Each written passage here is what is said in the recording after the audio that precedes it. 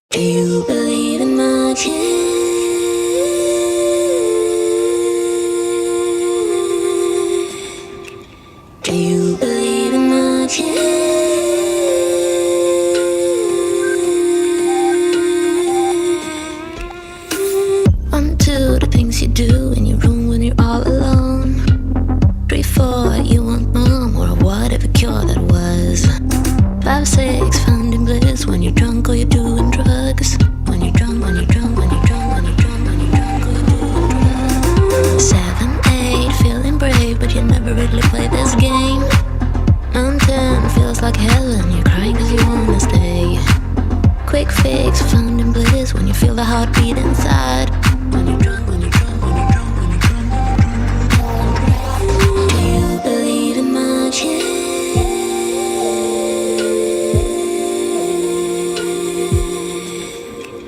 Do you believe in magic? When you're drunk, when you're drunk, when you're drunk, when you're drunk, when you're drunk, when you're drunk. Me too, I'm just like you, and I need to fuck it up sometime. I'm stuck with ego trips, selling sex to a mother will buy. Sometimes I feel magic, but I manage to fuck up somehow. Get drunk, get drunk, get drunk, get drunk, and I'm getting high. Do you believe in magic?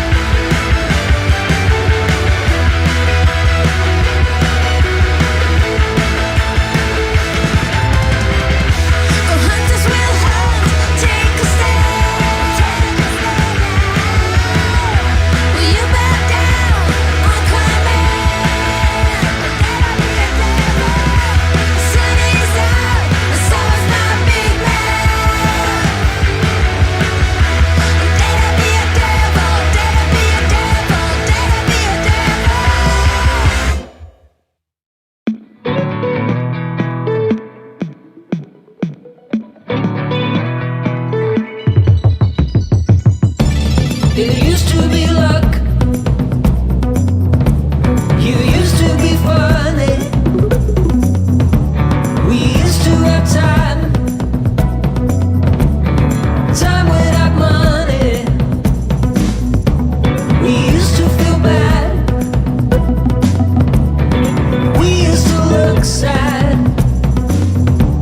We used to have luck. Time without money. We seem to have the time it took. We used to have our things in place. Now real me and I've come too deep. Forgotten what you used to say. We used to have time. We used to be careless. We used to look sad, but we couldn't care less. We seem to have the time it took. We used to have our things in place. Now reel me in, I've come too deep. Forgotten what you used to say. Do you feel it? We used to feel this. Do you see me? Young and carefree.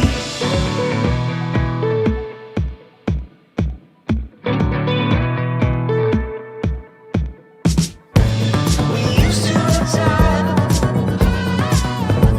We used to be careless. We used to have time, but we couldn't care less. Do you feel it? We used to feel this. Do you see me? Young and carefree. Do you hear me? Will you stay here? Do you feel me? Will we care less? Do you feel it? We used to feel this. Do you see me? Young and carefree.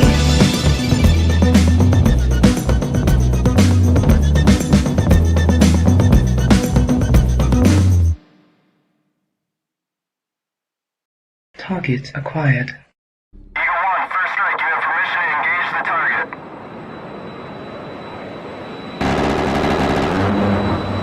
Warning: the following video contains explicit language which may be offensive to some viewers or inappropriate for children. The content within this video is intended for mature audiences only.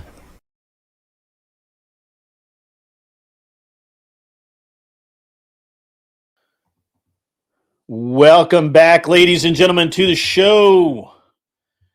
Yes, I am 2 minutes early, and yes, I did the really bad form thing of not letting my reel play all the way through, but that's because I got started late. That's just the way it was. Welcome everyone to the show. It's going to be cool tonight. We're going to talk about some cool stuff. And first, I'm going to welcome everybody to the show, and we're just going to go down and see who's here. We're going to see who's up in the house. If you're in the house, you should say something so I can call you out and be like, "Yo, this dude's here." Ben, first in chat, he says, "First, you fuckers." All right, cool. Damien, our local parkour, our parkour guy, was second, and Beth was third, followed by 13. 13 is up in the house. Awesome, good to see all you guys. Smoking Spaceman has made a run at it. Tiki Tack is in the house. Chairman of the board, Anson Knowles, is all over the place, including here, and he's quite the dude. Who else we got up in here? We've got Truism Stormcrow.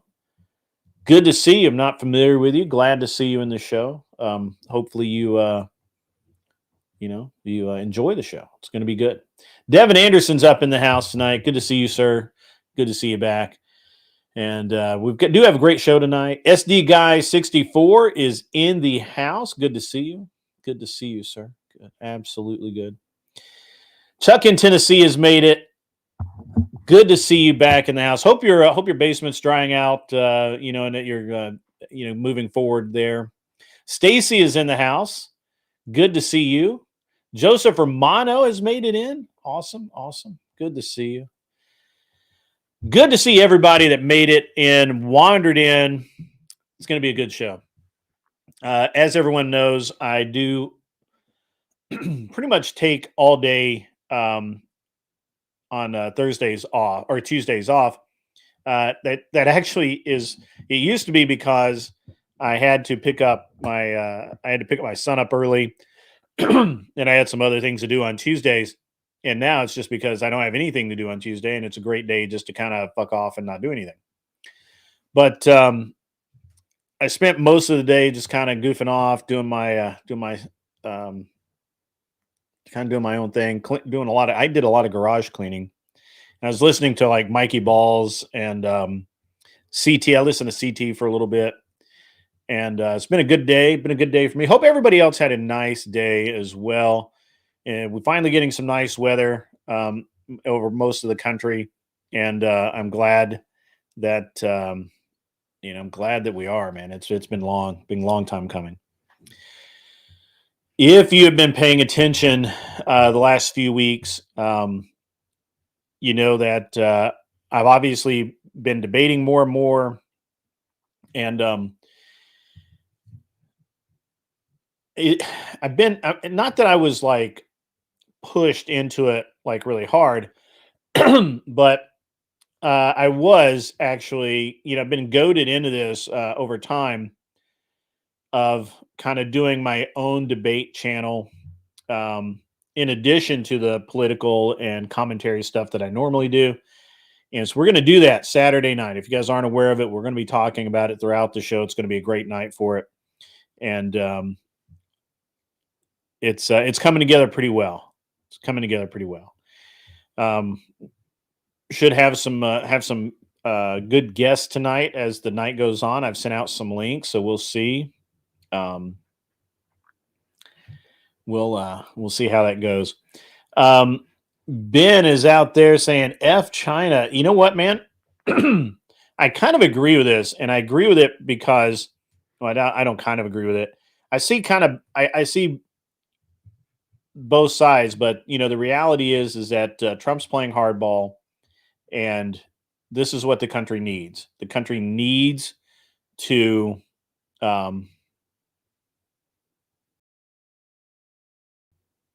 wait, what? All the red what?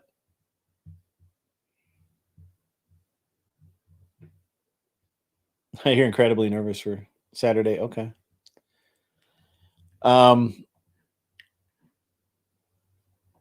What the red hues? Oh, I just have this up too.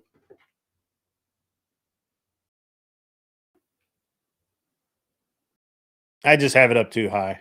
That's all. I didn't realize it was up that high.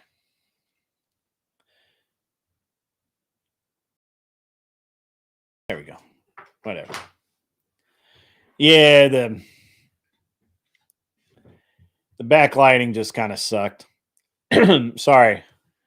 All right. So, Beth, yes, we do have to look strong again. And, the fact of the matter is that it's not just the Chinese doing this. And I think most people don't realize that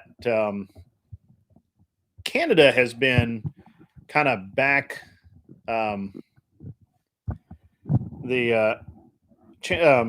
Canada has been kind of backdooring Chinese goods in to get away from existing tariffs. The fat guy? Where's the fat guy? So, all right. So let's see here. ZD didn't like the extra red. Let me see if I can balance it out. It does get to be too much, but let me see if I can balance it out. In the meantime, so one of the things I don't know why I'm having so much trouble talking tonight, guys. Pardon me.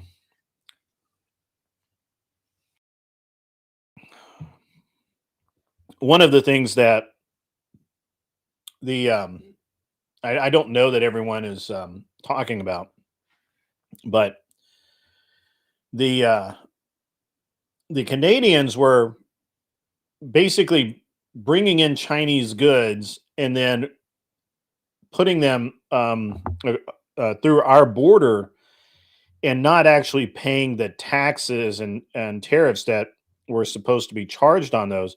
And if anyone wonders why we're being kind of, Trump seems to be going extra hard on Canadian land, that's one of the reasons why. And they actually just passed a bunch of laws to prevent that from happening.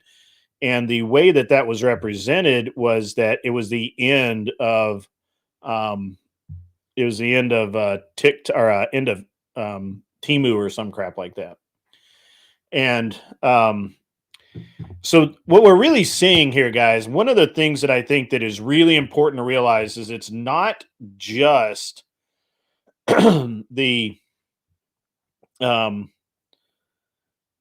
not just the tariffs we put on China and the tariffs we put on Canada. It's not that's all well and good. What we're really seeing is how deep it goes and how much it was actually hurting our country and how how much these people want to fight to keep this intact. And it's actually pretty crazy right now. The whole thing is nuts. I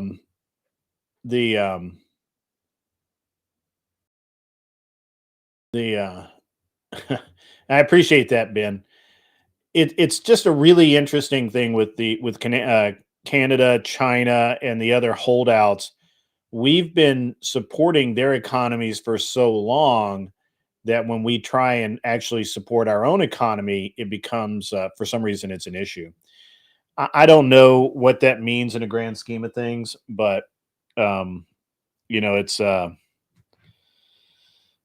me, it's all good, right? Like I'm going to be honest. At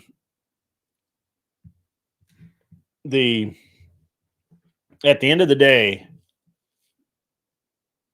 I'll be happy to get everything sorted out. And if you look at what's been happening over the last like 48 hours, or maybe a little bit longer than that,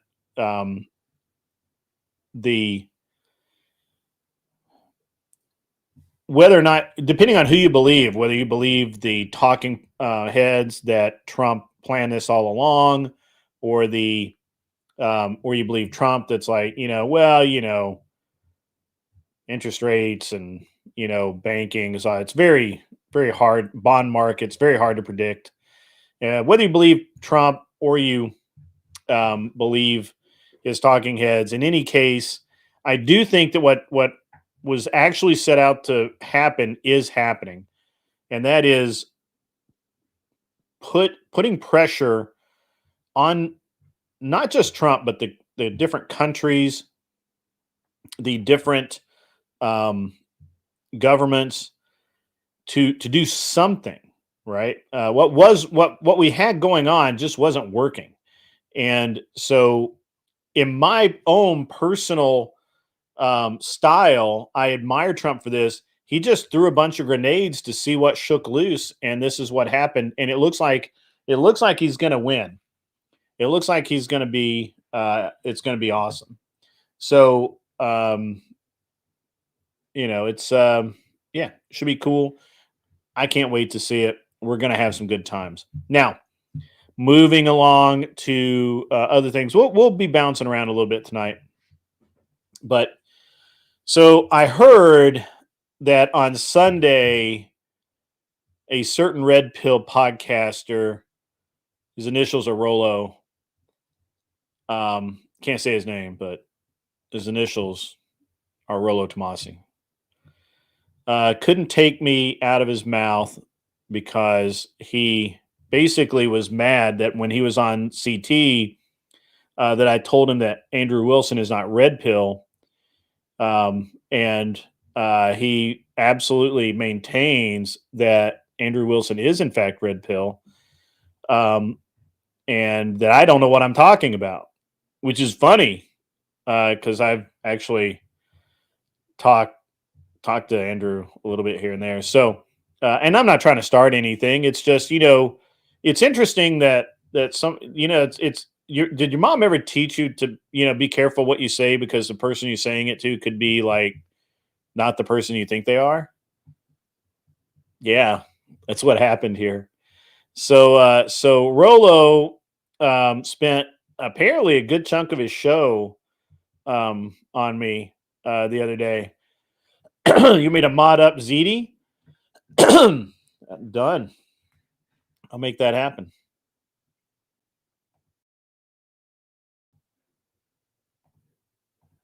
Done deal.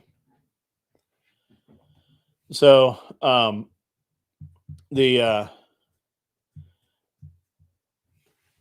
anyway, I can take it away.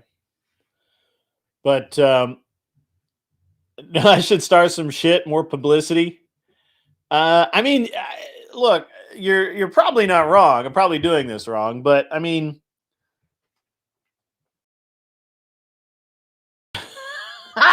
Tim Hale coming in hot. Oh damn, Tim Hale, you got to get a. You know what, ZD Dan, if you do not want that wrench, I will take care of that right now. So done deal. You can't be a mod, Ben. You're too erratic. Tim Hale, dude, get a link, jump up here, brother. How did my name even get in his mouth when it was already filled up by these nuts? That's so funny. Yeah. Yeah. So, the thing is that he doesn't know my name, so my name wasn't in his mouth. Just my whole personality was. Filled him right up, and he didn't know who I was. I mean, he might. I don't know. I didn't see it, so I don't know. I was. This was reported to me that I was, I was basically being thrown under a bus, because, I don't know.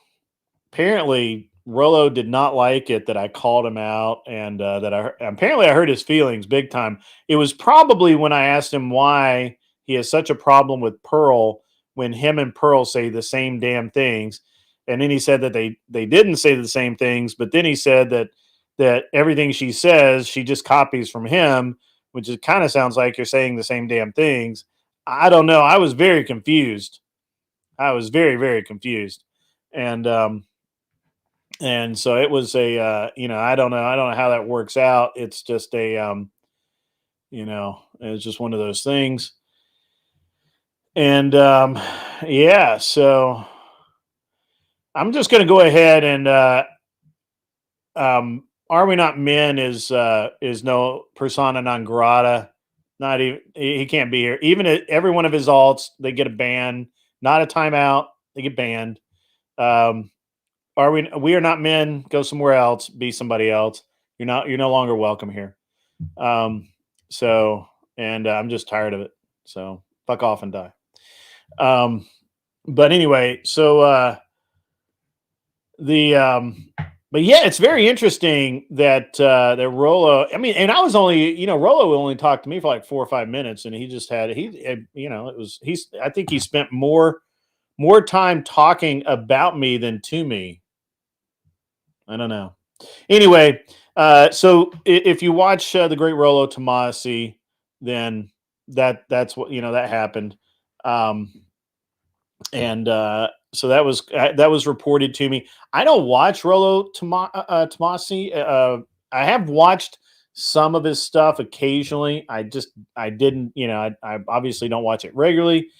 And yeah, apparently Andrew, somebody better go tell Andrew that he is red pill, because Rollo Tomasi said they were great friends, and he knows that Andrew is red pill. So yeah. Yeah. Yeah. You forget that he existed. Yeah. So Beth, anybody can debate. It's an open panel. There's 10 spaces. The Tiki Tack, my new debate channel, my new blood sport. Yeah, the syndicate. Yeah. Yeah. You guys seen the artwork for this yet? It's pretty cool. Ben, I have heard many things about people who are master debaters. I'm just, I'm not sure there are any masters, but whatever.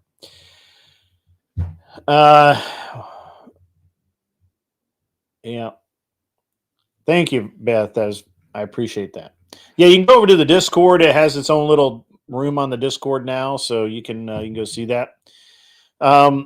We're still working a little bit on the format, tweaking it. We're still kind of trying to figure out how to make it fun, but also pro, and there's it's got to be a I don't know. It's got to be right, So we'll see how that works out. Yeah, it's gonna be cool. Whew, man, I can't believe that Rollo talked about me on Sunday. I feel special. Special. I wasn't even wearing my cool hat. I was wearing a Crucible hat though, so that's what's up. I have a question for the chat. Let me know if you think that to be a part of the debate panel, you have to put something in a pot, like $5 or $10 or whatever. That was suggested earlier, and at first I was like, nah, that doesn't seem like a good idea. But I've been wrong before, and it had never occurred to me. So you guys, let me know what you think about that. I'm throwing this out there into the wild. So,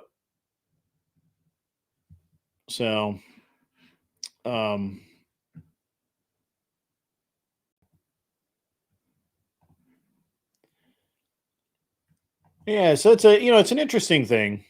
There's no there's no real there's no real right or wrong answer. You think so, Joseph? That's exactly what I was told.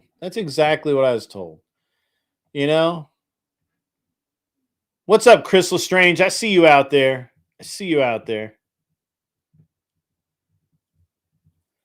Beth, I get that one, bro. I get that one. Or not bro, but you know what I mean. I get that. So,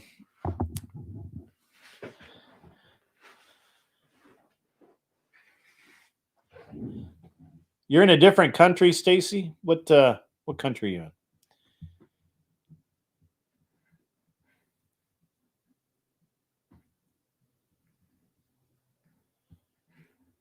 Dude, that would be fucking hilarious, bro.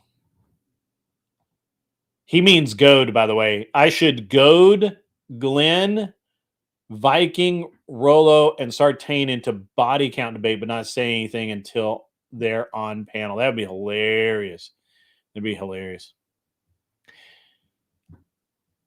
Yeah, I've checked that, but I don't know. Yeah, it's a weird thing.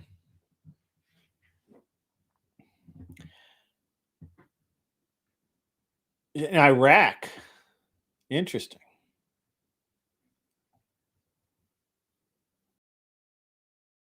Did Tim Hale bail?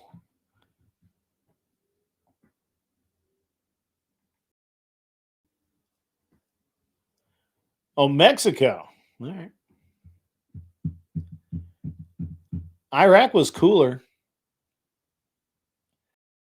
I mean, we can talk. We started off talking about tariff talks.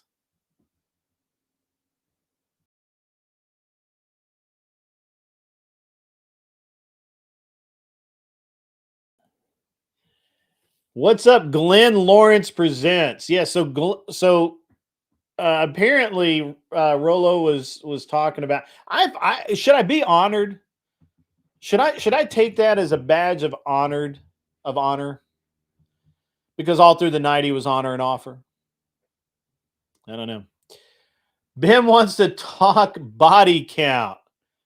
If we get it, the only way we can talk body count is if we get the women's up here to talk body count.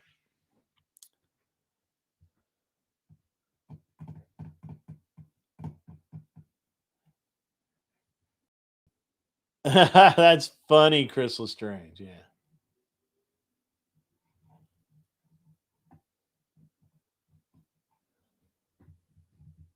That is funny. Mikey Balls coming in, incoming with a raid. Awesome, bruv. Yeah, that's true. That's true, Ticky Tack. That's very true. Send Beth the link. Beth is in the Discord. Oh, is nobody in the Discord doling out links? I'm in the wrong part of my computer, but I can get there. You got to go to the waiting room. I don't see you in the waiting room. You have to go to the waiting room. That's how that works.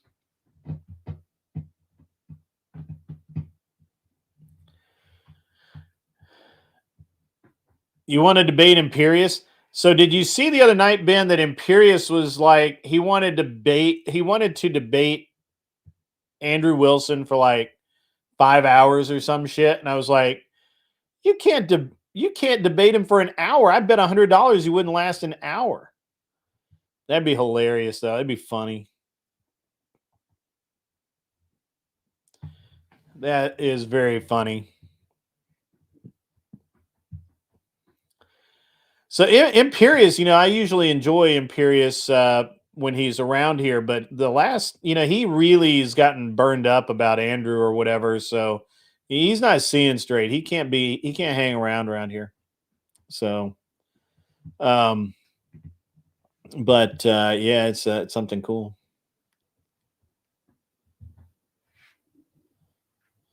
That's funny. That's funny, Stacy. That is funny. Man, we got some people. Up in here now. That's for sure. So everybody, just to let everyone know, I am hosting a debate tournament, Bloodsport debate event. It's round robin, which means that you debate people. You debate the other people on the panel 1v1. Single elimination. So if you lose, you're out. It's a ball valve raid. All right. Mikey Balls up in the house. That's awesome. Good to see everyone coming over from Mikey Balls. Good to see you. Good to see Naomi back in the house. Hope you had a nice flight. What's up, Steven? Good to see you. Good. Welcome to the show. Welcome to the show.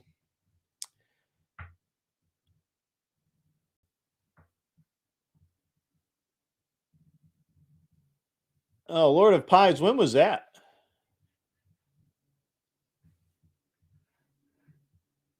I missed something.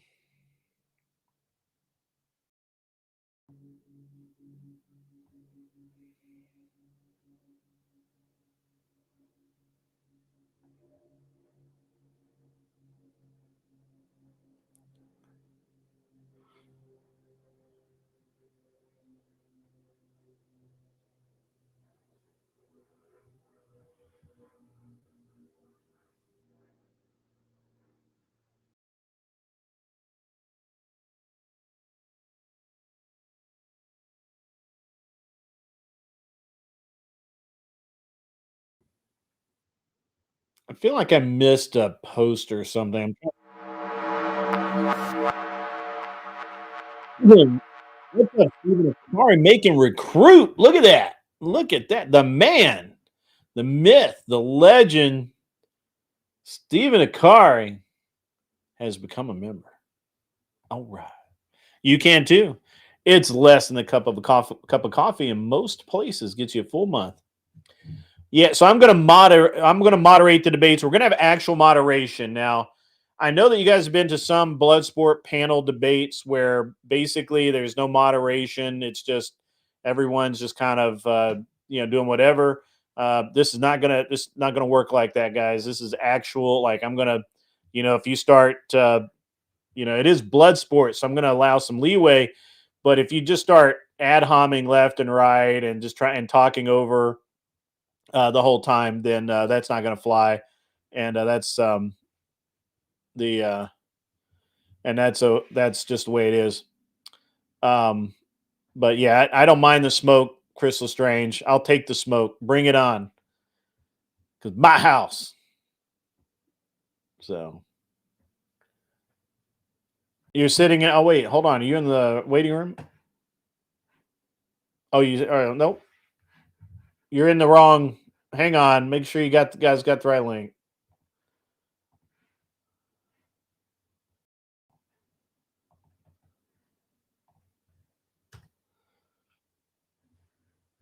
It is the same link as earlier. So if you're sitting in the back, I don't know why.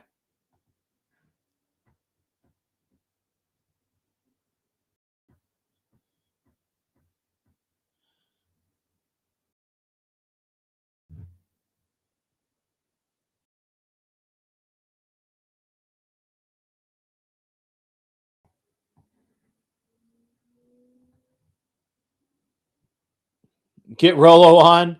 I would love, honestly, I'd love to have Rolo on. That'd be fun. He would run though. I don't. So Rolo, Rolo likes to say, he's an academic. I don't think he's very good at debate. I don't feel like that he's going to be. I don't feel like he'd be happy with the result, and I think he would run. I could be wrong. I'm not calling him out. I'm not, it's just my opinion. It's okay. So.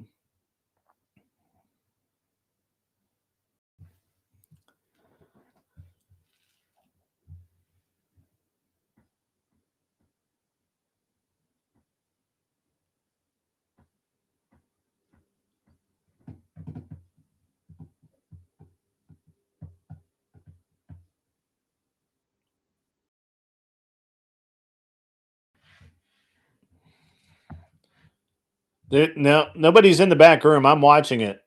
So, in the back room.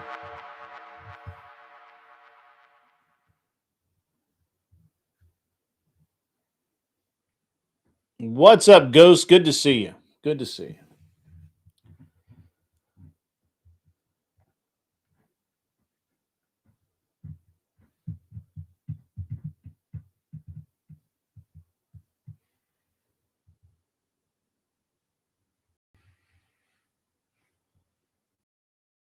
Yeah, that's what I kind of figured. I don't think that he would want to debate me.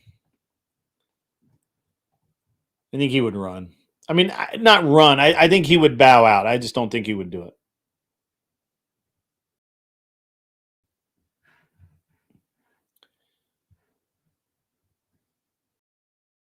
Hang on, Beth. Give me a second. You in the waiting room?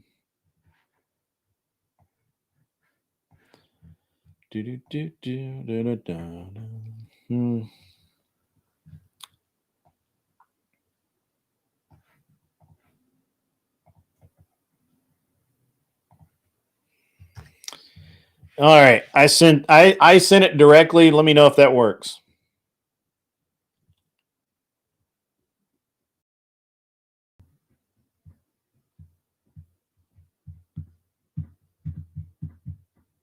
All right. So anyway, ladies and gentlemen, what else is there to say tonight? I do think that it's been there we go. There's Beth. Hey, as I was about to start rambling on.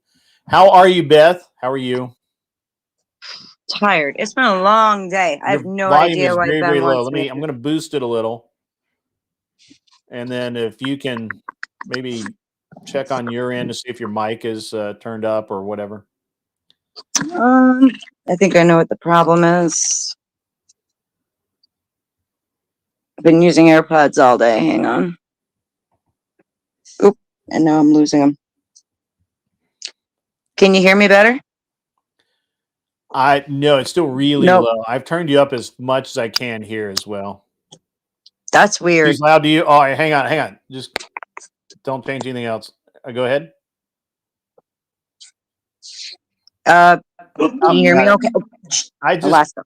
I turned my volume down. I was on the phone earlier and I turned my volume way down, and that's what happens. So, and I can't hear YouTube, so because I've got it all turned off. Good to go. All right, cool. Everybody says you sound great. It's awesome. So good. All right. So Saturday night, doing all right. Gonna be good. Yeah, that's stressful. How are you going to choose people to go up? People have been asking a lot of I'm questions. gonna talk about that in just a minute. That's great. L for me, huh? All right. I'll take that one. It's okay. It's a little one. It's a little L. Yeah, actually, the dono button will be cool. If people hit that dono button, it'd be awesome. Hit it multiple times. Anyway, so the way that I have this envisioned in my mind, and we can talk about that since we have we have a lot of people here. We can get some good groupthink going on, and then I can just do what I was going to do anyway. So you're going to basically, I'm going to give out the link, and you're going to come into backstage, and I'm going to put up 10 people, and then those we'll start choosing people to debate each other. Either the audience will choose them and basically and call for a 1v1, or at some point we'll have to figure something out. But I believe that we'll be able to get some 1v1s going. And since it's the first night, there may be some trial things that we do. I'm not really sure yet. Trying to figure out. So let's say that you and Ben were, somebody put you and Ben up against each other. You guys would debate. It would basically look a lot like your dog is angry. Husky. Yeah. Mine's I'm on the other sorry. side of that door, I think. In a minute, she'll start banging on it. I'll take her in. Unless my son does it, which is unlikely. So the if you're debating Ben and you guys basically, there'll be a subject matter like, does body count matter? Or whatever. There's any number of but let's just, and you guys you get basically a couple of sentences to explain your position on it, and then you would debate. And you get 5 minutes. At the end of the 5 minutes, we stop, and then we go to the normally the audience votes, but I'd really like to do a panel of judges, but I don't know. That's something I need some information on. What do you think? Should it be a panel of judges, or should it be the audience? I need some input there. Give me some input. And do you think the audience can be impartial, or actually hear both sides? They're never impartial. $4.99 comes in from Ben, still dodging that TTS envelope there. I noticed. Phantasma Ghost 1978 has a great idea. Whoever loses a debate point removes an article of clothing. Speedrun getting banned. That's funny. Except that it's going to be mostly guys. You do know that, right, Ben? Yeah. You want to watch guys take their clothes Nobody off? wants to see that much Really? wang in one time. Yeah. Chuck in Tennessee is the reason why I think it should be Vegan. a panel of judges, because the audience is always biased, and it's really a bad. It's kind of a bad thing. I would love to have Corinth as a judge. I don't think he'll be available, but and plus, if he is, he'll want to be a part of it. But Yo, Corinth is feral. I'm kind of scared of him. Corinth is what? He's feral. He's Feral. I don't know if I would go that. I don't know if Have I you go that been far. have you been in like one of the chat rooms with him? I've met him. Oh, well, that's not the same as being in like one of the Crucible chat rooms with him. Like he comes out of nowhere and like yeah, he's brutal. Oh, okay. Yeah. Well, I mean, hyperbole is a real thing. We can't do strip debating because there'd be more sausage in a Jimmy Dean factory. That's facts. Facts. I beat Corinth, Ben. Did you know that? Yeah. Oh yeah. Anyway, so yeah, I don't know. If I figure out the how that's going to go, obviously, my inclination has been to be a.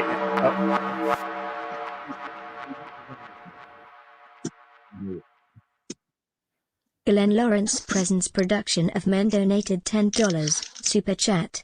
Grid, I already told you what you needed to do with the judges. I already created a perfect template outline for you. Are you trying to tell me my ideas are not good enough? I just like to gather information, bro. Them's fighting words, Anson. You better hope he doesn't see that.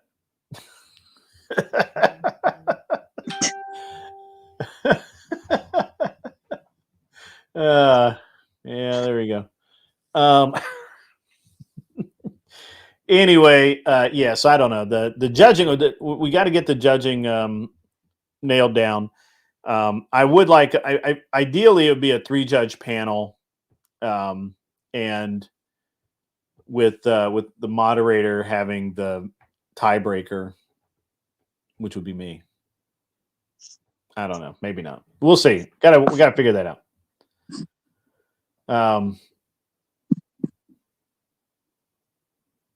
You guys are having fun tonight. It's great. I mean, it's a great night to have some fun. The weather's nice. It's springtime. Spring is in the air, along with everything else: pollen, dust, termites. It was nice up here, and then all of a sudden winter like came back and smacked the shit out of us. It's been freezing the last 2 days.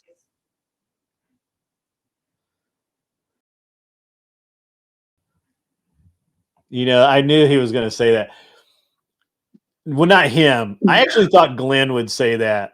But anyway, yeah. I can't be the tiebreaker. It's a fucking joke. Obviously. Anyway.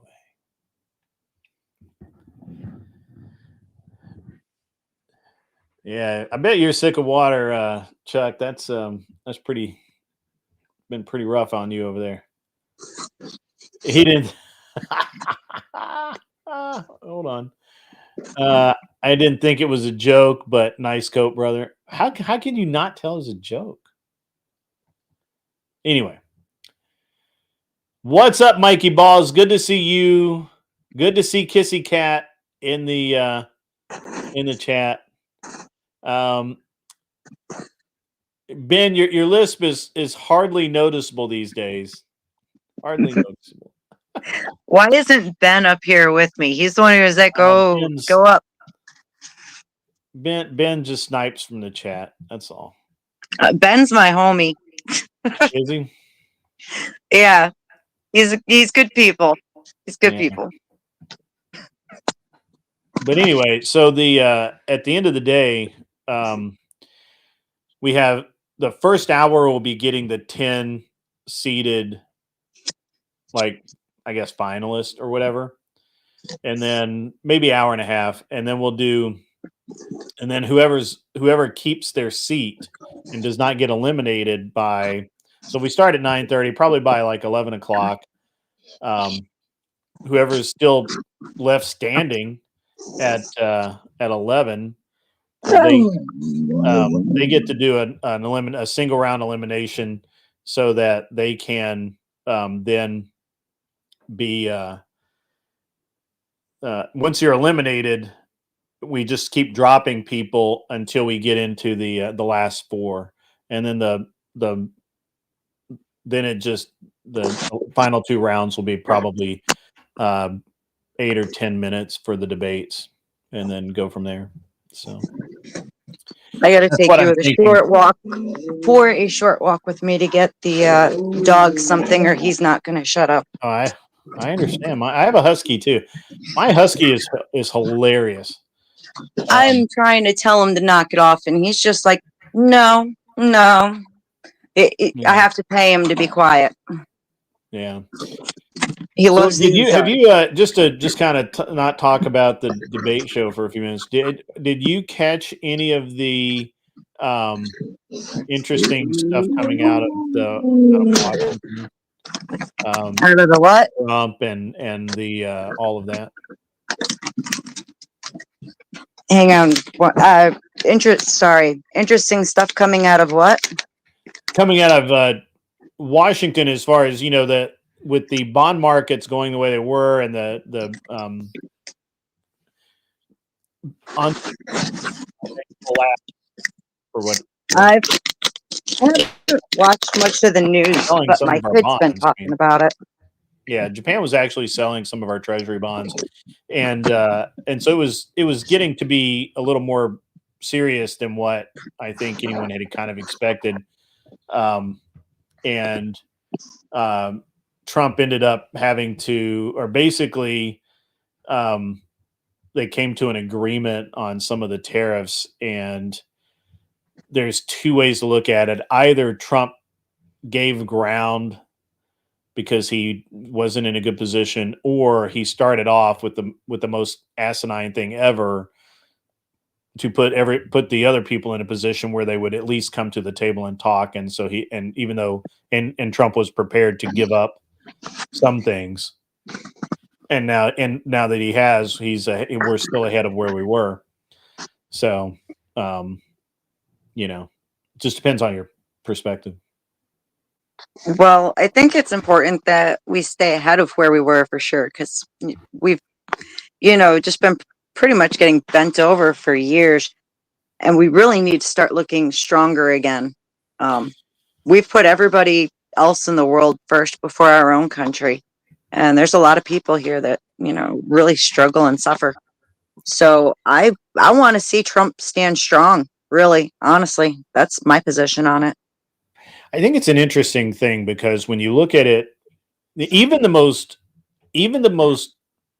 casual viewer understands now. They didn't understand before, I don't think, but I think even the most casual viewer now understands that where our economy is and how in jeopardy it's been, and everyone's been telling everyone it's fine, and we have been, we've had all of these government shutdowns where they just increased the debt limit and all of these things. And now, because, and I'm going to be honest, I think it's brilliant, right? Like, I understand anyone who says that Trump's an idiot and all. I get the viewpoint, right? I understand why you would think that, because you're an idiot and you don't know any better. But They get scared. now even those people can see that, hey, wow, we were getting to the point where the interest payments on our debt was going to be more than what we were able to pay out every month. We were on the precipice. We were on an edge, and I think even the most casual American now has a better understanding of the economy than they ever had before. Even when they're wrong, even when they're dead ass wrong, and they think that tariffs are bad, and all of the tariff bad, orange man bad, everybody bad, but now they've the answer you what, Joseph? I'm sorry, I was talking. I don't actually read the chat when I'm talking. I have to scroll back. How far back does this go? I think another big thing that's helped people understand is all the stuff getting exposed by Doge. Like, Yeah. as a country, we needed to see that really, really badly because people are delusional about what's going on. What's really interesting, because you remember back when I remember back when I was a kid, and they did kind of the same thing, and they were going around, especially in the military and the government offices, and they were like paying $600 for a toilet, right? $100 for a hammer. Yeah. Like all of these ridiculous amounts. Hedge funds were responsible for the bond sell-off. Do people think this wasn't foreseen? Secretary Scott Bessent was a hedge manager, a hedge fund. What? Are you trying to like draw a line into something that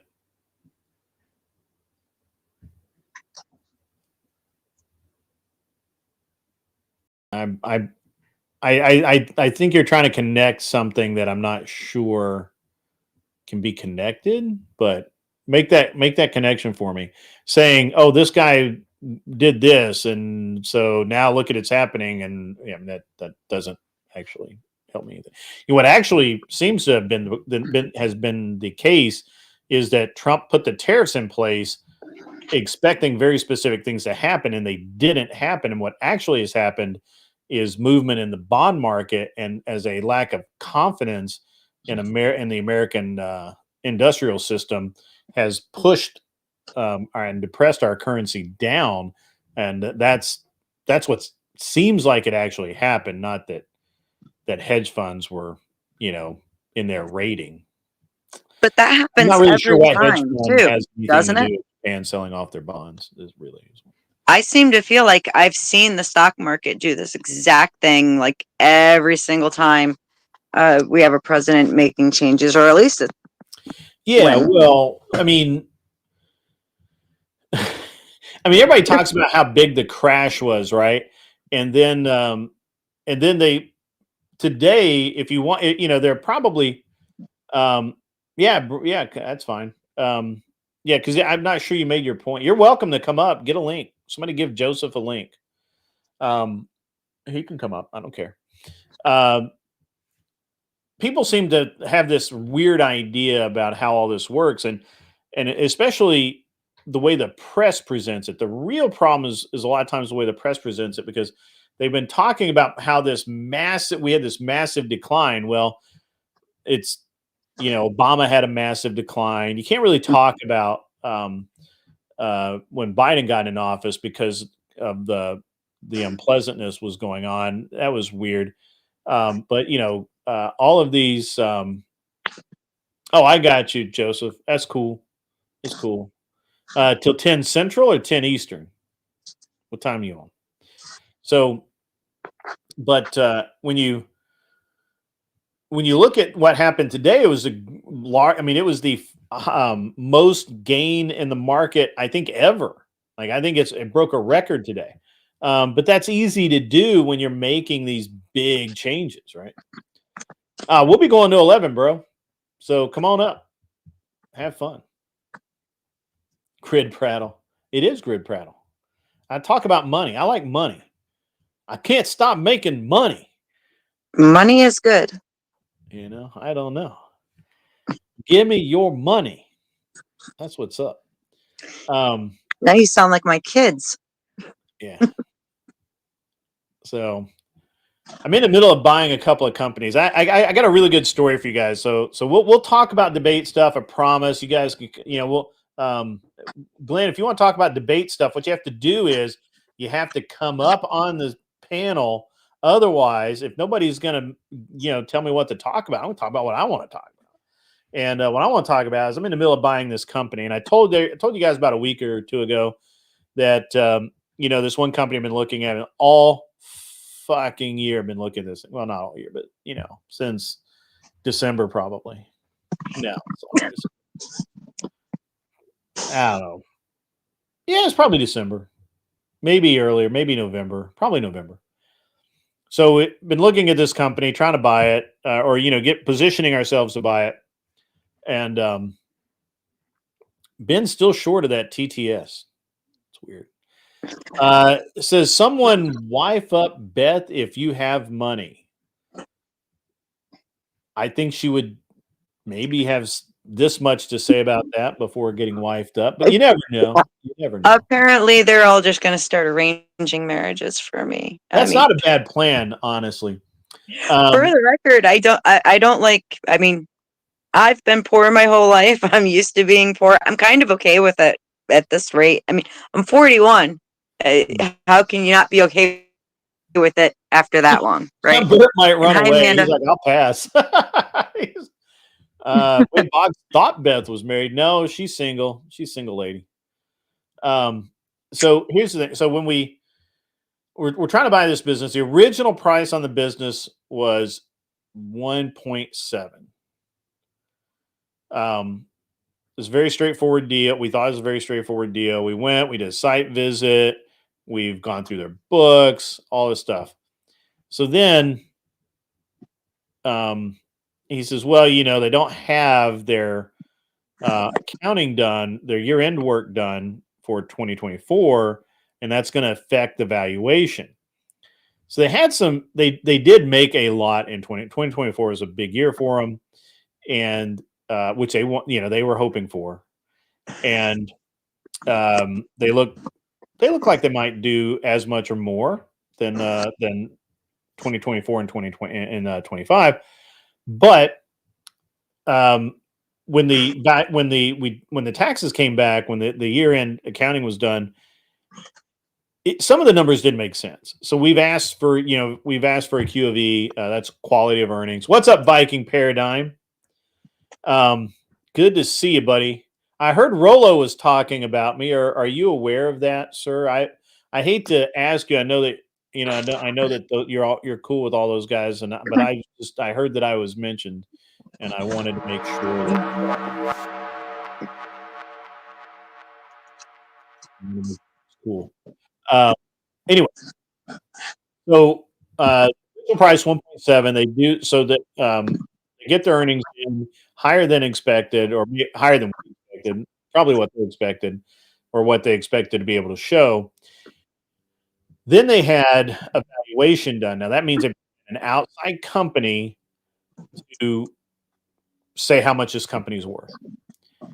So when they got that back, they gave us a call today. Just today, this is just hours old, and it's just hours old. They're asking for they valued at 2.9.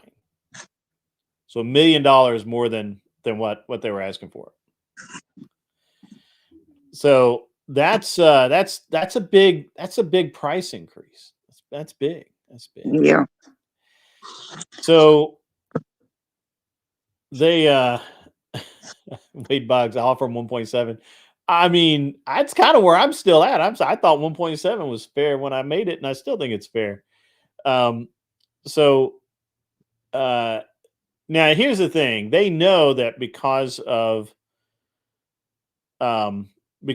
they're pre-qualified for SBA, they know that we can do the loan. That's not even a question. The paperwork gets filled out and it's done. But here's the thing. We're gonna talk about this for a minute. $5 comes in from Lord of Pies. Pair character lifting some weight, saying "keep it up," is what it says. That's awesome. Good on you, sir. Good on you. Anyway, so And I guess that's a super sticker and not a super chat. I haven't had a super sticker before. That's pretty cool. So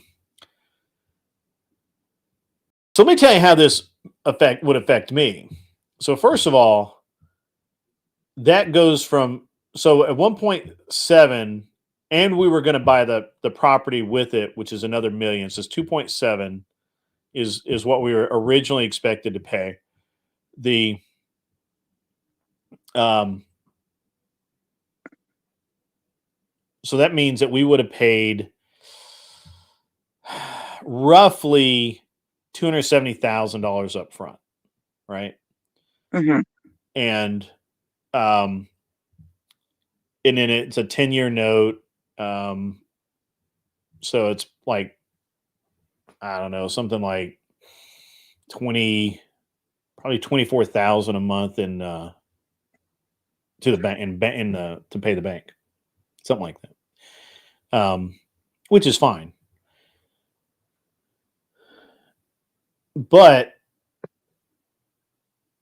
now if we're still buying the real estate for 1 million, and now we're buying the business for, and they said they would, that 2.9 is a little high. They'd knock off 300 grand and make it a cool 2.6. So now we're at 3.6, right? So that means, well, we'll get to 3.6. That means that now I have to put, instead of putting like, I don't know, like 270 up cash up front, I have to put in like a minimum of three, probably 390, 400 grand, 400 and something. Now this is on top of all the lawyer fees, which is gonna be about another 30 grand by the time I'm done. So just call it 450 grand before we take possession, before we make a dime on the deal. And the problem is that if you do an SBA loan like that for that amount, you better be damn sure the business is going to work, because while you are not on the hook for that technically, because it's an SBA loan, it's government backed. The owner has no skin in the game to want to make sure that the business succeeds. One of the things I normally do on something like this would be what we call a contract deal with an earnout. And a contract deal means that it's basically like, Beth, if I say I'm going to buy your car, I can't go to the bank, but I'm a good guy, and so we write up a contract that says I'm going to pay you, $200 a month or whatever, right? Mm-hmm. And I'm going to give you X amount up front and all that. So you just write up, you do a legal contract. Lawyers get involved, as always. Lawyers are always involved. And Always. and so once you get that, on the contract deal with an earnout, that means if their projections don't hit like they say it's going to hit, we don't have to pay them as much. So let's say we're buying the business, say, okay, we agree it's worth 2.9, we'll pay you 2.6. But it's based on these earnings. So at the end of the following year, when we do our earnings report and it's 10% less, then we pay them less for the business. I would start off less up front, because the big question is, how eager are they to sell? Like, how badly do they need to sell the business? You know what I'm saying? And then how bad do you really want it? Always start low, man. That's the name of the game. I'm still, I told the broker, I'm like, I'm kind of still at like 1.7. Like, I understand they made more money. I understand the valuation. I understand they can get the loan, that I can get the loan for it. But I don't believe the business is worth that. Plus, when I get a valuation like that, I want to buy it for half of what the appraisal is. So if it's it's just like anything else. If you take your car in and get it appraised for $30,000, when you go to trade it in, does the guy give you 30 grand for it? No. You get half on the bone. Or less. Right. Yeah. He's going to give you half for it. So exactly. And on top of that, our economy is going through such a huge change with a change of president. Right, exactly. Nobody can guarantee anything. Yeah, exactly. It's going to be. So I'm with you.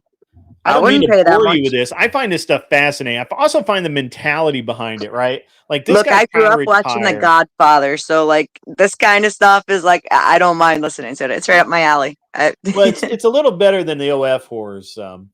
Ben, I think is I think Ben Ben is is being a degen tonight, dude. he's either Dude. low on alcohol or too much. I think he's low on alcohol. I think that he's in that weird zone. I've watched people do this I don't drink myself, but I've watched people do this where they've had just enough to be a dick, but not enough to be cool.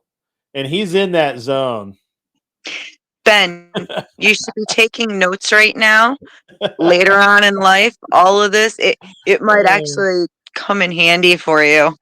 Yeah, and by the way, I'm not a red pill podcast. You can't ladies and gentlemen, this is a public service announcement. If you came here for a red pill podcast, you should be disappointed. So anyway, but yeah, so we also and look, I've been looking at businesses to buy for the past almost year, and so we're actually going to buy. It looks like we're going to buy a business that's actually super local to me. Nice. It's much less money, and it's I love the business. I think literally everything about it I like. I think it's a good business. It's going to be it's a good move for me personally, and the price is right. I mean, we're still, so this is a, yeah, there's no red pill here, Viking. I'm sorry, buddy. I know you're the red pill guy, but yeah, I'm sorry. We can get Viking up. If you want a little red pill on the show, we can get Viking up and we'll talk about body count and come on up. hitting I walls. I don't even know how I got up here. Ben in his mouth. No, please no. But yes, I'm buying this company that does that it's a manufacturing company that makes machines for manufacturing companies. Can't tell you what kind, but anyway, and they they do. It's a really ridiculous deal. They do like 1.7 a year in sales, which isn't a ton, but it's not bad for their staff and their size, and they run a little too fat.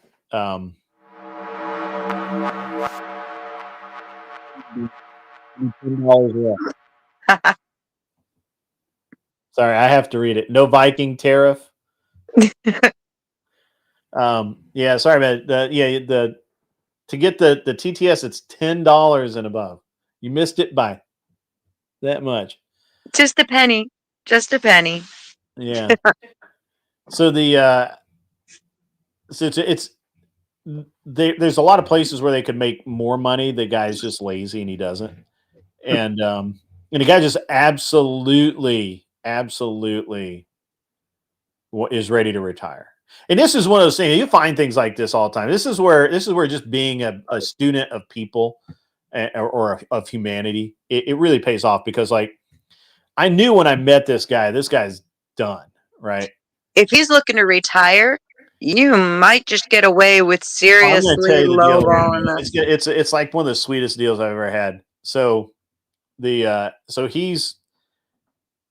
started out as there were four partners, and one of them quit to go back and be an engineer or something. He just didn't have the personality for it, whatever. The second guy retired and sold his interest in the business to the other two. The other two ran it for another decade. The business has been around for 32 years. These guys ran it for like another decade. And then a few years ago, and I get that the way it sounds like it's probably like 2 years, maybe 3 years ago, the remaining partner, and I believe that was the guy who handled most of the sales, right? Like he was the gregarious one. Like he was the one that went out and did all the work, making sales calls and stuff. And that guy suddenly, he was diagnosed with stage 4 cancer and was gone in like just a couple months. And then, and so, which I think this is kind of one of those, like, this is how you're dealing with a good dude. that guy had no reason to pay out the widow, right? Yeah. Like died. I mean, yeah, technically he owned half of the company, but what's that really worth, you know? But he paid her out. He paid out the widow, and bought out his partner, ex-partner, or whatever. And now, but I think that put a big scare in him, and now he's just out. Like he's like he just doesn't want to work anymore. He wants to go. I think he wants to be on a beach in Tahiti sipping boat drinks with his wife. And so you said 2.7 with the land. I would, just to show him that he's a nice guy. No, this is a whole different company. The first one was 2.7. That guy also wants to retire, but he was going to. And I don't want to get too confused here. The first guy I was talking about, the first company, that guy, he wants to retire, but he was going to retire 10 years ago, and he got divorced, and that reset the clock. So he had to pay his wife out, and for whatever however much that was, and then when that and then he had to rebuild, put his life back together and everything else, and so he basically. Now he's like, I'm done. I want to get out of here and all of that. So, at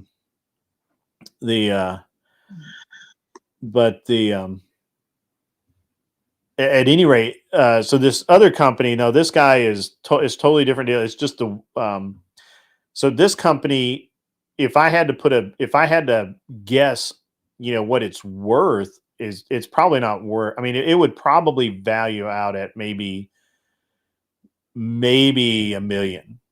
They're selling it, which is all right. See, the way that I mean, I don't want to get too deep down the rabbit hole here, but the way most people, when you go to buy a company, when you go or when you're doing a deal to buy a business, depending on what kind of business it is, it depends on what you're going to pay. But for like a manufacturing business or a contracting business or something like that, then what you're looking at is you take the EBITDA, or which is easier for most people, is SDE. That's seller's discretionary earnings, right? So that's the amount of money left over after everything else is paid, and that's basically that's your profit, that's your paycheck, and you take that and then you multiply that either by some businesses it multiplies by 3, some it multiplies by 4. So let's say your SDE was 250,000. You would do a multiple of 3, so 750,000. I'll get to that, Kevin. I promise. I'll get to that. So this company that I'm looking at, by all rights, he ought to be selling it for $750,000. They're asking a ridiculously low price. It's like ridiculous. And like, well, I mean, I think he has it's listed online. So it's like 380,000. That's what he's asking. And that's actually problematic in some ways, but yeah, I'm probably going to buy the business. And I was supposed to have a meeting today to iron that out, but I could not. I couldn't do that. So, I wanted that up there. Seriously, Stacy? Holy crap! Why would you do that? Now, see, that is something worth talking about. Not talking about business, but money is important, guys. I don't know if you guys know this. Money is important. Money is really important. That's why Stacy had to cut her hair in the dark, and I've had to do that before. I've had to cut my own hair. I'm overdue. I need a haircut bad. Yeah. My son discovered barbershops, and he's killing me. He's got to go like once a month, and it's like 40 minutes to get to the one that he likes, and it's $40 every time he goes. $40? I kill $40 my kid. for a haircut. And it's nothing special. Look, I went to cosmetology school. I cut everybody's hair. Not my son. My son wants to go to the barber shop. That's crazy. My son gets the like whatever $10 or $12 special at Sports Cuts or whatever the fuck it is.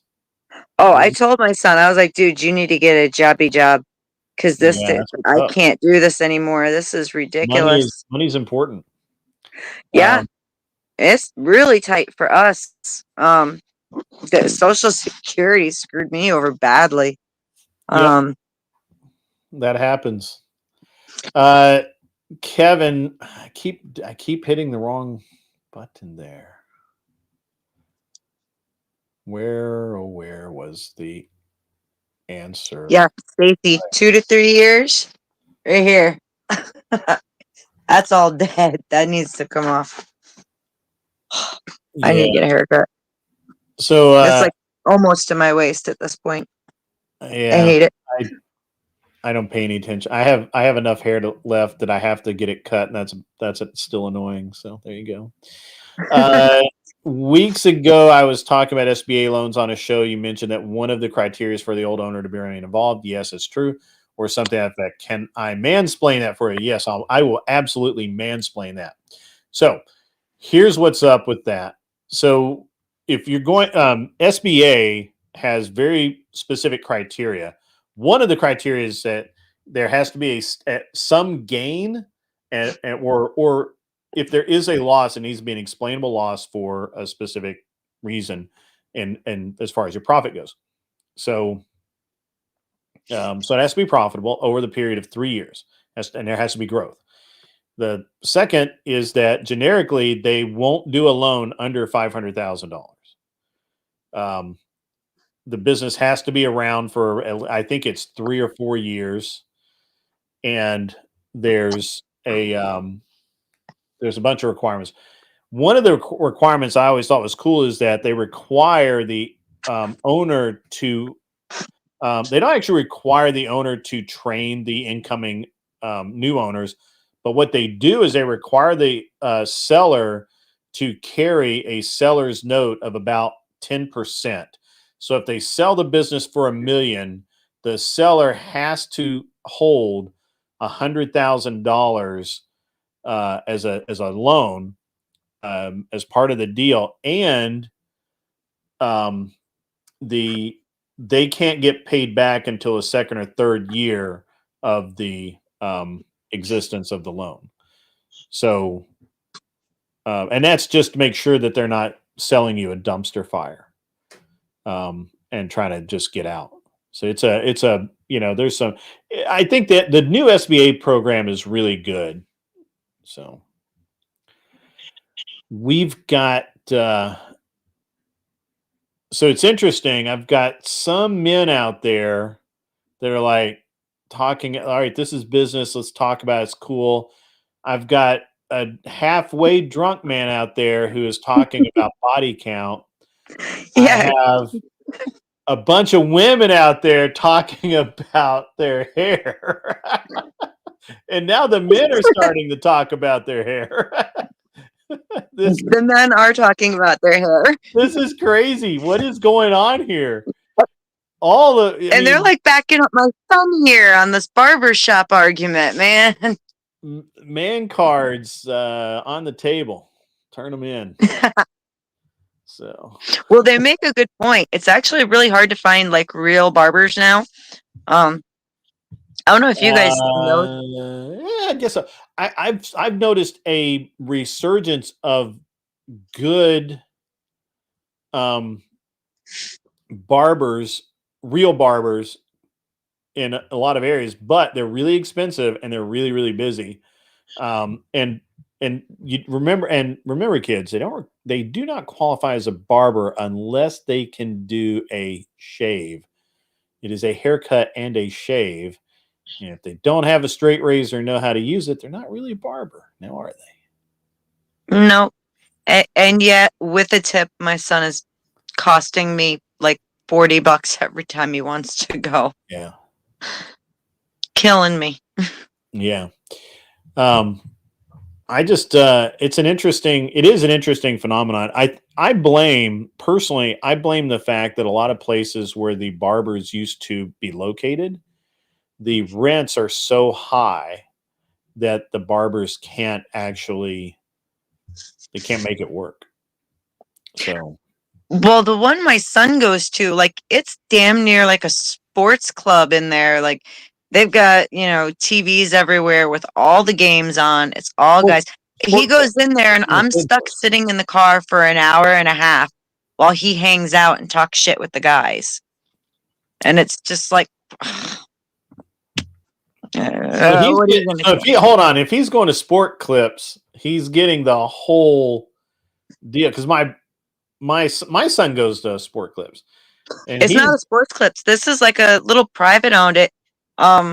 He said all the guys in there.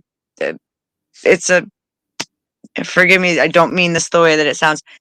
It's a bunch of a bunch of really cool black guys who sit in there and just talk shop about sports and all kinds of stuff. And like he's all excited because they finally remember him now when he shows up. Clover Tech says the best barbershops are the black barbershops. My son loves it. Loves it. Like I said, I'm stuck sitting in the car for like an hour and a half, 2 hours. Just sitting there. That's what I was thinking, Kevin. That's what I was thinking. Can you read that? I see that. I'll have to mention it to him. I'll tell him to go see if we have any around here. You gotta remember, this is New York. Hey, let him have fun. Maybe it'll be cheaper than what I'm currently paying. Yeah, probably. Ben, bite me. Ben's really Ben is Ben's on it tonight. He's on it. He's been practicing. He's been practicing a lot. He's been hanging out with a couple of the Crucible dudes they're training him up. Oh, he's driving them nuts, and it's a beautiful thing.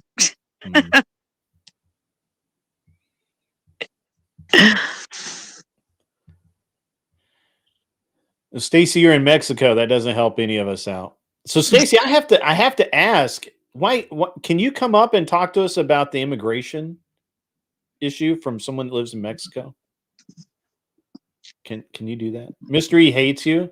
Mr. E hates everybody. Don't worry about it. He only mildly hates me. He doesn't hate me. Kind of. I haven't gotten in a tangle with Mr. E yet. He doesn't usually interact with the females unless he absolutely has to. The guys were like making fun of me yesterday or last night after the afternoon, and they were like, "Oh, I want to see Mr. E tangle with you," and like they were laughing, they were having a great time, like envisioning this whole interaction that's going to take place when I say something that Mr. E thinks is retarded. Sorry, forgot TOS. My bad. So that'll be interesting. Yeah, and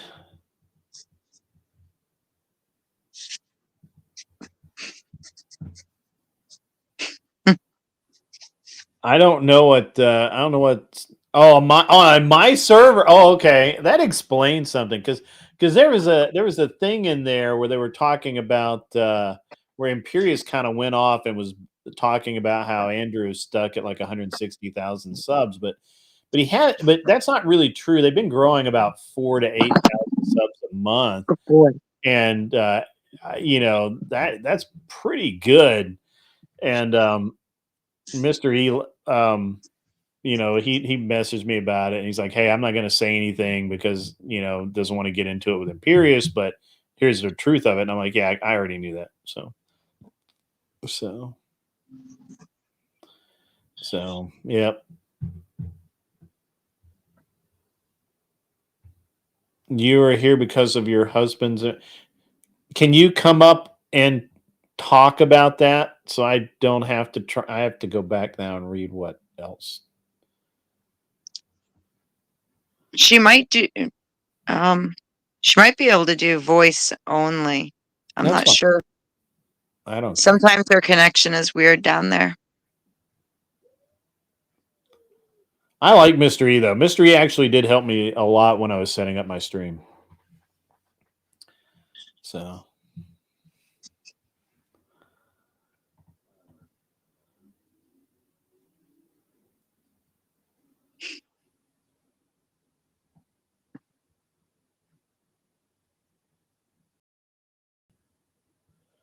I would really like to chat with you about that experience, Stacy. That would be awesome if you would like to. Stacy, go in the other room. Come hang out. He'll never notice. It'll be fine. Don't worry.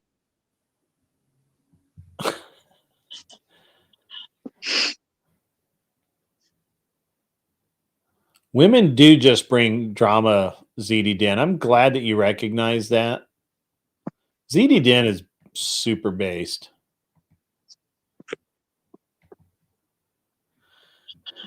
Ben's trying to start World War III over here. Ben is World War III. What's up, God's favorite ant?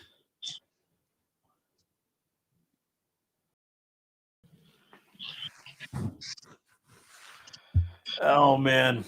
Anyway, so yeah, so that's the business buying stuff. It's like a full-time gig. And so I've got a meeting scheduled with the owner of the business I want to buy. I was supposed to do it today. We ended up not being able to do it. And hey man, I appreciate that. You can you're welcome to hang out, and you know, it's all good. It's all good. So at any rate, I had a meeting set for today. Probably would have gotten 80% of the deal done today, but we ended up kind of double booked on one thing. And then I have an appointment for Friday, but that'll get canceled because my wife has to fly to New York on Friday, so probably do it next week. But it'll be the last meeting we have before the lawyers get involved. And I always want to do that last meeting and have a conversation with the seller, make sure we're all on the same page. Because once a lawyer's involved, then I have to start paying money. Yeah. I don't like that. I don't like that at all. Because you got to, like I said, I don't think this will be that bad. I think this will probably be $5 or $6 grand in legal fees, writing papers and shit. I would honestly, all of you fuckers out there who think that that it's going to law school is too hard and stuff. They get paid money to write papers. For a while, I wished I had gone to law school. I mean, well, paralegal right now does a lot of that work. I mean, it's still a lot. I mean, it's crazy. I had to do my own divorce, man, and multiple custody situations. Yeah, how much money to keep the lawyers out? I would love to know how much money to keep the lawyers out of a deal. It's probably possible, but you just got to make sure your language is correct in your contract. You don't have to go on camera, Stacy. That it's totally fine. You can just do avatar mode. Normally, I give people a lot of shit for that, but Ben does it, so if he can't man up, you don't have to either. Ooh, that was me. You hear that, Bon? That was me. What's up, Viking? How the hell are you, sir? Greetings. I'm good. How about you? You're muted again. What? You always do that when you come on here. I think it's just because you switch mics.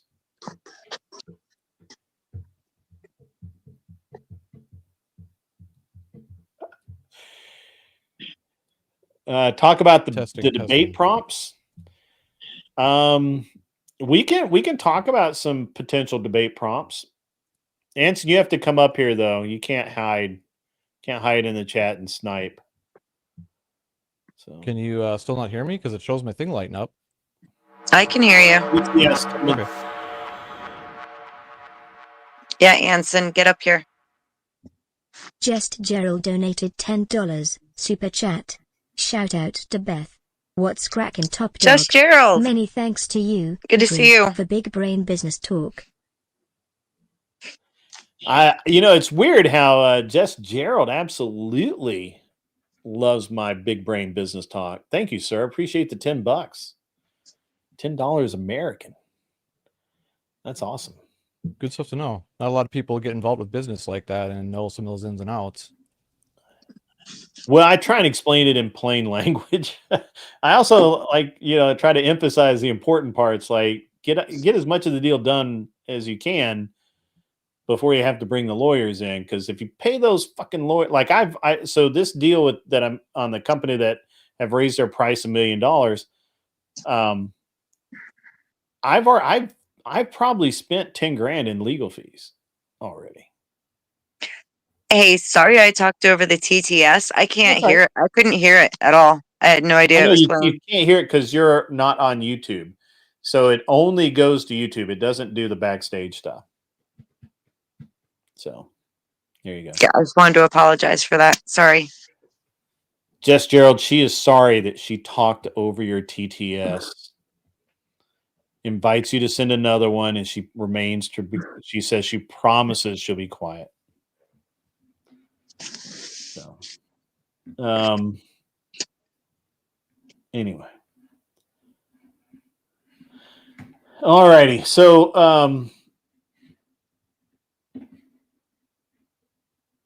I'm supposed to talk about Red Pill again. we can do that. So Rollo apparently geez. made me the subject of his show on Sunday a little bit. Oh, I didn't tune in, so Not yeah, I by missed it. name though. He didn't. I don't think he called me by.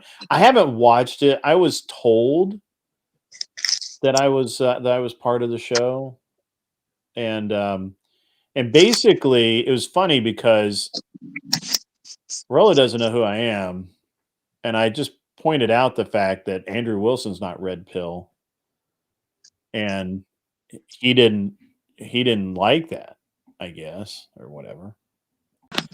And Well, from Rollo's framework, it's kind of the same way that I kind of look at that as kind of an odd statement, because I always remember what the red pill is a metaphor for: truth. So by you saying Andrew Wilson isn't like truth, like that's basically what it sounds like when you understand the placeholder term, rather than using it in the way that most people just throw it around willy-nilly without understanding the meaning. So that's why I would understand Rollo would probably be upset by that, because it's just like, well, Andrew Wilson's pretty fucking red-pilled because his takes are based in truth and fact, and he can demonstrate this, and he's very skilled at it. So by the definition of like truth and the standard that the red pill is originally supposed to be held to is just telling the facts as they are rather than coping and trying to seethe about how things should be. I could understand that. Rollo would have a hot take on that then, the same way I do now. Yeah. Isn't the claim though that the red pill is just a truth doctrine? Like that's like inherently biased, right? Like red pill, is an ideology that's a counter ideology to feminism. Hold on here a second. Is that a jean jacket? Actually, it's corduroy, Grid. Corduroy? Yeah. It's corduroy. Wow. It's corduroy, yeah. I'm sorry, ladies and gentlemen. I haven't seen one of those since I was in high school 35 years ago. Me either. What hippie thrift store did you dig that out of? Oh, I just pulled it out of the same closet I put all my hemp necklaces from the 90s in. That's older than half the people on the panel. Oh, all right. I have one in my closet. That's back when I could feel the vibrations and energy. I'm not as good looking now though, so I can't feel it anymore. That's funny. $9.99 from Ben. There's about 100,000 hairs on that panel, and it's all from Beth. That is pretty fucking funny. That is pretty fucking funny. I'm happy to share. If anybody wants any, you can have it. No, thank you. I find my girls' hairs all over all the time, and I'm just like, God damn it, I shaved it off, so I don't have to deal with this. And I'm just like, God damn it, I got like 2 foot long hairs on my shoulders. Yeah, it's funny. No, I mean, I'm not really arguing. I just thought it was funny that Rollo was annoyed enough about it to say something on his podcast. And it's probably more because I challenged him on that. He has such a problem with Pearl when Pearl says the same things he says. And in the same breath, he says that, well, Pearl doesn't actually say the same things, but everything she says, she copied from him. Well, she did when she started out. She did leave a lot of the nuance out, and I understand why Rolo's mad at Pearl because she did try to spring certain Nick on him in an interview, right? Ambushed him. Mr. Nick F.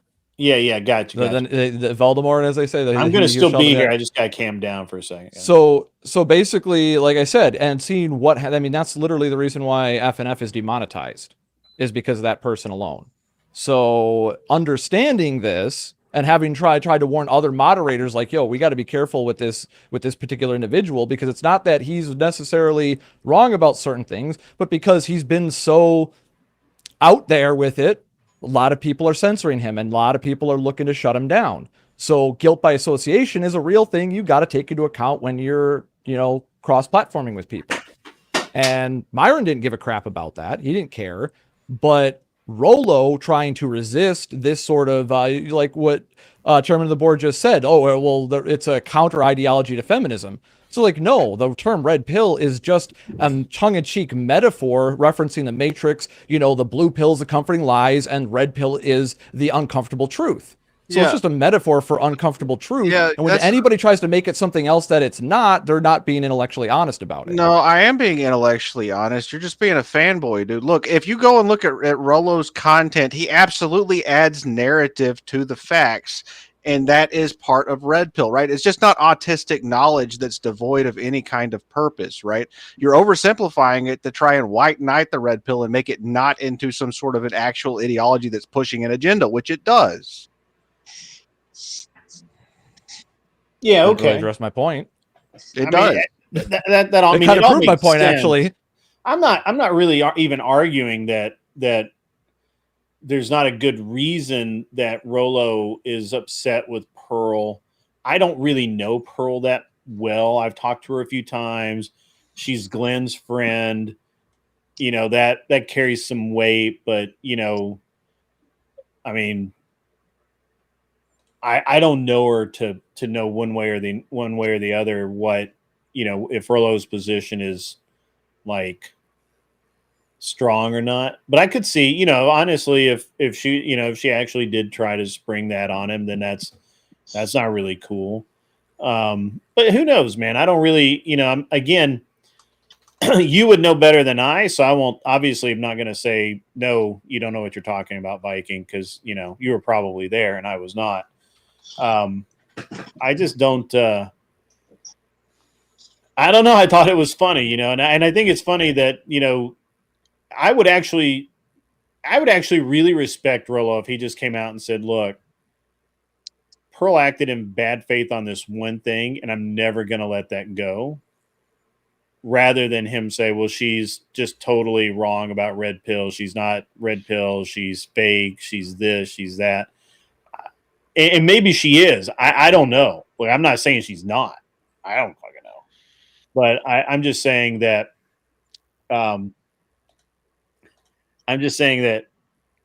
it's hard for me to look at what Rolo says and reconcile it with everything else that he says. Does that make sense? Yeah. Okay. Yeah. I don't know what all you've seen, and I haven't been watching him lately, so I don't know if he's changed. But when I was watching him consistently, he was consistent. Yeah. Yeah. I don't know. That's why Glenn and I go back and forth all the time, because Glenn tries to bust his balls about giving advice, but this is another unfortunate thing when you know the outcomes of certain scenarios. On average, the advice becomes kind of obvious. And a lot of guys still need it to be explained to them in contextual detail, and that's what the red pill effectively tries to do. Now, I'm not saying that the quote red pill succeeds at that, and we're not the arbiters of truth in terms of anybody that, because I've seen plenty of guys that say I'm red pill, but yet all the shit they say about women is the same blue pill bullshit that got me fucked up in my relationship for many years. And it wasn't until I encountered guys that were just being honest with me and like, yo, this is the uncomfortable truth. Like, you got to be the leader. You can't do 50-50. It's just stressing the poor girl out. You got to, take life by the balls and run the relationship. And this isn't you trying to be domineering and controlling. She wants this from you. She wants you to make those decisions and be accountable. She just wants a fucking say in the matter so she knows it and knows that she's heard even if you don't take her advice. And that's some nuance right there. But that would be, most people would consider that solid relationship advice, but that wasn't really being talked about in terms like that back when I first found the red pill. Even before then, I was being told, oh yeah, MGTOW, just leave her, bro. Like, it ain't worth it. I'm just like, oh really? And here I am 5 years later in the best relationship. And most guys wish they had in the red pill when they describe their perfect ideal girl. They basically describe my girl. So I'm just like, okay, but I'm the loser. Got it. Yeah. I got $1.99 came in from Ben for Anson's electricity bill. It's not that the lights are off. He's using that special mode on his camera that's artistic. No, you had it right. It's autistic. Yeah. Yeah. Anyway, so what else is new, Viking? I didn't mean to launch into the. That's all good. I was just kind of joking about, because the guys were saying, oh, get Viking, to talk about red pill stuff. Yeah. No. I typically actually don't like talking about red pill stuff because I'm getting to that point where I see a lot of guys still dwelling on the problem rather than what the solutions are. And then people arguing about what the solutions should be and are and things like that. And for me, having figured a lot of this shit out through trial and error and then finding out, at the last minute, oh, this is the actual correct way, I've got context. So it's very difficult for me to kind of stomach a lot of these conversations in terms of my tolerance. I'm just like, this is a waste of my time at this point. Like, I'm doing too much other shit. Like, I'm doing podcasting. I'm hanging out with you when I got a minute. I'm like talking to Glenn and other people behind the scenes doing like deals on like big production and shit like that. Like I said, some of the stuff I can't talk about. Some of it fell through, but this is shit that I'm doing. So if like people are going like, hey, have you heard about what this red pill content or that guy, have you heard what they've been saying about so and so? I'm just like, yo, that is gossip drama. Are you a fucking man or not? Like, get the fuck out of the fucking drama churn bullshit. Rolo's talked about this, but a lot of people I see, they'll sit there and acknowledge it, even Rolo himself, and still get caught up in the churn. Yeah, you notice, Viking. I was surprised, honestly, that Rolo said anything about it. Honestly, I don't think he mentioned me by name, which is good. It's fine. I want to. Who says this? This is what's his name? Joseph says, I once heard Pearl say she's unhireable. Hate to be in those shoes. So I've actually often said that I'm unemployable. Because I'm very much I'm a business owner, not a lackey. That's just what I do, right? Like I'm I don't think anybody would want to hire me because I would just end up taking over. It would be a hostile takeover after the first quarter. So yeah, I have a problem. I get into spaces and people end up like I start doing stuff and I start doing so much, they're just like, okay, you're in charge now, basically. Yeah. So yeah. Anyway, I'm sorry, I sidebarred off of the original kind of conversation there. I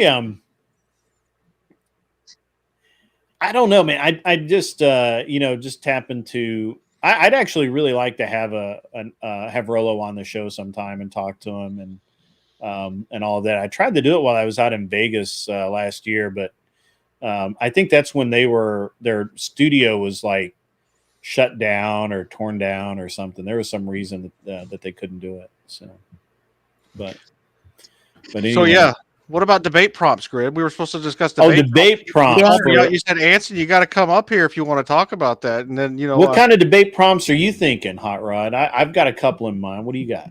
I'm thinking we need to go like super like third rail, like almost like untouchable topics. Third rail. Yeah, like Well, I made a list of them. Well, yeah. I knew you made a list. Yeah. All right. So let me get the list. Anson Knowles isn't just bald to look Checking it twice. intelligent. He's intelligent because he looks bald. All right. Here's one. Free speech, nothing but a coward's shield or a tyrant's leash. Oof. Oh yeah, You're well, I like- mean, you could reframe that as, how free do you want speech to be? Yeah, I know, but like I don't know if you've noticed on like CT when he does panels about issues, all of his prompts are extreme binary prompts. Ben, right? less alcohol. You're getting too close to TOS, man. Let this moderate the alcohol intake. This will.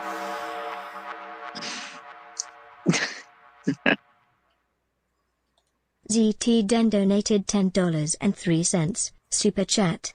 At Ben, I like Viking. He has spine which can be difficult, but I like him.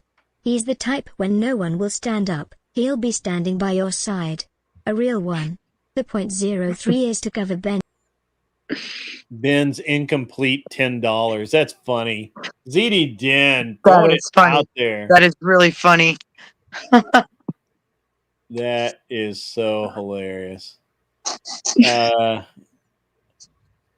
Sweet. Yeah, that is a benefit. You know, I might be a fucking asshole, but at least I'm an honest asshole, and you know where you stand with me. So you agree with me or not, at least you know who the fuck I am, and I'm not pretending to be something I'm not. Yeah, and you're super smart, Viking. Like in terms of like all the content and panels and things that I've ever watched you on, you're like actually knowledgeable because you do shit, right? You can tell the difference between somebody that's never done shit in their life and somebody that has. Like there's like big talking people, you know, or like just people that lurk in chat like Ben that don't really get up and put their money where their mouth is, you know.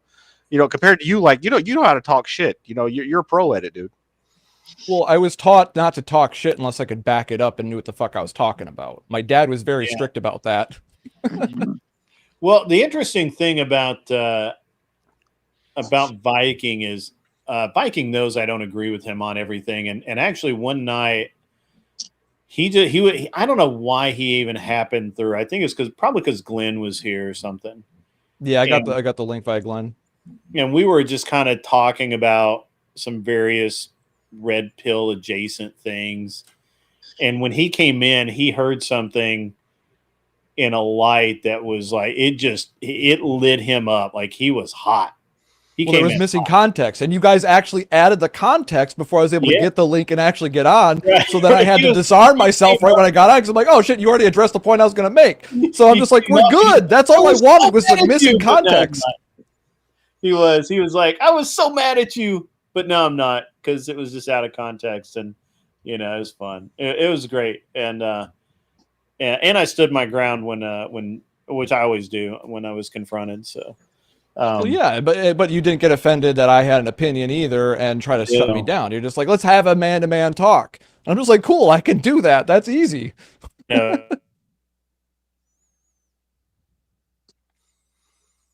shit, Grid froze up there. Yep, Grid's frozen. Are you still there, Grid? Wow. Yep. All right. Well, I guess I'm in charge of the panel now that Grid's frozen. So what do y'all want to talk about? Because so far this has been like the old man show talking about money and buying businesses. Well, when I joined in topics. Oh shit. When I joined in, we were talking about making some sort of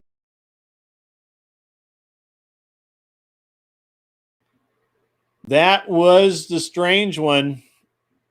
That was really strange. I don't know why it does that. It's very strange when it does. That was a wild ride. Yeah, it was funny. I don't even know what happened there. We disappeared into the ether for a couple of minutes. Well, I lagged out, and then you were glitching so hard, like your head like turned right and left like 4 times really fast. It was quite entertaining. There you go. Well, no, when I tuned in before, when we tuned in before, we were talking about a dating show, right? Or matchmaking thing or something. What was that? No, debate show. Debate. No. I was talking about for Beth. You know, like Oh, they were yeah, talking yeah. about. You know, I thought, you know, I'm the red pill guy, right? So I'm supposed to come Yeah. in and call you all a bunch of simps, right? Yeah. Beth There is you a go. single lady. My bad. I'm the problem. I don't even know how I got here. Okay, I'm just here. How about that? Yep. You listened to Ben. That's how you got there. You know all what? I Ben's blame it all on Moonlight. There you go. It's her fault. Did she ever come back after she was done drinking? Because I know she was drunk that night. Hell no. She running. Oh, that's Yeah, funny. I figured she would probably be embarrassed. She was kind of making a clown out of herself. BIY comes in with 20,000 dong, throwing a boost on the table. It's a lot of dong, ladies and gentlemen. It's a lot of dong. I think That's that's a lot like of $5 American, maybe $2, might be $2 American. I thought 100,000 dong was $5. Isn't that like $1? It could be $1. I 50,000 dong is A lot of dong. Yeah. a lot of dong. kind of confused because the red ones are usually coded for like equivalent to $100. Yeah, but the exchange rate on the dong flips it off. Ah, A lot of dong. And Ben, yes, my youngest child is 16. I'm going to be an empty nester real soon. Got those. Kind Got of that exciting. driver's license action going on. Yeah, he's driving. It's weird. He'll come to my room and just be like, I'm going to go to the store. And it's like, okay. And thankfully, when he goes out with his friends, at least like he's really good about texting me to let me know he's there. Comes home. I haven't seen a scratch on the car yet. So, You didn't get him a motorcycle? no, no way. So back in October, in September, his dad got him an electric bike for his birthday. And in October, he wrecked on it and he went over the handlebars and hit a telephone pole. And he broke his collarbone and separated his shoulder and had to have a huge surgery. And oh, he was so messed up. Like I'm really lucky because the telephone pole hit him like right here, like his neck was bruised from where he hit it. And I got to back up a little bit to how he crashed on an electric bike.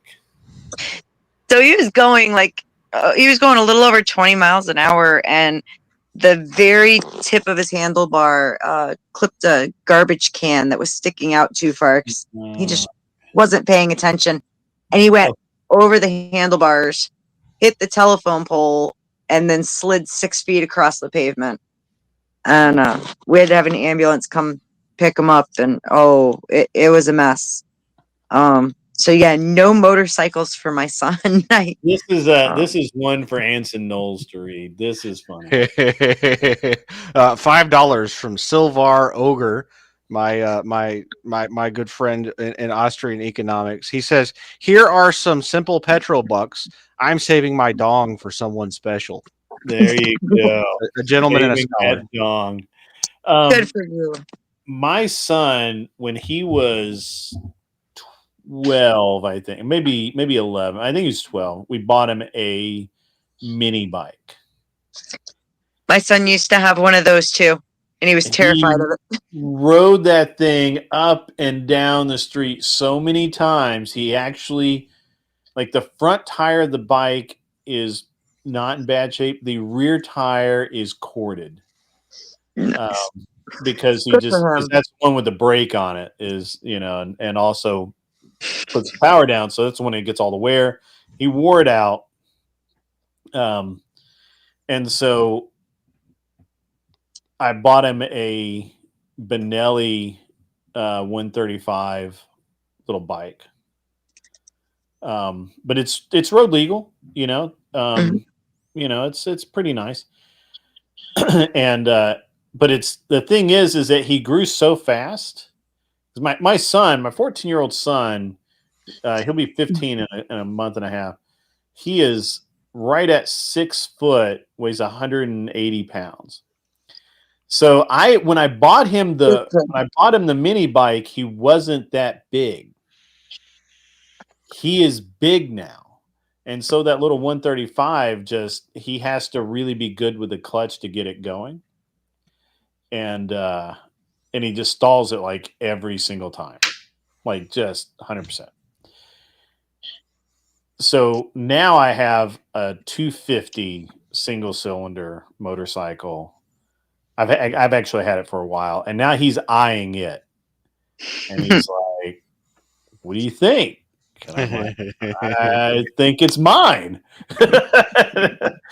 And I also bought a from a friend of mine. A friend of mine has a 19. I'd have to look at. I got it right here. I think this is it. This may not be it. No, that's the wrong one. Anyway, I think it's a 74 Honda CB 350 4K, which is a four-cylinder bike. It's a really cool bike. And he wants it so bad, but it's all taken apart. So he'd have to learn how to fix it. And that's a challenge for him. We'll give him that one. Yeah. Yeah, right. I'm really impressed with my son. Of all the things he wants a Honda Civic. Like, he's done with bikes, at least for now. He plays football, and he was really worried, especially with the collarbone surgery and the shoulder surgery, that he wasn't going to be able to play for his senior year of high school next year. That's a really good debate topic. I'm anti school most school sports because of the high risk of injury, especially life-altering injuries. Helicopter dad right here. No, I don't have to helicopter to be worried about my kid getting clipped and having a knee, coming out of high school with a knee that doesn't work. Well, I mean, they're not allowed to fight in school anymore, right?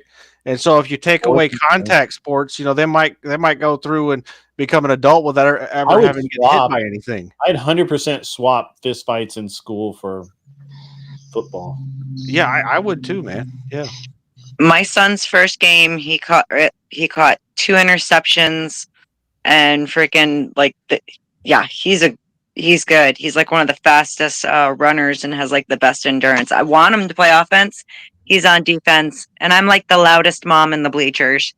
I can't even help it. I'm like really proud of him. But on the same note, I do get worried about him, but this is what he wants to do, and he's good at it. So I'm going to be there for him 100%. Yeah. But I won't let him on a bike. Yeah, I don't know. I'm like, I have so many. When I think, because I never really thought about it before, but when I think about it, I know so many kids that I either went to school with, or I'm friends with parents who have kids who've just had like life-altering injuries from high school sports. Yeah. My son's best friend tore his ACL. Or what? Which one? What's the one that's around your knee? His best friend did something with his knee playing football, and he makes it in for like 5 minutes of a game. Something happens, and then he's out for half the season. So I've seen it happen. I know exactly what you're talking about. Yeah, I had lots of people ask me growing up, like, "Oh, you play football, right? Like, where do you play and stuff like that?" And, "Oh, football," and I'm just like, actually, no. I had the option to play football, but I like my brain. Like, and this is before a lot of people really understood the issue with concussions. But like chairman of the board said, I'm pretty smart, and my brain's telling me, hey, when I found out what a concussion was, I'm like, hey, my brain sloshing around, hitting the inside of my skull and causing cumulative damage. I'm like, somehow that tells me that will build up over time. Turns out I wasn't wrong. So at 13, I'm just like, nah, I'm not going to play football. I like my brain too much. Look, I get it, but it's the only thing these kids have that they can do. They took away dodgeball. They've taken away all of these kids' outlets, and I totally get it.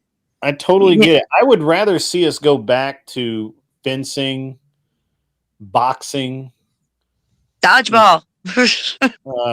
some of the other sports, the way that we're doing these games, because they're not sports, they're games. The way that we're doing these games is crazy. Well, it's designed to entertain the parents and let them see their children doing the things that they enjoy watching on TV, right? It's what is that thing that parents do to their children where they live out their fantasies through their children? That's what that is. And in terms of concussions in sports, if you play soccer, you're actually at a higher risk of getting a concussion than you are if you play football, because of the way that you manipulate the ball with your head.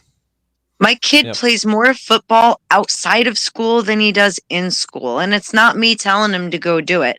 I'm not there most of the time. He goes to the school, they all meet up. And in those cases, there's no padding, there's no nothing. And, I'm actually grateful that at least when he's playing at school, he's got padding, he's got a helmet. There are rules about how far they can take it. God only knows what these kids are doing to each other when we're not around. Yeah, I do especially agree when that they're 16.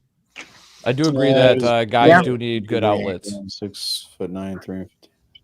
My son is he's like 5'10" and 130. What's it? And what Romano trying to say? What was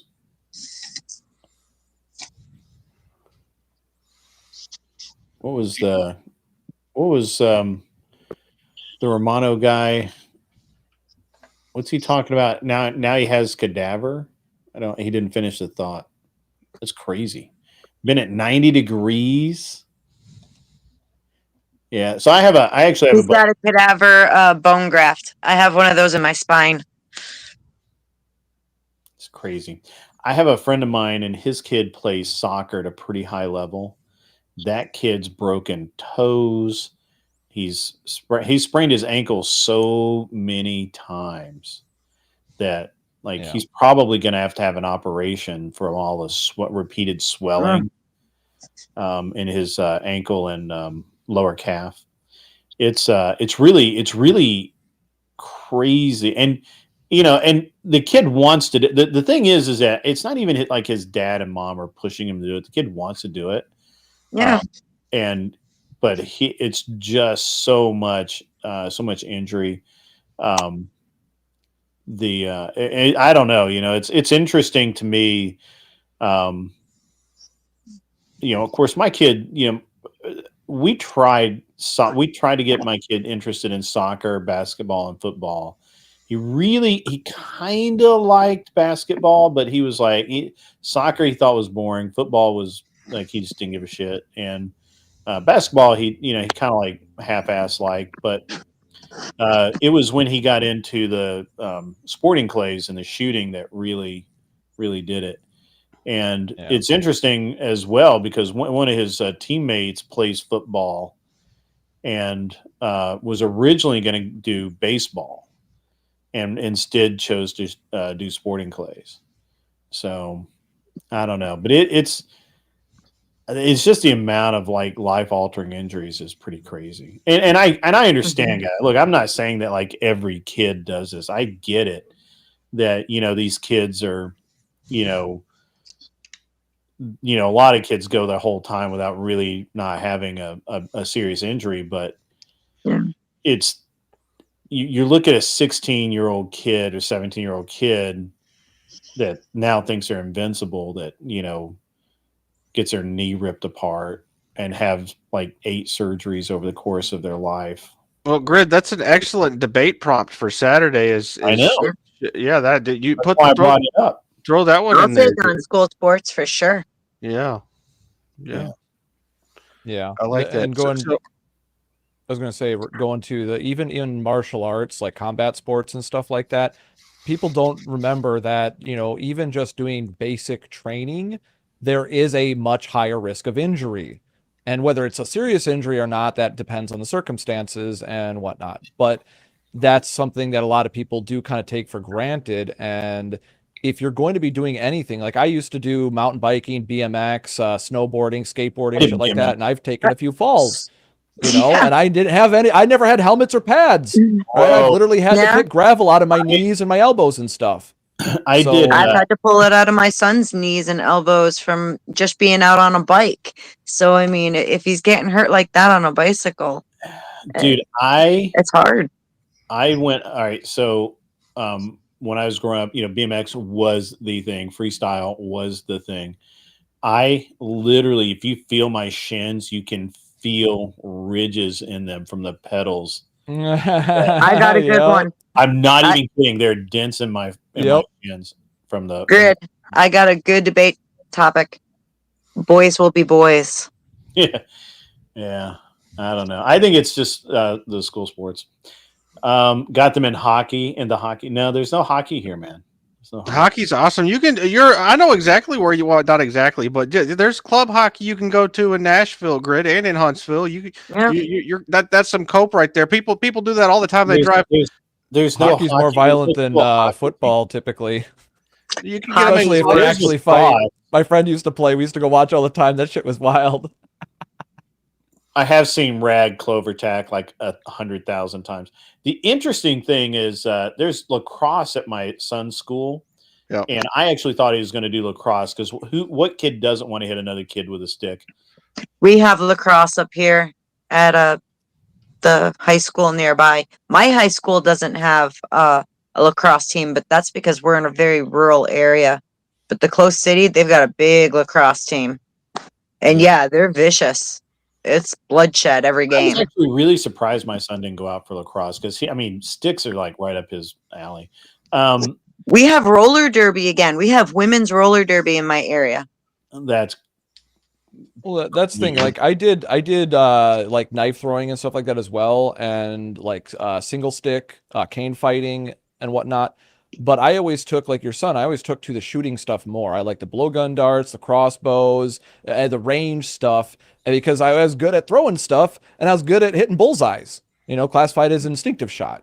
At least when I was a kid. I don't know if I still am, just to be clear, but I'm pretty good at picking up anything. My dad would test me on this. He'd be like, "Hey, here's something new to shoot. Like hit a bullseye for me." so. I was Beth, similar to you.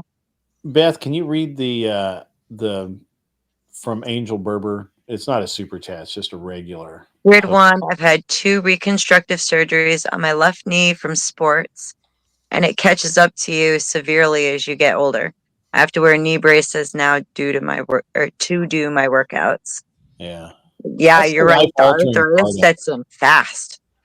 That's the life altering part of it. As a kid gets hurt early, and then it's doesn't really Arthritis hurt is him. in.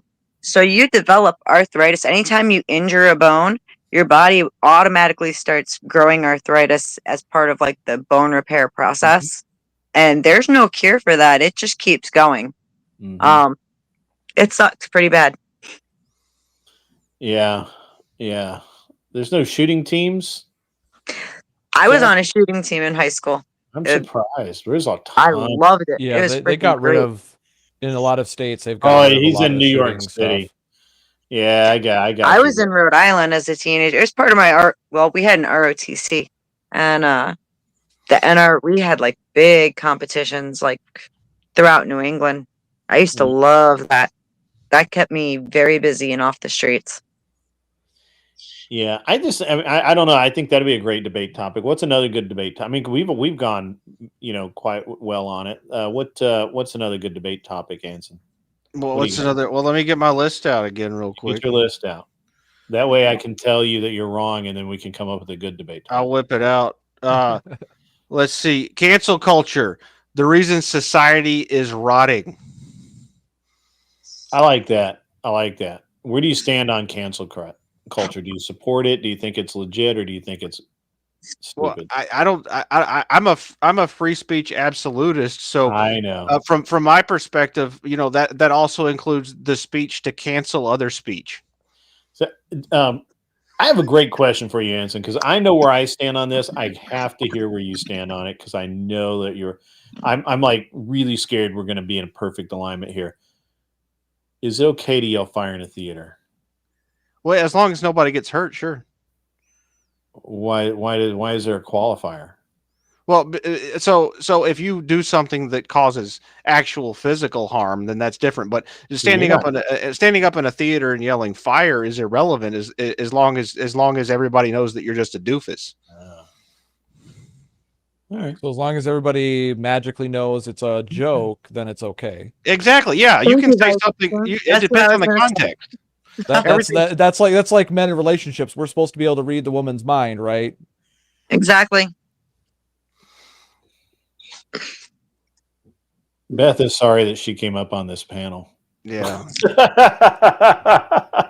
Well, that is an interesting topic because I've talked about that before. Is that a lot of people, when they talk about free speech, they don't understand that even under free speech, there's certain forms of speech that are protected. Anson, Flo has called you out, bro. There goes They're geeks that absolutism. Yep. That's all right. Powder Dusty thinks we didn't land on the moon, so I don't really have to listen to what he has to say. Does he believe the world is flat too? Yeah, I don't know. He's got some weird beliefs though, and he wears this hat that this guy named the Pope wears. I don't know why he wears this guy's hat all the time, but he's really proud of it. Yeah, that hat's actually modeled after the Temple of Dagon. That's fucking hilarious, Wade Boggs. I'm sorry, Viking. I love that. I love yelling, "Shark, shark!" and watching people just fucking run out of the water. I love that. It's the same thing. Why can't I yell fire in the theater? Well, see, it's fine as long as people don't rush out of the water and someone accidentally tramples someone and causes actual harm. At that point, then you've done something wrong. I didn't do anything wrong. The person who trampled somebody wasn't being careful and exercising caution. So if you cause a hysteria and the hysteria causes harm, then that's a problem. Right? It still comes back to you according to the law. Yeah, actions have consequences. Yeah, and if they don't have consequences, then it's irrelevant. Exactly. Y'all are getting my point.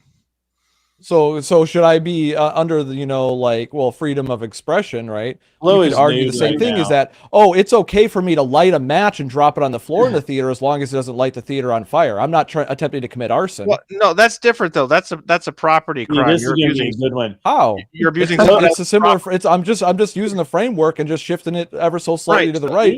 So, and by your example, if you do something that could cause harm that actually causes no harm, then you're right. It is irrelevant. All right, that's gonna be a great debate topic. Table that one. The Powder Dusty says he's in the shower, kind of hard to fight back. Is it weird that he's in the shower and not? I mean, it's weird. He's texting in the shower. Shower texting. Texting in the shower with a phone and everything. Is that weird? I feel like that's weird. It gets worse because he threatened to come up here naked when he gets out. He better. Did he? By the way, hi, Paige. That sounds like something he would say. 100%. I listen in the shower. Sometimes I get distracted. Well, I get distracted too. It's entertainment. It's an unreasonable man yelling fire in a theater isn't a law. I know that. I know. It is a common mistake. It originated in a court case about the Espionage Act. That is also true. He is correct 100%. Yeah, I don't know. There's a really good book called Defending the Undefendable that goes through all of these positions, kind of like what you're talking about, Grid. It actually addresses that and prostitution and all these other topics that are kind of like third rails, and basically defends like the most heinous position possible. I'll send you a copy of it, Grid. It's a good book. All right, so let's move on. Another topic. We need it. We probably need 10 topics. What do you got? You got 10? Well, I don't know. I mean, Also, we can always go with the Furby topic if you want. Wait, Furby. What is the Furby topic? Just the prompt. What is the Furby?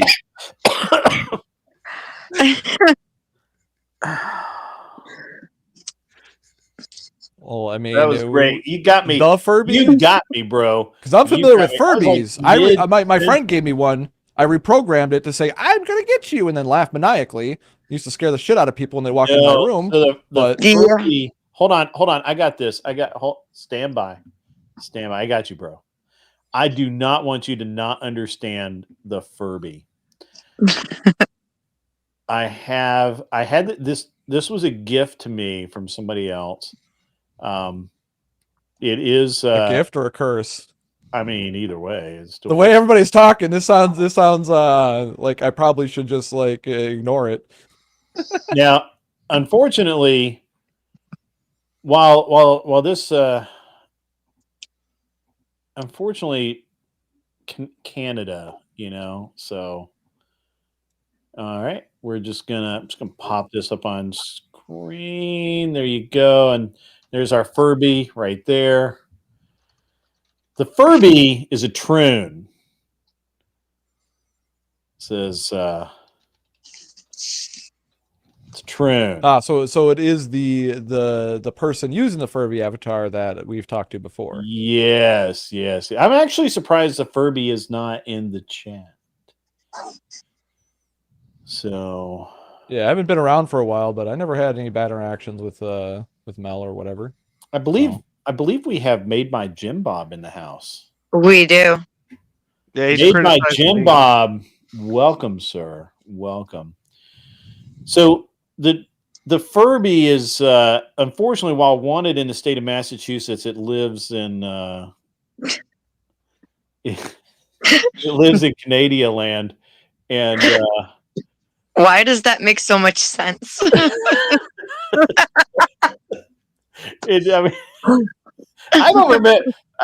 So it's great. It's No, just, you gotta add all the context, Grid. They're not getting the full picture. He Well, talks like that's why I- this, and he has long hair and wears makeup, and he's really convincing. And why can't you just be a communist like me and everybody kumbaya together? Like I it's don't insufferable. have any Furby clip. I need a good Furby clip because you're right, Anson. You don't get the full effect without the Furby voice and the whining and the all about me, me, me, me, me, me, me. So this moron is such a horrible debater. I will not debate the Furby. I have now stated publicly multiple times that I don't care what the subject is or the amount of money involved. I will not debate the Furby because the Furby will not, it's just ever debate in good faith. It's absolutely the worst debater. Nobody should let that travesty on a debate stream. And yeah.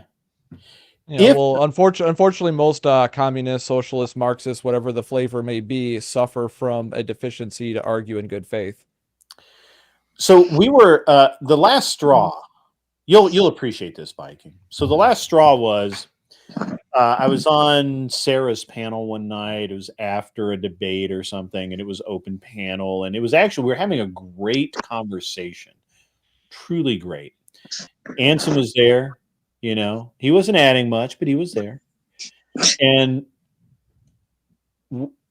the Furby comes on and instantly makes it all about the Furby. Now, somehow it took the discussion that we were having and changed it to a discussion of it basically was I made a comment about how maybe it wasn't me that made it. Somebody made a comment about how C-19 was an example of where the government lied to the public in such a way that was harmful or something like that. And I said, yeah, Fauci should be in jail. He, legit. I don't know how he survived not being imprisoned after the trials, but of course he did get the get out of jail free card by Joe Biden. And so the Furby disagreed with me that Fauci should be in jail and felt like, that Fauci was a good person. And I said, no. That's wild. Nah. Fauci, there's one simple demonstrable fact about Fauci. As soon as he said that non-N95 mask would stop a virus, he was obviously lying. Well, so you had to understand, and a lot of people didn't, but you have to understand that Fauci's been a liar for a long time. You guys probably don't remember the HIV scare, where the entire country was made to fear the exchange of bodily fluids. People would not kiss. Yep. There were mouth condoms. Do you understand what I'm saying? Mouth condoms that were popular back then. And cops would not arrest someone who said they had HIV or AIDS because they were afraid of getting spit on.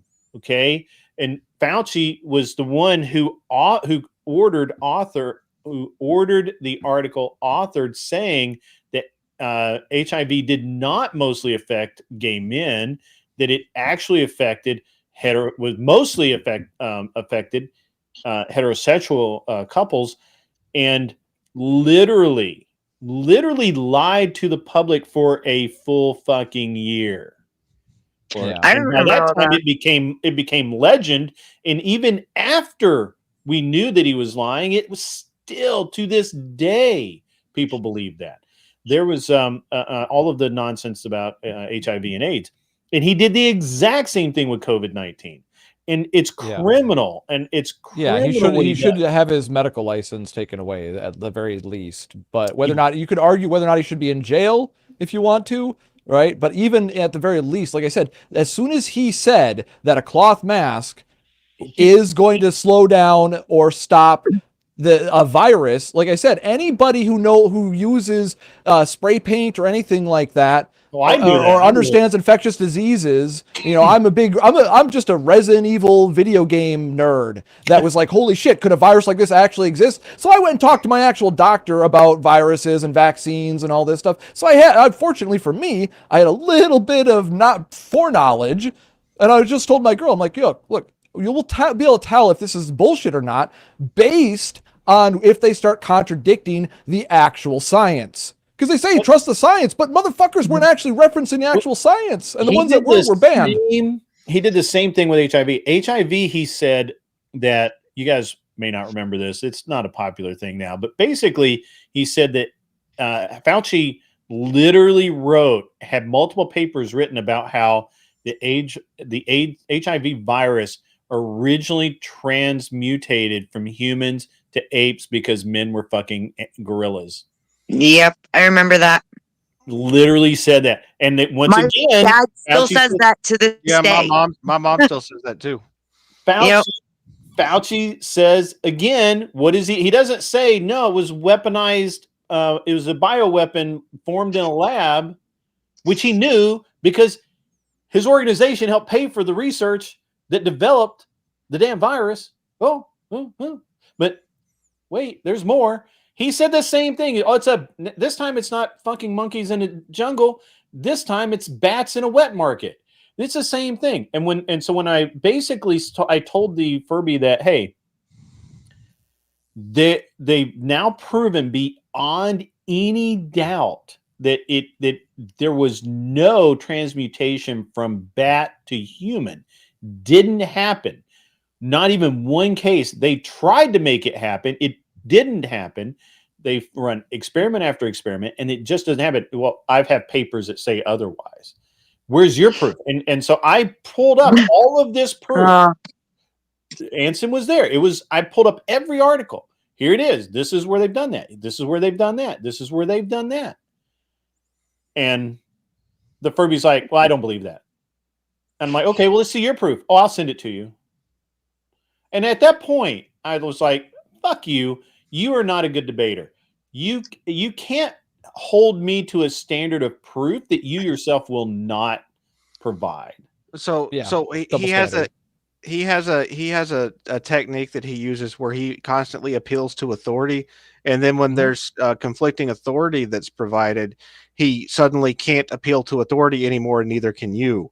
And he did the same thing in his debate with Tiki Tac not too long ago, where it was infuriating to watch. It wasn't even a real anything remotely related to a debate because he was so bad faith the entire time. Well, he waited even after they had an agreement. This is something that's really bad form, by the way. If Anson Knowles and I say, hey, we're going to have a debate in 2 weeks. Okay, great.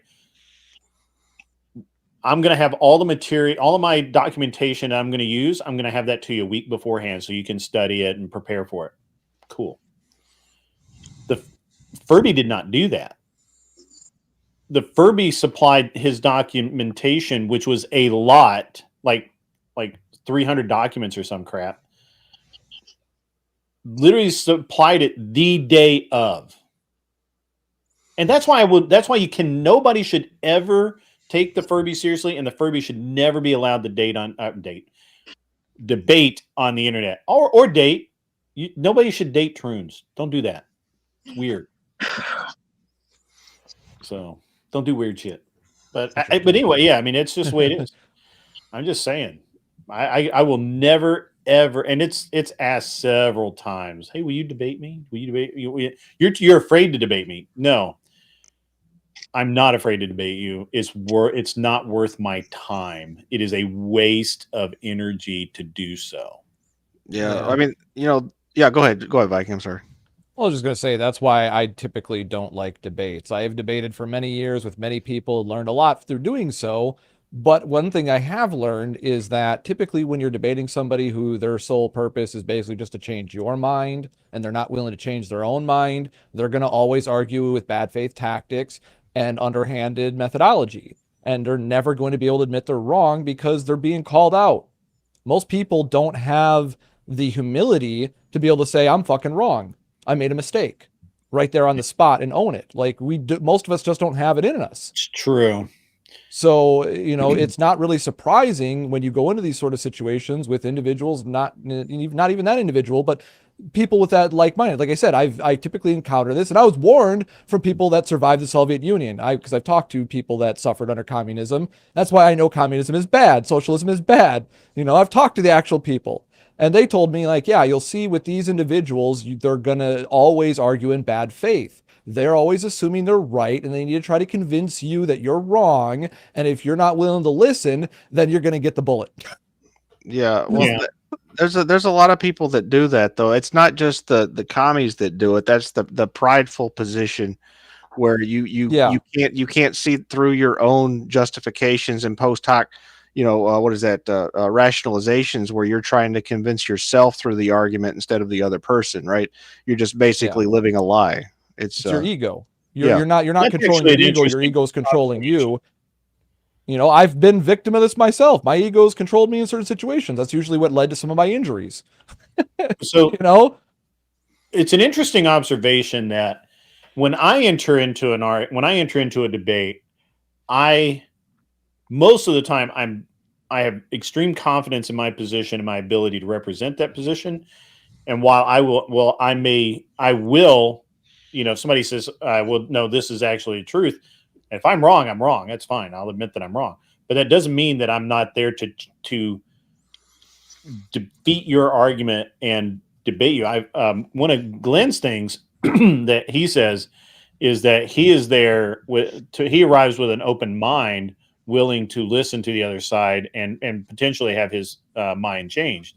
I am not. I show up completely ready to destroy your worldview.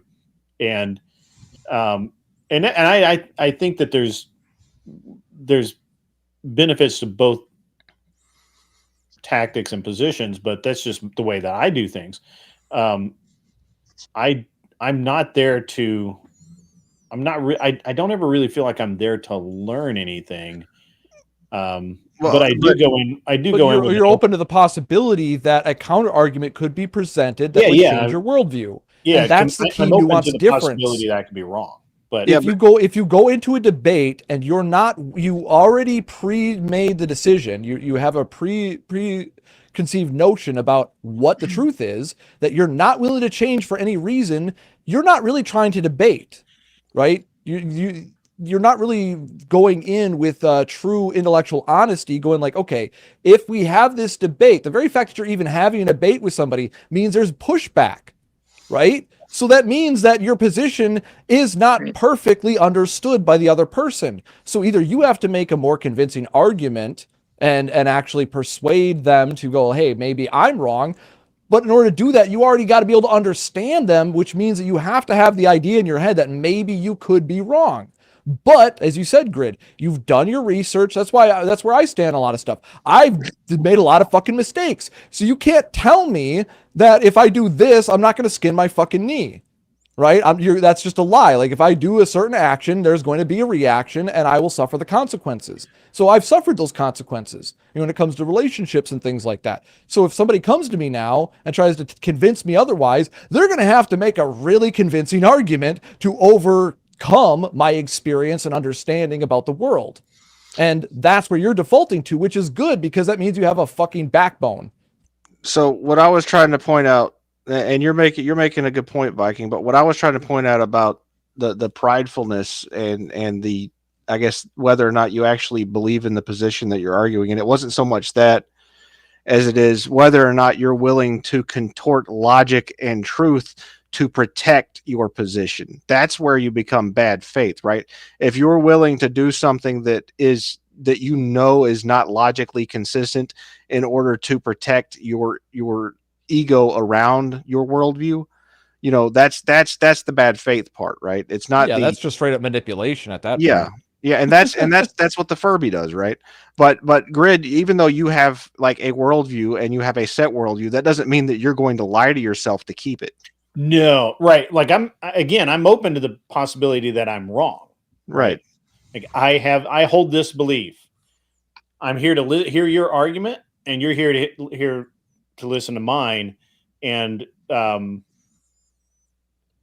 don't know that I generically take it as far as I'm here to destroy, to decimate your worldview and replace it with my own. I don't know if I can go that far, but certainly I want to give you a reason to doubt your worldview, right? You want to represent your position correctly and to the fullest extent that you can. Like I said, that's honesty, because you want to go in with that intellectual honesty of yourself. Like, hey, I've actually done the research, so I'm pretty sure of my opinion on this. You know, not because I'm just assuming, like the Dunning-Kruger, like everybody starts out assuming they know everything about a topic, right? And then when you start to find out about it, you start to realize you don't know so much and that you need to learn a lot more. And when you get up to the top of the other side of the bell curve, right, then you're going like, okay, yeah, I'm about as arrogant as the other guy, but I'm tempered with wisdom now, so I'm usually not going to be as cocky about it. And it's really hard to tell sometimes who's just assuming that they're good from the start on ignorance and who's actually knowing they're good based on due diligence, you know? And that's where I think that Grid is at when he talks about this stuff. He makes sure that he goes through that valley, comes out the other side, so he is headstrong and cocksure. Hey, Grid, it's like 11:30 here. I gotta drop off and walk my dog and stuff. Right, you do the stuff. I'll reach out to you like tomorrow. I've got some ideas I want to kick around with Paige for some feminist topics if you're up for it. Yeah, we gotta have some feminism topics. Oh yeah. The cool thing is that the topics we're talking about for the debate tomorrow is lighting the chat on fire. It's crazy. There's some good stuff coming out of there. But thank you very much for having me up, gentlemen. I've enjoyed hanging out with you this evening. And nice meeting you. Nice talking to you, Beth. Love to everybody messing with me from the chat. You guys are awesome too. You're funny. Chat always wins. Talk to you guys later. All right. See ya. Have a good day. Good evening. Whatever. All right.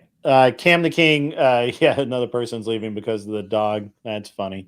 Pardon me.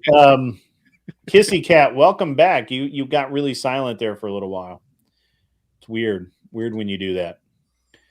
So anyway, yeah. All right, what's your next topic, Anson? What do you got? All right, let's see here. Some good stuff. It's lighting the chat literally on fire. All right, gender, a flimsy house of cards begging to collapse. Is gender a social construct, or is it just a representation of sex? Yeah, like whose conception of gender is the one that is going to fall apart, right? Because they can't both actually exist, right? So is the new postmodern one the real one, or is the real one the real one? I mean, for me, it comes down to the nuance. by. Like, okay, what is the Oxcaxo Stand by. donated $10. Super chat. I took a nap with Yal on my pillow. The soothing tones of the Grid One show put her to sleep. She took a nap. That's funny. I'll allow it. It's fine. It's fine. hey, as long as you're enjoying the stream, that's all that matters, right? Lauren says gender only became a thing in the 1950s. Does it go back that far, Anson? Well, I don't know. Based on when I studied Latin, I mean, there was gender, grammatical gender that existed, a few thousand years ago. So, I mean, it's not new, but in terms of the postmodern conception of, you can be whatever you feel like you're being, I blame that on the Enlightenment. Yeah, there was a movement with that. It just comes down to a very simple nuance that a lot of people like to gloss over, and that is the difference between your personal truth and universal truth, aka reality, right? There are things that are demonstrable in the real world, like biology, but how you feel about it, that's a personal choice. Same thing with being offended about things. That's a personal choice. That's a my truth. But the thing is, my truth doesn't override the truth. All valid. All very valid. It's interesting, I guess, to me that there was no real question of gender versus sex until, I think it's all just meant to confuse people, because when you don't know who you are, it's very difficult for you to decide to do anything. Yeah. That's one of the piece of advice we always give guys on the Dragon Ship is you need to find out who the fuck you are and what you actually want in life, what you're willing to do ethically to get it. Yeah. But a lot of guys, they struggle with that. That's why most men are lost. And anybody that's in that state where they don't know what they want in life, you're going to be lost. And you're going to be very, very victimizable then, right? You're going to be very persuadable into, whatever feels good. Yeah, I'm always persuadable into whatever feels good. Yeah. That's true. Anson Knowles is exceptionally persuadable. Yep. So, yeah. All right. What's the next one? Let's see the next one. Is climate change accelerating doom that's caused by sitting on our hands? Nope. Is climate change a real thing? Yes. Well, of course. My grandfather was a climate scientist, so I can tell you all about it. Yeah. Yeah. He almost took my head off the one day I said global warming. So there was a climate scientist that was appointed by Trump in his first term, who's actually from where I'm from. I've had conversations with him several times. Nice. But from my perspective, from all the conversations and studying that I've done on the topic, of course, climate change is a thing. Of course, humans impact it. But what's not, of course, is the level of control over our impact. Except for maybe us not existing anymore, right? Yeah, the total of humanity is what, like 9.4% last time I saw a stat on that, in terms of the percentage of carbon that we put out. And the thing is that everybody's familiar with the Ice Age. Has anybody bothered to wonder what's the opposite of the Ice Age? Yeah. Anybody? Because that's what my grandpa told me about, is that we're every about 350,000 years, which we're well overdue for, there is a warming phase that happens. And that's the global climate change that everybody's fear-mongering about right now. Yeah, we're actually going to experience that. The fucked up part is that by not preparing people for what the actual climate changes we understand, because my grandfather participated in the ice coring and sediment coring, so we could study the climate going back like 1 million years, right? So we know what's going to be coming based on a generalized broadcast of the past, right? But the thing is, they're not preparing people for that. They're preparing people for some catastrophe that's never going to come. It's fear-mongering. Yeah, Greenpeace does this. A lot of these organizations, they do it because they know it brings in the money, because when you make people emotional and scared, once again, they're very easily influenced to give up their money and do whatever the fuck you want. Well, I mean, creating a culture, that's surrounded by these different wars, like it's basically like the war on drugs or the war on terror or the war on poverty. This is just the war on climate change, right? Every fascist state like ours needs an external boogeyman to focus their population Now on. So that's true. they don't Yeah, Rollo focus says on all the the time, internal if problem. you don't have a boogeyman, nobody gets paid. Yeah. I mean, that's really true. and actually, I like the idea of just making that, why, can government exist without the boogeyman of the boogeyman to drive fear in the hearts of its citizens, right now our government and the news and everyone else is trying to turn literally everybody into the boogeyman for us because we don't seem to care about any of them. If it's not Russia, it's China. If it's not China, it's the oil crisis. If it's not the oil crisis, it's global warming, and we all need to have solar and drive electric cars. Oh wait, now solar is bad because it kills birds in the air. They burn to death flying over them, and the toxins from the old solar panels leach into the ground, and so that's the boogeyman. And what are we going to do? I mean, it's really an interesting. Actually, that's an interesting topic in and of itself.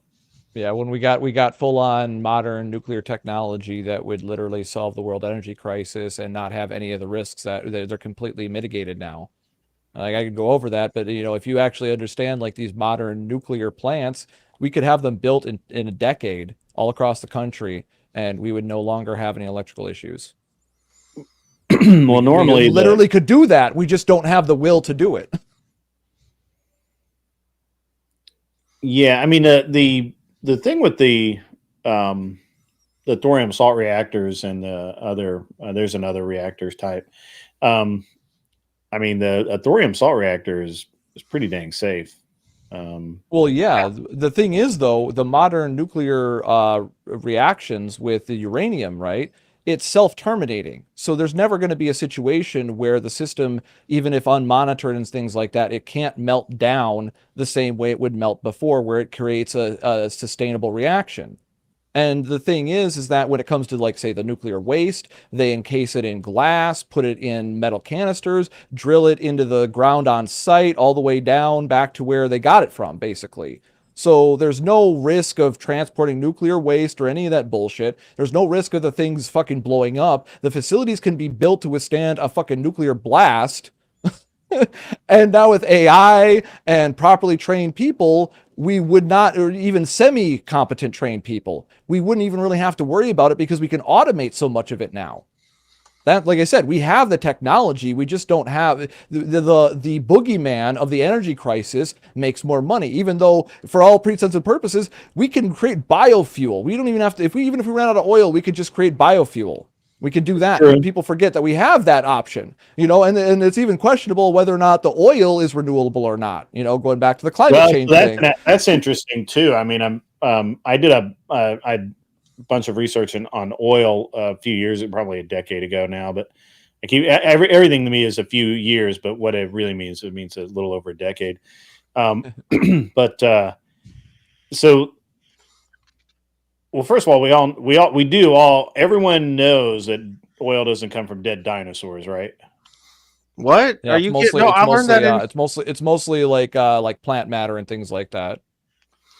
I learned that. That's why how we discovered how to make biofuel. So anyway, so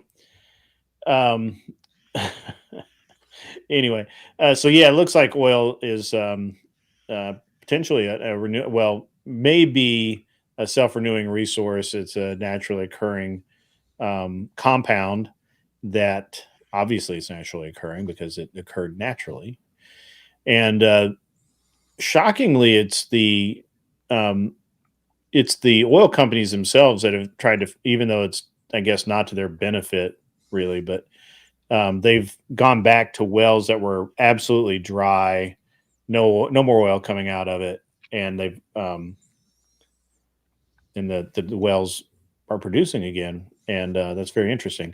Cam the King, oil does come from Muslims. You just have to pay for it. and Russians. Comes from Russia. And Japanese people.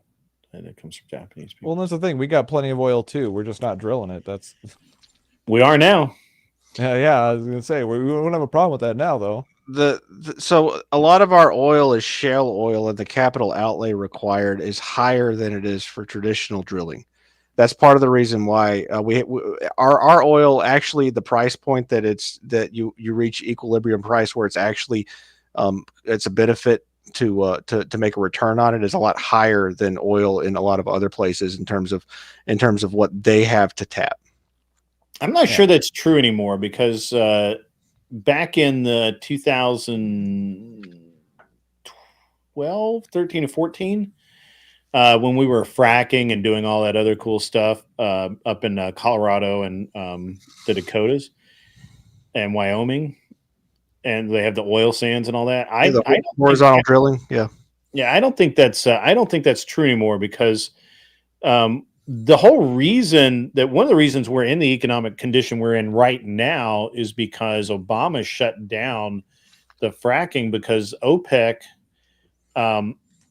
the United States basically stopped buying oil from OPEC altogether, which we weren't even in their top 10 customer list. So that's not a big idea, or not a big problem. But the important thing is that the U.S. had driven the price of oil down to under $50 a barrel, which was like the first time in a couple of decades it had been anywhere near that. And so the Saudis got really pissed about that, and they started making some really bad noises, and they had their terrorist buddies make some bad noises, and so Obama came in and cut, basically.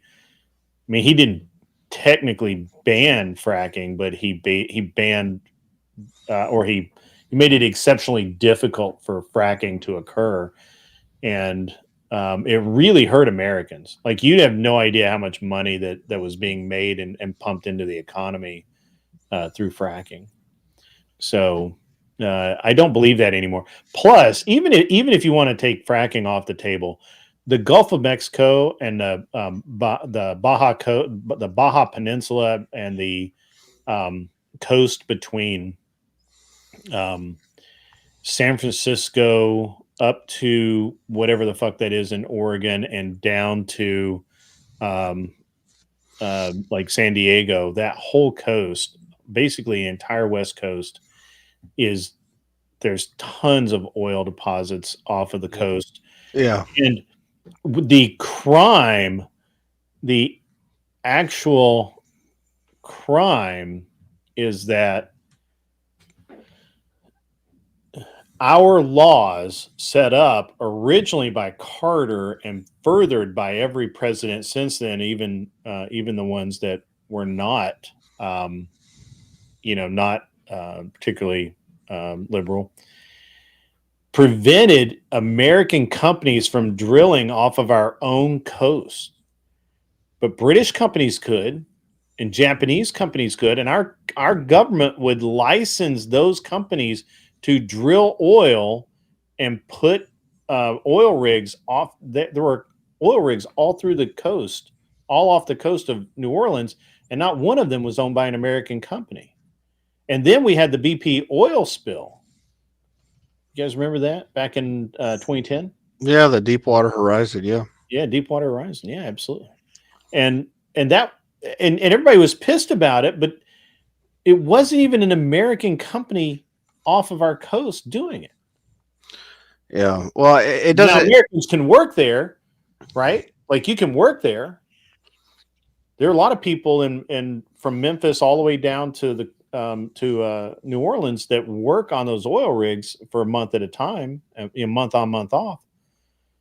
You can work there, but an American company up until recently hasn't been able to own one.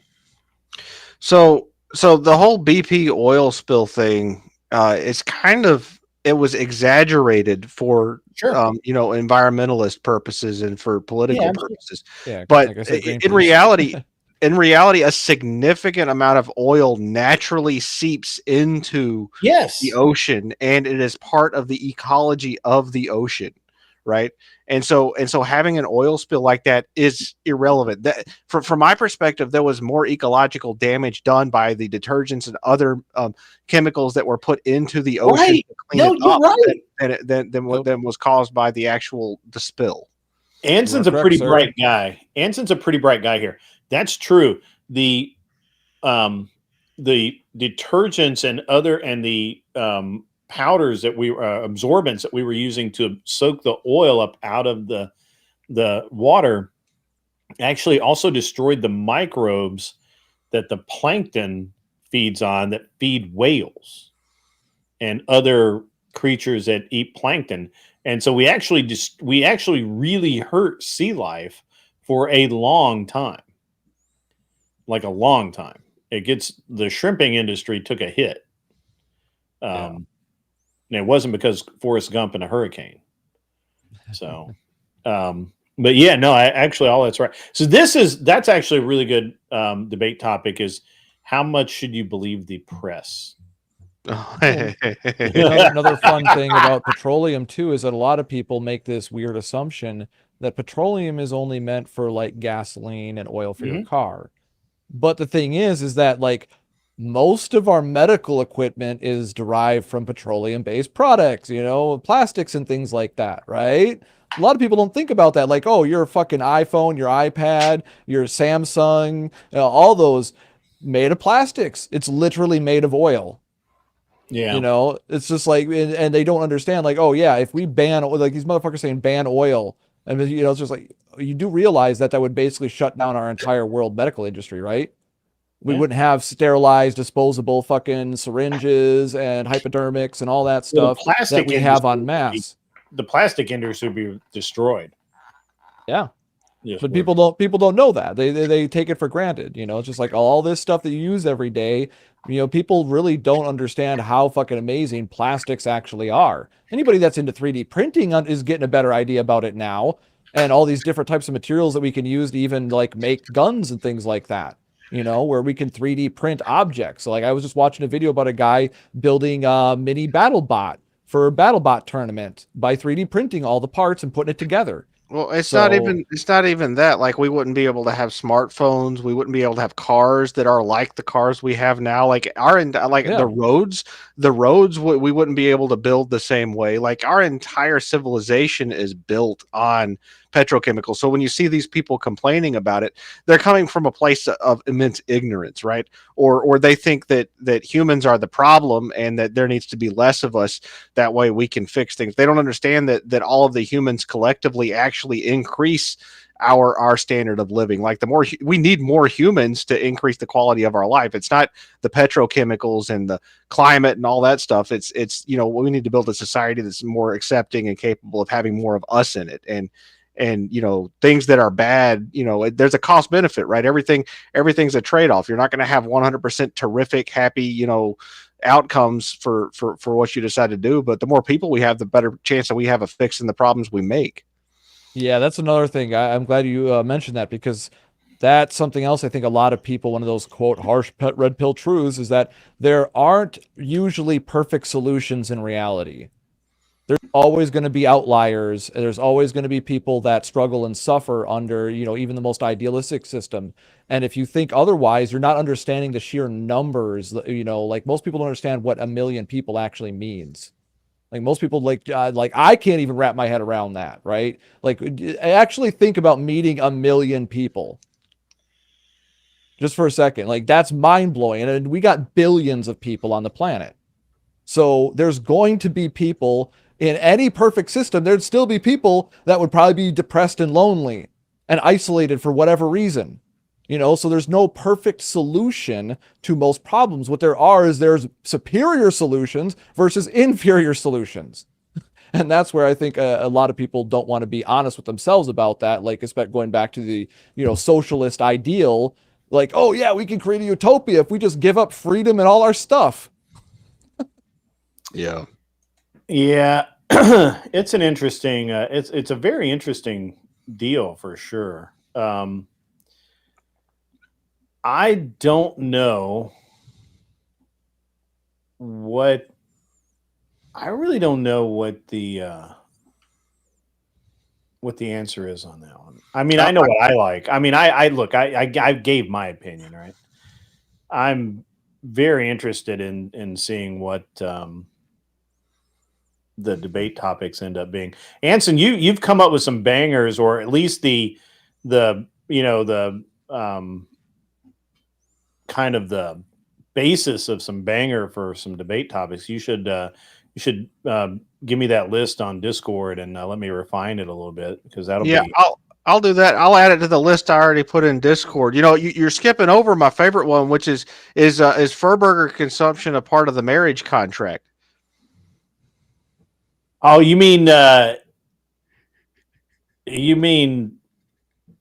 going down on the? Yeah, I mean, you know, you own your Eating the partner's plan? body. You know, I mean, you gotta give them. That's part of the Christian paradigm, right? So you're going after Brian then on that? Is that what I'm hearing? Yeah, I mean, you know, if you live with a Christian ethic, you gotta munch on some Furburger if that's what your lady wants, right?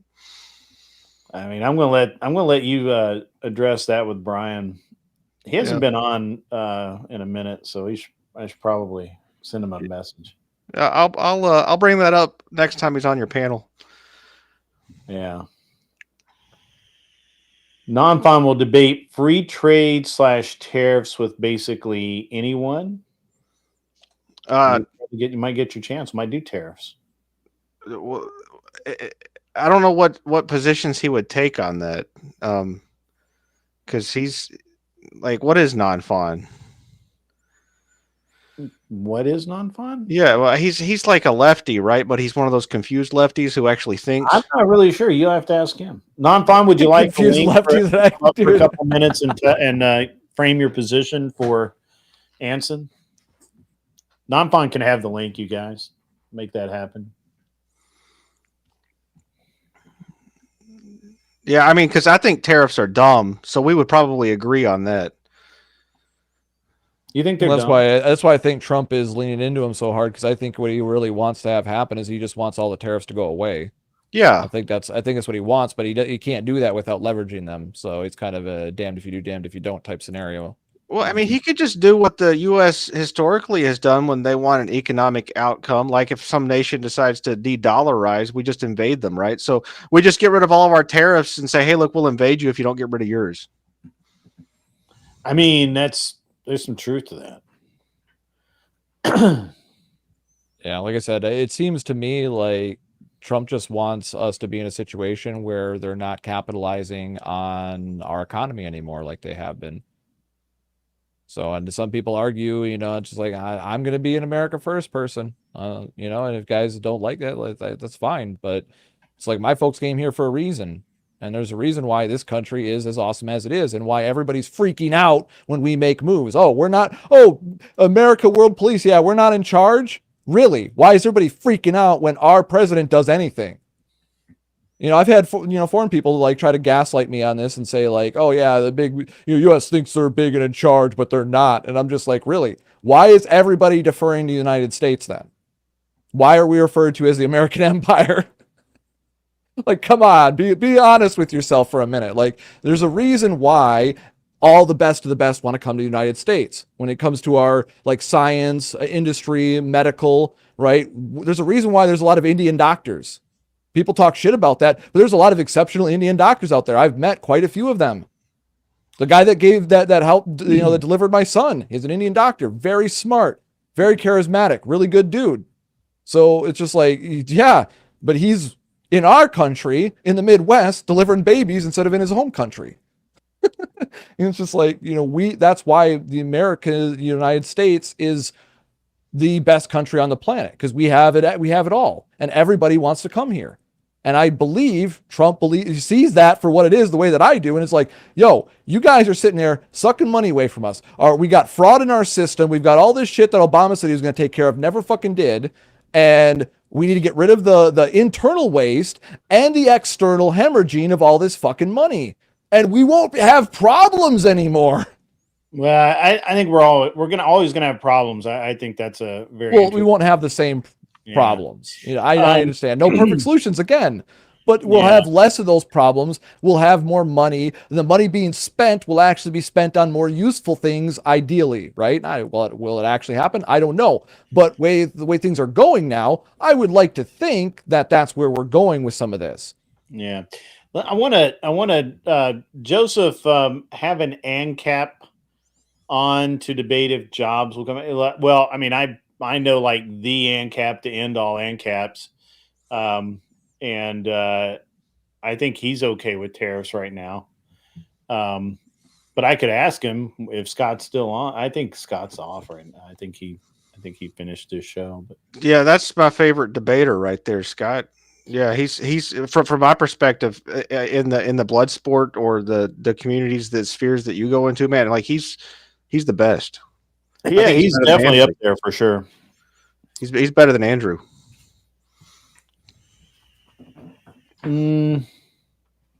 Probably not, but it's close.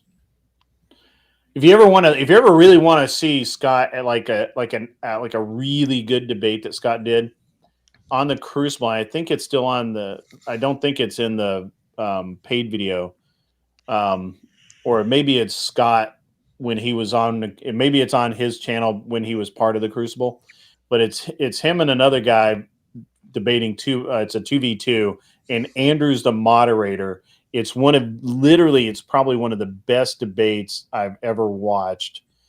And it was really good. So, but yeah. On that note, I think I'm gonna head out. It's about 11 o'clock here, so I figure you'll be wrapping up soon. But thank you for having me up. Appreciate it. Yeah, absolutely. Yeah, I'm wrapping very soon, but I just wanted to give Non-Fon a chance to come up and talk to Anson Knowles about the whatever. What was it? Yeah. Oh, the tariffs. Yeah.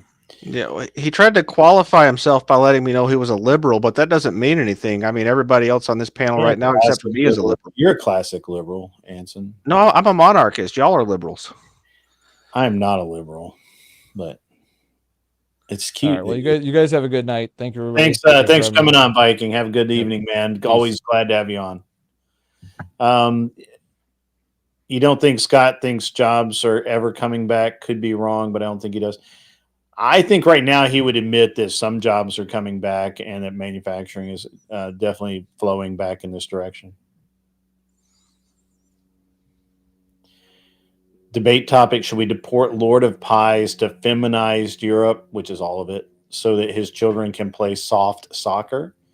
I'm not really sure that there's a softer hard. Soccer is fucking dangerous, man. Yeah, my son plays soccer. It's fun to watch. Yeah. That shit hurts. Non-Fon, are you on your way up, buddy?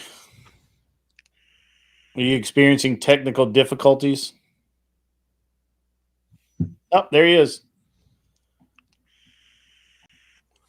Look at Non-Fon. What's up, buddy? It's your first time on the show. I guess, yeah. How you doing tonight? I'm doing pretty good. You got to come in earlier before I'm getting ready to leave.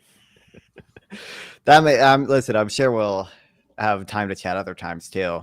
Sure. And we're going to do that debate panel on Saturday, and might be able to pick up some cash, man.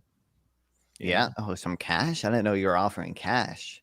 Yeah. So tell all your friends to come and donate, because the winner gets at least 10%, and I'll probably do more than that, of the take for the night.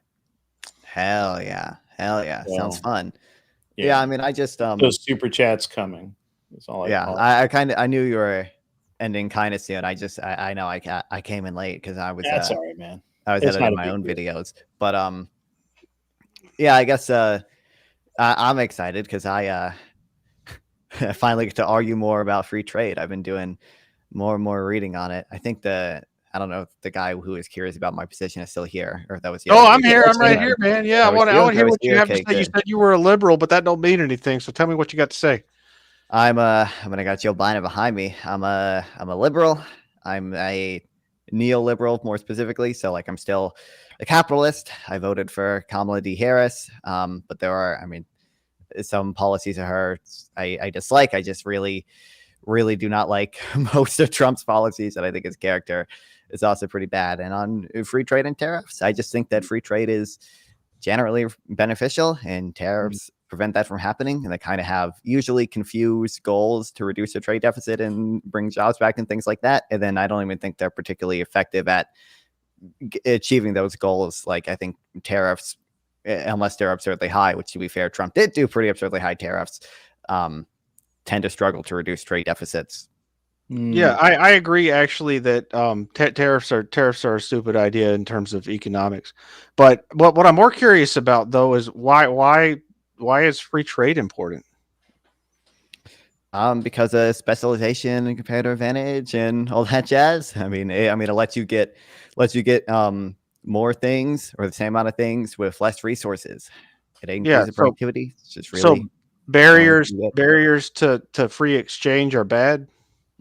Generally speaking, I mean, there's always going to be caveats. Like, obviously, I don't think we should freely trade nuclear weapons, right? There might be some reasons to have strategic industries in the US rather than in China. Maybe we shouldn't make batteries in China because they're our adversary. We need batteries for military drones. But generally, barriers to trade are detrimental. Yeah. Yeah, I agree. And that's why I'm 100% behind, eliminating things like, minimum wage, right? Because that's a barrier to trading your labor.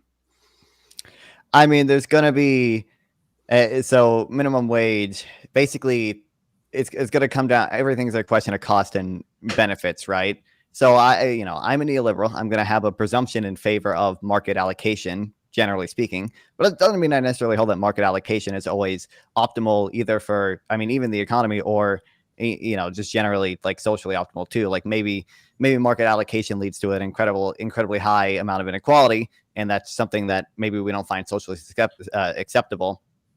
But I think with minimum wage, the empirical evidence, I haven't done a ton of reading, just tends to be a beneficial thing because the demand and supply of labor tends to be inelastic for the most part. So it seems minimum wage laws are just tariffs on the price of labor. They have the same economic impact. Floor. They create when you're messing with mandatory pricing, which is what you're doing with a tariff. You're messing with the mandatory price, right? You're creating a price ceiling or price floor. Yeah, you're creating a distortion. But again, if the demand for labor is inelastic, right? Like, you're not really creating that big of a distortion, and then the benefit on the other side is, well, like, these people are getting paid quite a bit of money. Quite a bit more money. So if there's a lot of money, it's all right. Well, it depends. Well, if the size of the benefit is bigger than the size of the cost, and that's probably a good thing. Okay, good. So who's in the benefit, cost analysis department in the government that has the perfect knowledge to be able to make those kind of decisions? Well, I understand the government has limited knowledge. Hold on. Before you move on, I'd like a clarification on a point, Non-Fun. I'm just curious here. How is labor inelastic? The demand for labor tends to be inelastic. Businesses tend to not respond much to price changes when deciding on how many people to hire, because businesses, a lot of times just need a relatively fixed amount of labor. Like, you're not necessarily going to fire a ton of people because the minimum wage increases if it's a modest wage increase. Like I said, there are I haven't been on a minimum wage arc or anything, but it seems like the empirical evidence just suggests I think you will find that labor is absolutely elastic. If I can, and at best, you could say that most companies want to get by with the fewest number of people that they can, and yet they don't. And I think that, I don't know that I agree with that, but okay. I wanted to understand what you meant by inelastic, and I think you're off base, but whatever. I just wanted to clarify it because before you guys moved on, because I just, anyway, keep going. Sorry. Yeah, I'm just trying to understand your worldview a little bit, and I think I'm getting closer to it. I appreciate you answering these questions, Non-Fun, because it's really helping, man. Yeah, I guess, like I said, so the empirical evidence for minimum wage just tends to suggest it has relatively minor cost and pretty broad-based benefits. And then it seems like the empirical evidence for tariffs tends to suggest that they don't really have many positive impacts, other than sometimes, only sometimes even, in the protected industries that they are protecting, and tend to have a lot of negative side effects other than that. Like, Yeah, I mean, protectionism generally causes distortions and problems, and yeah, I agree with that, right? Yeah, that's 100% behind that. Like protections for labor unions, right? That definitely distorts the market for purchasing labor and makes it more expensive for businesses. And you know that kind of protectionism shouldn't really exist, right? We should get rid of labor laws. I mean, no. So again, it's going to come down to another cost and benefit thing. Oh, So I mean, on protections for unions, I think like you can maybe make the case that certain laws aren't necessarily good that are beneficial to unions. I don't have a strong opinion on like the right to work laws and things like that. But I mean, again, like it just doesn't seem like unions create that big of distortions, and it seems like they have decent sized benefits for the workers that are in them. And it seems like that's a worthwhile trade-off. And I'll also add, like, there are cases where there might be a social goal that we're trying to achieve, and it's worth maybe the economic detriment or whatever. But for a lot of these things, I don't know. It just seems like it's not. It just seems like overall positive trade-off. So would tariffs be acceptable then in a framework where we were trying to achieve a social goal? If it was a really good social goal, I'm obviously going to think that some social goals are better than others. Improve the health of people in a country is a lot better social goal than saying, I want men to be more manly, so I'm going to make them work in manufacturing. One of those goals is way better, so I'm going to put a lot more weight into we should keep people healthier than we should make men more manly in manufacturing jobs. So who in the government is in the social goals determination department then? Because there's going to have to be somebody to pull that lever, right, in your system. So who's got that kind of knowledge that knows what the best social goals are? I'm not going to dispute that, there is such a thing as the economic calculations problem or whatever. But first of all, I'll say unions aren't even necessarily a government thing. They're, private actors organizing together. Obviously, there are interactions between unions and the National Labor Relations Board and the government and all those things. But it's not like we're completely clueless. Like, we can do empirical studies, we can make educated guesses on these things. Like, we can develop probabilistic knowledge about what the trade-offs of any given policy are going to be. That's Keynesian's models were designed to be set up like that, where there was some sort of control over the economy, and you would collect information and make decisions based on that. So you're a Keynesian economist. I was just trying to get to what your worldview is. So, I would say broadly, I might be somewhere between new Keynesian and post Keynesian. If the school really matters to you, there's probably some post Keynesian beliefs I have, but for the most part, I'm fine lining up with new Keynesians, I guess. Yeah, Grid's messing with us. I hate to interrupt again. I have a couple of small questions. I'm curious. So the idea of unions not being a particularly large impact is very interesting. Do you remember earlier this year the dock workers union on the East Coast? Are you familiar with that? Yeah, right. So let me clarify. Unions obviously raise their wage level above equilibrium, and my point is just that because the demand for labor is inelastic, that doesn't tend to have huge effects on the level of employment.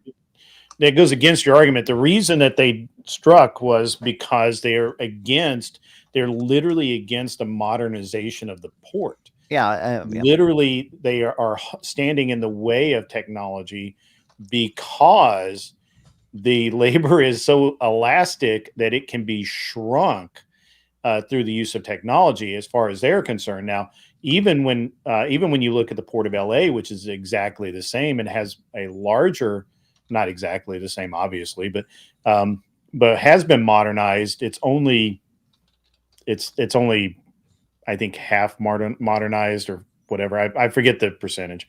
It's irrelevant. They'd still hired more people than the people who were going on strike. So again, there's your elasticity Well, what you claim doesn't exist or it doesn't matter, and I'm curious how you reconcile that. Well, when I say elasticity, I basically mean how much does the quantity demanded change in response to price increases, right? Yeah. So, like, you know, insulin is a very price inelastic good. No matter how much the price of insulin goes up, I still have to buy basically the same amount of insulin or I'm going to die. Jelly beans are a very price elastic good because if the price of jelly beans goes up, I'll just buy gummy worms or something else. Insulin's a great example. Price inelasticity is only relevant though within a specific range, right? So you can distort the economy to the point where people will just stop consuming something and change all of their habits no matter what, or way over consume something if you distort it too much in the other direction, right? So things like labor, right? People have to work, right? That's part of the reason why it's inelastic. You don't have a choice but to work in order to feed yourself, and that's kind of what you're referencing, right? You can, and that's why the income tax is so effective, right? Because you can keep taking from people, and they'll still be, you know, tax cattle, right? Because they don't have another choice, right? That's why the income tax is so nefarious. But the idea that you know, when you create those distortions, you're not also doing things like creating a black market where people work under the table, right? When you do things like distort the market, that is going to happen. And the same thing could definitely happen with the tariffs, right? Bootlegging could come back into fashion if we jack up the tariffs and keep them up for too long, right? So, I mean, these are all real economic problems. And that's why I said I agree with you on the tariffs, man. I mean, tariffs are stupid. Unless Trump's end game is to do the trade war to end the tariffs, then yeah, it's really stupid. Right. So I'm with you 100% there, man. Right. So I mean, I just, again, the fact that it's possible to automate ports doesn't really affect like how elastic the demand for labor is necessarily. That's not about like how much the demand for labor, the quantity demanded for labor responds to a change in price. That's just about our ability to automate ports. By the way, I think the Longshoremen's Union is fucking evil and we should automate the ports because I think trade is good. Actually, and I think automate ports. I think the Longshoremen's Union is stupid because automating the port was going to cost something like $12 billion and they weren't even going to do true automation. And if they had simply not been completely moronic, they would have created hundreds of jobs that are now not created. Again, workforce is elastic. I have to. I'm interested about the insulin thing that you mentioned. Did you benefit when Trump mandated that the cost of insulin be reduced during his first term, so that they couldn't just because they wanted to put that big price tag on it? I mean, I should clarify. I personally don't. Oh, I'm sorry. I'm sorry. I was curious if you did. I was giving the example, but I got you. Yeah. I think price caps that's actually an excellent. Very inelastic goods are generally good, which is why, by the way, my man Biden also did those. You know, Trump during his first term, I understand, had Medicare Part D. I think had like a voluntary price cap that only certain companies signed on to, and then Biden, with the Inflation Reduction Act, like greatly expanded that and capped it for like everyone. And Kamala Harris was actually going to cap drug prices even harder if she won, but didn't get that. Well, I don't know that capping drug prices specifically is necessarily the answer, but what was the answer was to force them to not be able to overprice it just because it was on insurance. That's really the answer, is to make sure that the insurance companies are not paying one price while somebody who is not on insurance is paying another.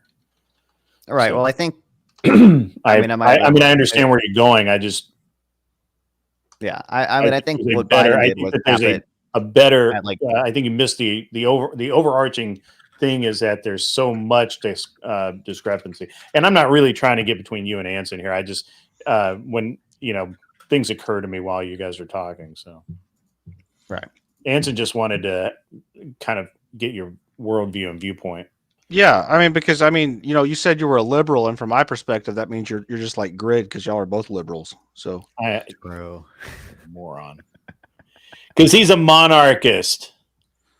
Thinks we should be under a king. Yeah, that's a little weird, but all right. Why is that weird? It's a great argument for it. Monarchies existed way longer than liberalism. I'd say that liberalism's weird. I mean, I just mean it's an odd position for someone to have in the modern day. I guess I don't come across monarchists very often. Is really what I mean. More often than you think. I have learned it's more often than you think. So, yeah. Anyway, what time is it? I'm actually really surprised that my phone hasn't rang and my wife has not been mad at me and said, "Hey, what are you doing?" What are you doing? I'm sitting here talking to you guys. Now I'm fine. You're going to come out on Saturday night and do some blood sport debating. Now this will be different because this will be like 5-minute rounds. You got to get it done, make your argument, move, and hope you win. I mean, I think I'm down. I'm pretty sure I'm free. Sweet. That'll Bring be your fun. friends. You're a smart guy, not fun. Hell yeah. I actually like non-fun. Of all of the leftist goofball debaters, he is at least good faith for the most part. Yeah, he reminds me of me when I was a Democrat. Also, You've been everything, Anson. You've literally been everything. If you want another reason to like me, I don't like the income tax, by the way. I was going to reply to that earlier. Income tax, probably not optimal, okay? But yeah, it's a I regressive like tax for sure. What do you think about the idea? I'm just curious. It's not an idea about the reality that if we do not rebalance the trade market, I guess the globally. I mean, if we do not fix our trade economy and the amount of money that flows out of the U.S. versus the amount of money that we retain, that we won't even be able to make the interest payments on what we owe ourselves in the next, I don't know. Well, I'll probably be here for you guys. But your microphone, I think it's glitching out a little. But well, it's because because of the memberships. Kissy Cat donated memberships because she's awesome, and so she donated 5 memberships. You got gifted a membership, didn't you? Yeah, at some point, yeah. Yeah, it's awesome. Awesome. We got. So to answer your question, from what I heard of it, I guess I don't think it's a reality that if we don't balance a trade deficit, that we're going to default on debt or anything. It's not necessarily the trade deficit. It's the amount of money that it's not just a trade. I mean, I understand it. We're really focused on trade right now, but there's so much more to it.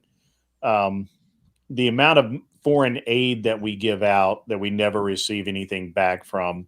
And it's an interesting dichotomy that we give a lot of companies, a lot of countries money, and they never pay us back. But we give like Israel money, people lose their minds, but Israel typically pays us back. Maybe not always in hard currency, but in technology or whatever, where other countries don't. So that's interesting. And Japan typically pays us back, right? Again, not always in hard currency. I don't know exactly, but my understanding, foreign aid is just not that big a part of like the federal budget or anything. Like it doesn't. Billions. I mean, even if these countries don't pay us back, like we still a lot of times get benefits. Like Ukraine. Ukraine might end up paying us back because of the mineral deal or whatever. But like, even if that doesn't happen, Ukraine still billions of dollars. That's taxpayer money, dude. It's billions. Right. I'm just saying that we still benefit from it in some ways, even if we like literally don't get paid back. How do we benefit? Russia? Well, just for Russia, Ukraine, I'm just giving examples. Like Russia is weakened, and we have military intelligence. Why do we care if Russia is weak? They're not. Generally, they're adversarial to us, so it generally seems beneficial to have them have a weaker military. Like they haven't had a strong military since World War II. I mean, I don't know what's your definition of strong. They haven't had a military that could beat the U.S. and like Right. So why do we care? This is the boogeyman Well, I effect. mean, like, We're gonna let's have say that that, as like, I don't know, like, Anson, that's a great topic, is this boogeyman effect. Why does our government specifically always give our society a boogeyman to be afraid of? If it's not Russia, it's China. Remember, nobody's afraid of Russia right now. So now who's next is China.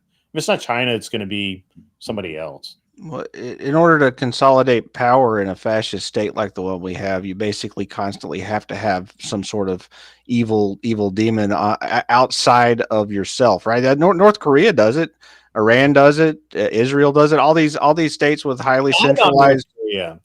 It's just liberal fascism is all it is. It's interesting. We always have to have that boogeyman. Got to have him.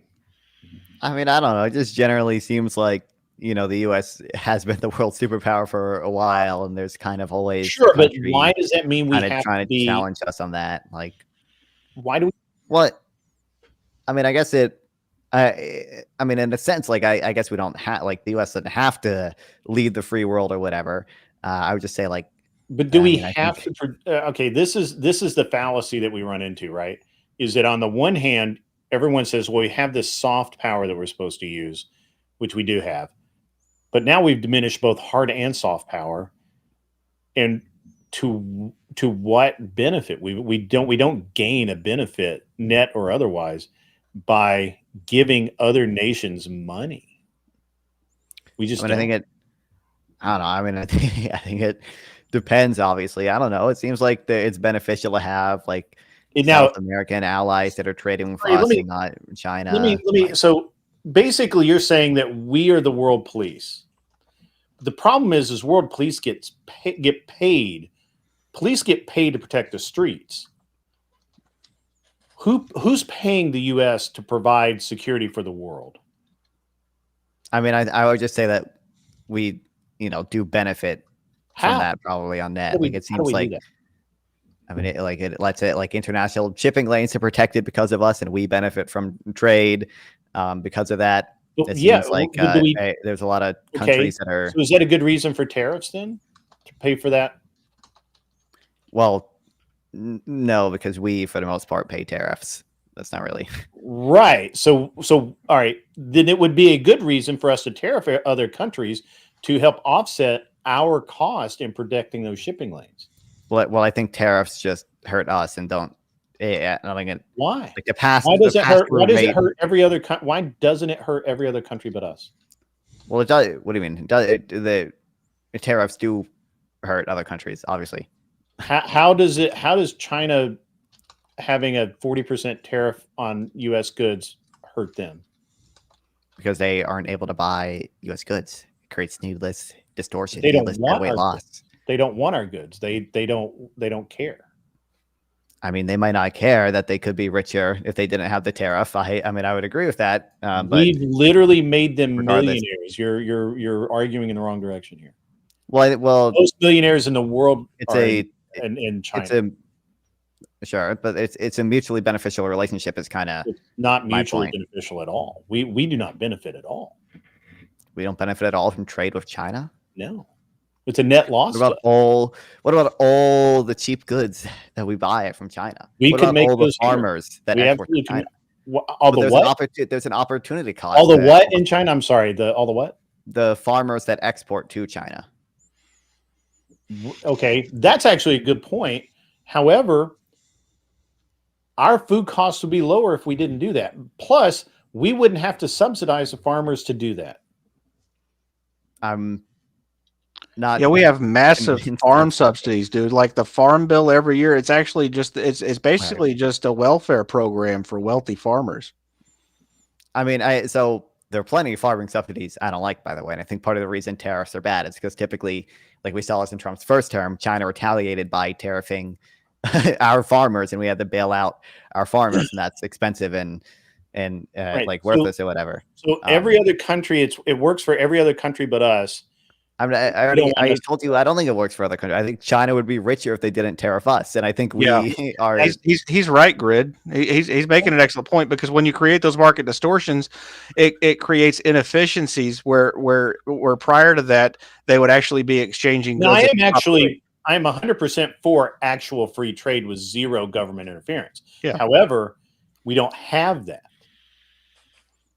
Well, I don't think you're ever gonna get to that. Why? Obviously to some extent, I think, well, because for a number of reasons. One, we're always gonna unless some crazy shit goes down, we're always gonna have fucking governments. I think that's reasonable to assume, and those governments are always gonna be susceptible to lobbying from special interests who want to, protect their industry via tariffs, or let's say hypothetically, someone incompetent who doesn't understand economics gets into office and hires some incompetent economic advisors who just try to suck up to him. You're probably going to end up with tariffs in that situation, because tariffs, can kind of play into populism. I think I don't think you're ever going to get to the perfect ideal of free trade with no government intervention anywhere. Every nation is going to want to subsidize its farmers for political reasons, and also because they want some food supply in their own nation. But I don't think that prevents free trade from being mutually beneficial, even with some distortions.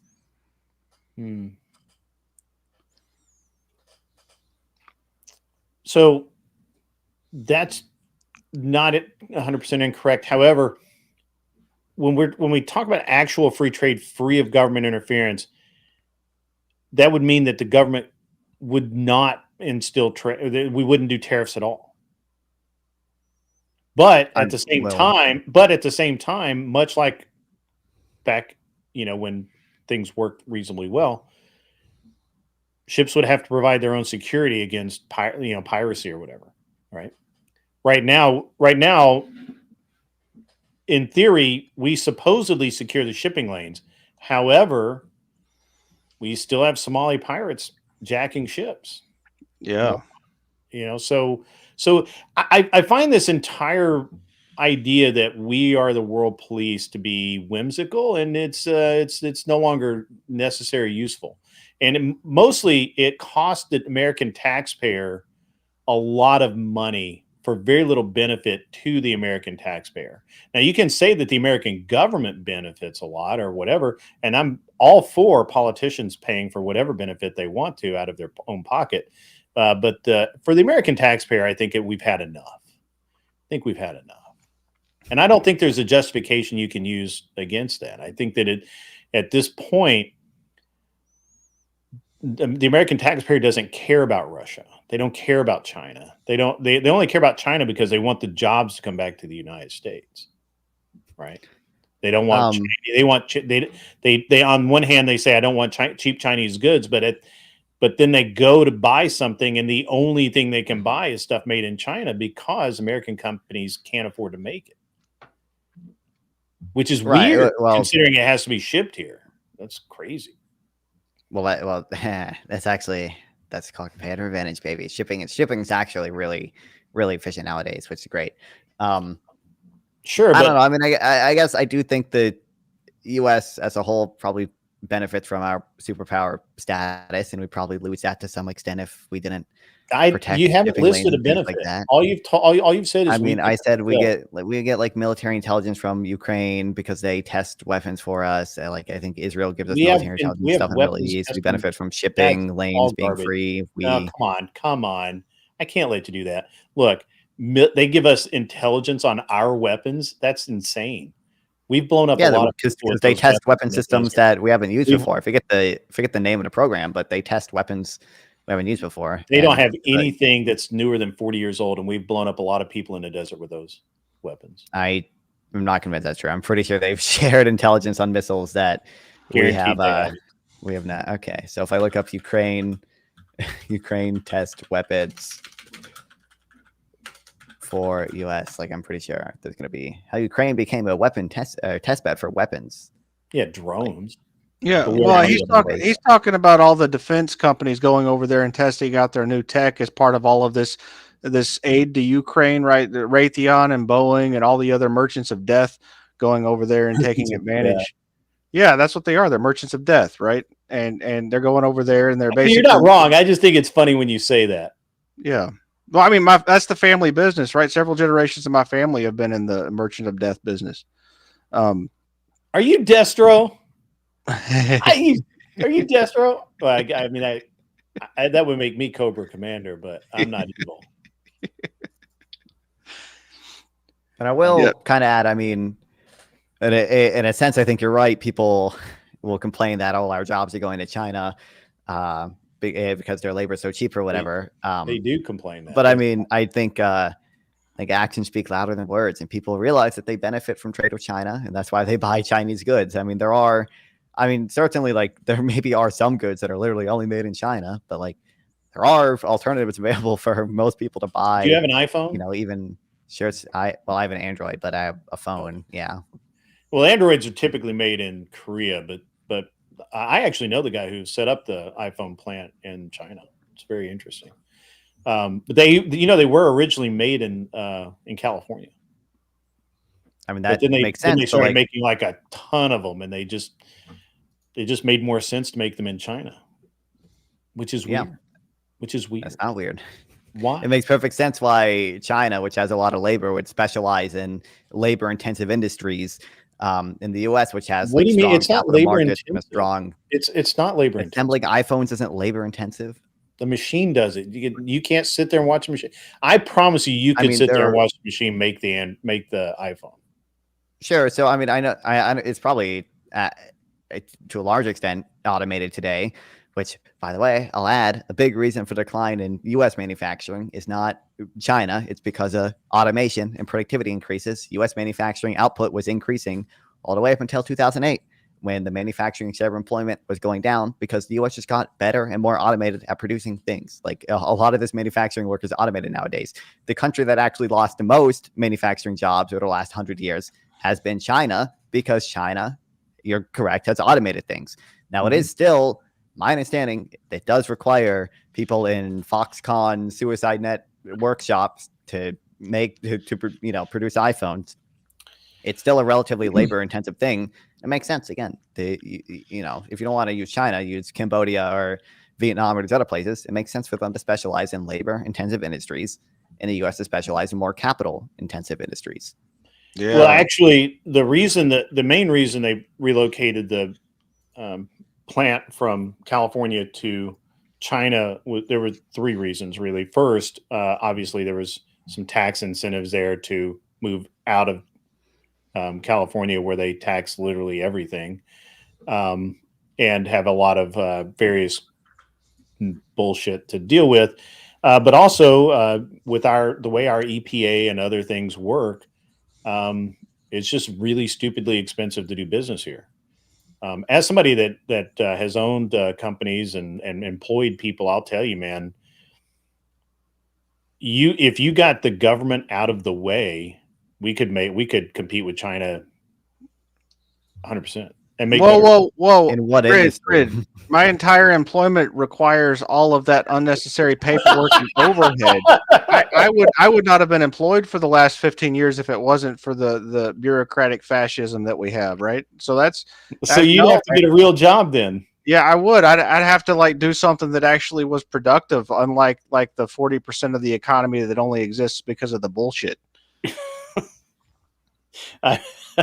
I'm not trying to get you unemployed, Anson, but maybe you should consider some retraining. Yeah, maybe. I don't know. I just become a YouTuber. Yeah.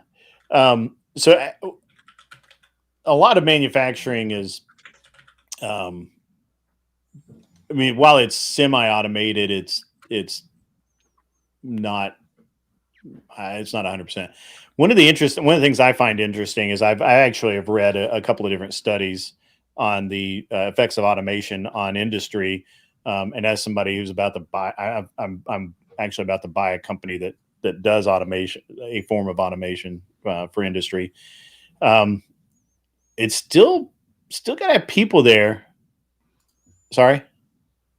Oh, so I was talking to my chat, but I got you. It's interesting because the actual job of like putting the piece of metal in and welding it or whatever it is, that isn't done. That's done more or less by machines now, but there still has to be a guy standing there, make sure it happens right. And those machines require a lot of maintenance and service and that sort of thing. So the manufacturing jobs, sure, those drop because you have a machine there, but the overall number of jobs increase because of the number of people that are required to feed the machine and keep the machine running. There's Right, I mean, go ahead. Sorry. I mean, I think that's a good point. I think this is actually a pretty useful way to view trade, is just a, type of technology that lets us indirectly produce the things that we import by first producing things that we're better at producing to export them and then trade for the goods that we import. And I think like any form of technology, it might create job losses in some places, but it's going to create other jobs in other areas, right? Like the internet created software developers, even if it automated other jobs. And I think that usually leads to a net job increase. And that's part of the reason that trade typically leads to a net job increase as well. Yeah. And Adam Smith's invisible hand. Yeah. I took Econ 101 in high school too. What I don't understand is why that doesn't apply, as rigidly to other things that are traded, domestically, like the labor issues and the things that Grid's bringing up are the distortions in the market that cause the costs of production here to be ridiculous. OSHA, the EPA, labor unions. I mean, there's all different kinds of examples of things, the tax structure, all of it, right? Like it's extraordinarily difficult to hire people in a cheap way to be able to meet the kind of margins that you'd have to meet, because labor is always the highest cost input when you're an employer. I mean, it's always the highest cost and benefit analysis, and it seems like, all right, suppose that the demand for labor is inelastic, or even like let's use land, because the supply of land is perfectly inelastic. Under that scenario, taxing land is just not it's just not distortionary, because the supply is fixed, and it makes perfect sense to tax land and collect its rents. Well, it is distortionary because there's unseen costs, right? If you tax land, people will live in smaller places, and the land won't be utilized in the same way, right? Well, no, I actually think it gives you an incentive to utilize land, right? Because if you tax the value of land, regardless of whether there's stuff on it or not, you have an incentive to develop the land for productive use cases rather than just let the land sit there idly. I actually think it gives an incentive against land banking. No, you would incentivize people to abandon land. Well, no, because what do you mean abandon? I mean, I guess if the land no one owns it, no one pays taxes on it. Yeah, I mean, I guess, but like people are not gonna abandon most land in cities, right? Like I don't even know what percentage of U.S. land is just like not owned. I'm pretty sure most of it is owned. Almost the entire state of Idaho, a lot of the West, because the government. Yeah, the government. I understand the federal government has federal lands and stuff, but no. I mean, there's literally miles and miles of land that nobody owns. I mean, you don't really know how big this country is until you drive across it. I mean, okay, but I mean, like people. I mean, the case where land value taxes are going to be like most effective usually is like cities. It's in areas where people are not just going to abandon land just because it's valuable. Wait, are you in a city, non-fawn? Are you in a big city? Not a big one. No. Like above like 500,000. No, we have 50,000 people where I am based. Oh, well, then what's wrong with you, dude? I mean, why aren't you normal?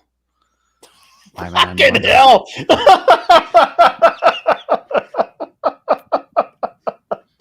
I don't know. A lot of the liberal mind indoctrination still got to me. Okay. Well, I mean, usually I can explain like someone's collectivist mindset by the population density that they live in, because that's usually the highest correlate, and so that's why I assumed you were in a larger city.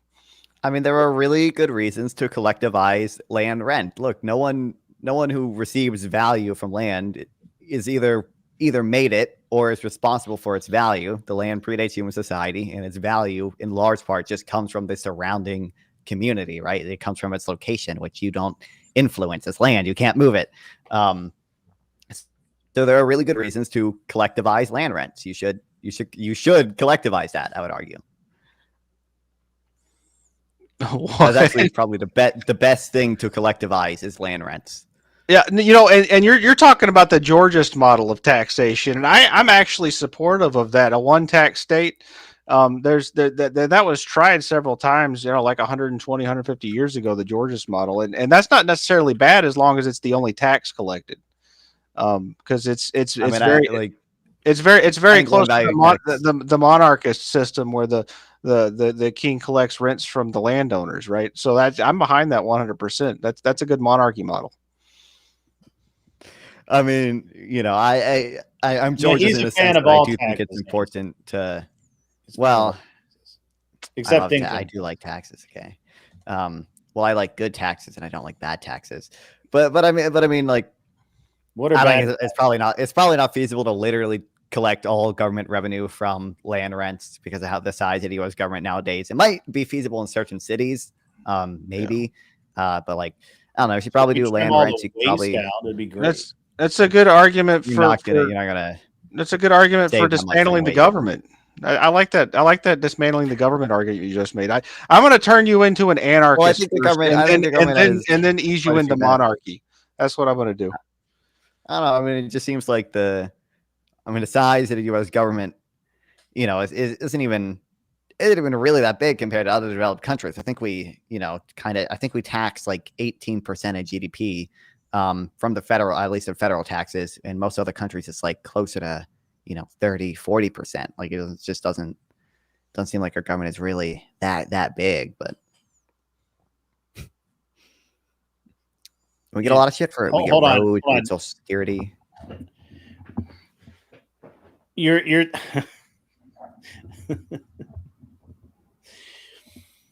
okay. You're gonna compare United States against other. All right, let me ask you a question. Do you think Germany is a successful country? Relative to the entire world, yes. I would say so. The developed I don't world. think it's. How about that? Do you think it even belongs to be called a first world country at this point? Germany, I would still consider them a first world country. Yes. Okay. Okay. What are they not a first world country? Their GDP has been stagnant, but they're finally doing some. It's a horrible. I mean, I don't know, man. Look into it for yourself. It's horrible. How about France? Do you think France? I mean, France, obviously. I just want to. I went there last year and it was okay, but what about France and Spain? Do you think France and Spain have successful models of government? I don't know enough about Spain. France, I think is. I mean, I would still probably consider them first world, but I don't think France is particularly great. Okay. I will add though, Germany has a balanced budget and a trade surplus, and it's surprising that you don't think that makes a great country. Because that's what. Well, that's because they don't have to provide any of their own security. We do that for them. I don't think that's the biggest reason, but all right. Even, yeah, I don't know. I don't think that that is actually really the only reason. They don't have to do pretty much, and also I believe that they're still getting money from the United States. But I'd have to check on that. I think that I don't know if they're still getting U.S. aid or not, but U.S. foreign aid, pardon me. I could be wrong about that. So, I mean, but what's so bad about? What do you think? What do you think is a? It's an interesting statement. I'm just curious. What do you think is a successful country? I don't know. A country where the standard of living is pretty high, where people, generally speaking, have what country? Let me rephrase. What country would you point to as a successful country? Norway, Estonia, Sweden. Norway. Okay, interesting. Iceland. My buddy said, Lord of Pie says Iceland. Interesting. I don't know much about Iceland, but they only have. I don't either. That wouldn't have been at the top of my list. Yeah, they don't have very many people. I looked into going to Iceland for college, and I looked at it, and like there's like 2 colleges there, and they're like the size of my high school, and I'm like, I don't really know if I want to. I don't really know if I want to go there. Yeah. Are you sure they're you think Norway is you think Norway is successful? Yeah, Why? I think they're one of the most successful. I mean, I think their economy is pretty good. I think their political system is pretty good. It seems like they are able to have like proportional representation. They're able to have a very transparent What do you mean government. proportional representation? I mean, so I don't know. I might need to fact check on this. My understanding is Norway has a proportional, like a different voting system.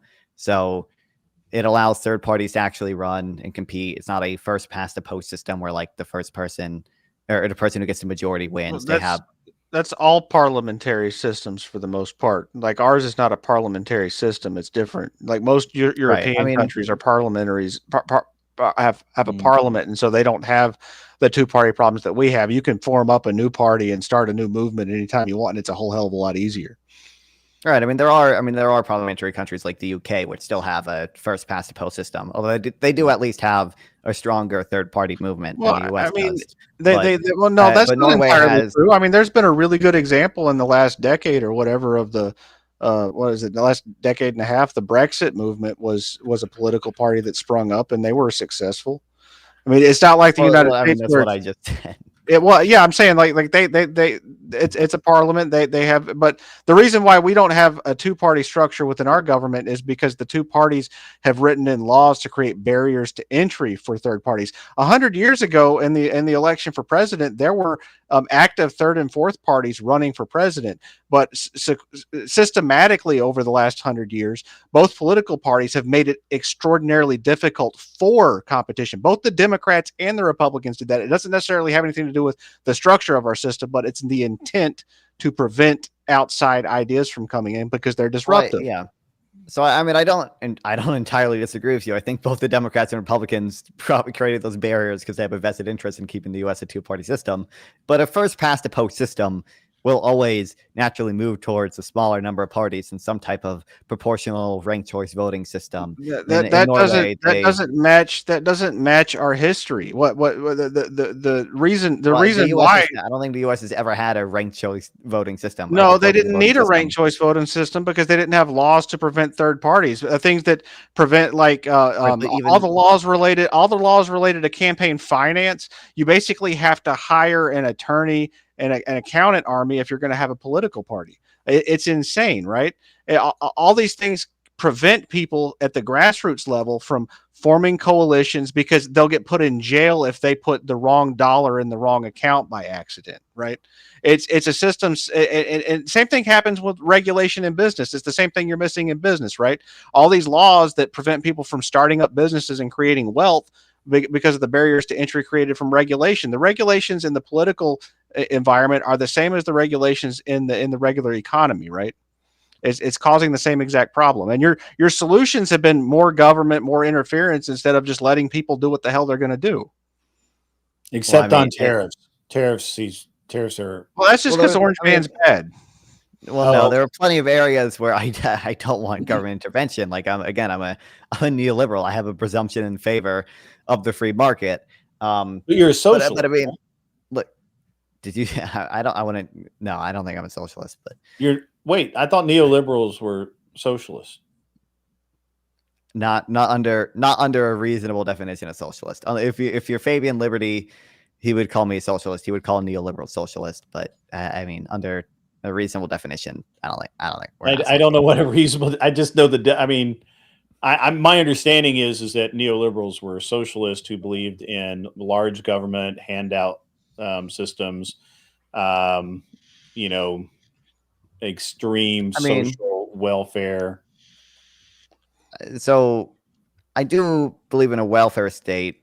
I don't think that alone makes me a socialist or anything. Okay, that's fine. It's okay. I mean, I don't think. I mean, if the welfare state is what makes you a socialist, that's fine. But like, I don't know. It's kind of for most people, it's kind of weird. It would be weird to say, "Hey, I'm a socialist."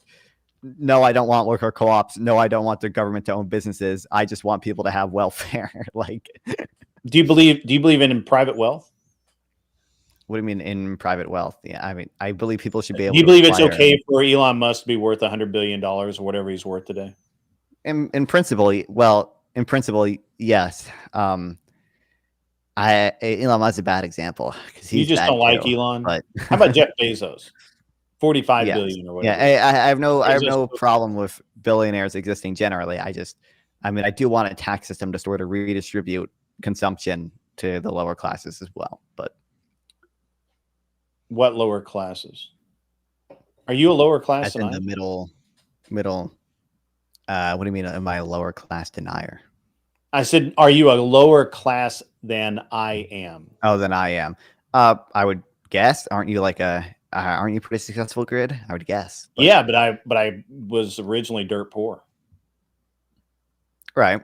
That doesn't really change much. I mean, right now you're obviously a higher class than I am. I understand people can migrate through classes, and people often do. So you want the opportunity for you to become Jeff Bezos removed from the table. Well, no, I think no. So, I mean, my ideal system would be a sort of it would be a consumption tax, a progressive consumption tax. So you would still be able to become Jeff Bezos. It's just that you would be taxed when you spend your money on things to consume. He is taxed when he spends his money. Well, like everybody yes. else. Well, that's kind of the issue there is like everyone else. So like if Jeff Bezos buys a mega yacht or whatever, that's still like the same flat sales tax or whatever. And I mean,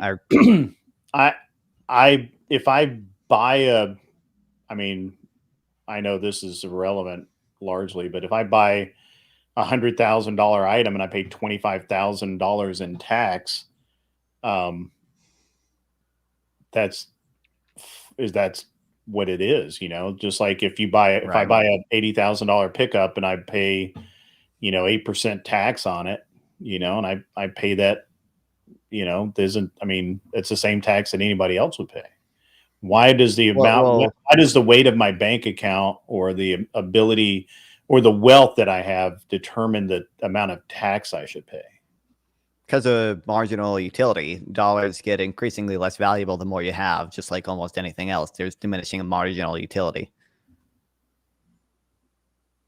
But it's, like the difference, but $10,000 means a lot to a poor person. $10,000 is basically nothing to Jeff Bezos because the marginal utility of $10,000 is so low for Jeff Bezos, and the marginal utility of $10,000 to a homeless person is a fuck ton. Like, well, yeah, but $10,000 to Jeff Bezos is not, and what you're saying is it's not $10,000 to some podunk poor guy like Grid, right? So the $4.99 comes in from Ben. College shouldn't be free, and degree inflation is real. So many women get degrees in backdoor activity, and it devalues Anson's degree in that field. I mean, I points for being clever. Points for being clever. That was funny. Yeah, that was good. Like I can understand. Late. I'm sorry, I'm tired. You would have had you should have done that like 2 hours ago, and it would have been really fun. I'm a fan of women who major in backdoor activities. We understood. We got it. Everybody knows. Underwater basket weaving is the only real major. That's the only one the government should support. Yeah. Are you in college, non-fun? Yeah. Okay. Are you studying anything useful or? So right now I go to my community college. I'm getting cool. associates in the sciences or something, and I basically just to get a bunch of like general ed classes out of the way. Mm-hmm. So eventually, when I transfer to a big boy college, I'll be able to do economics and start on that. Okay. What do you want to be in life?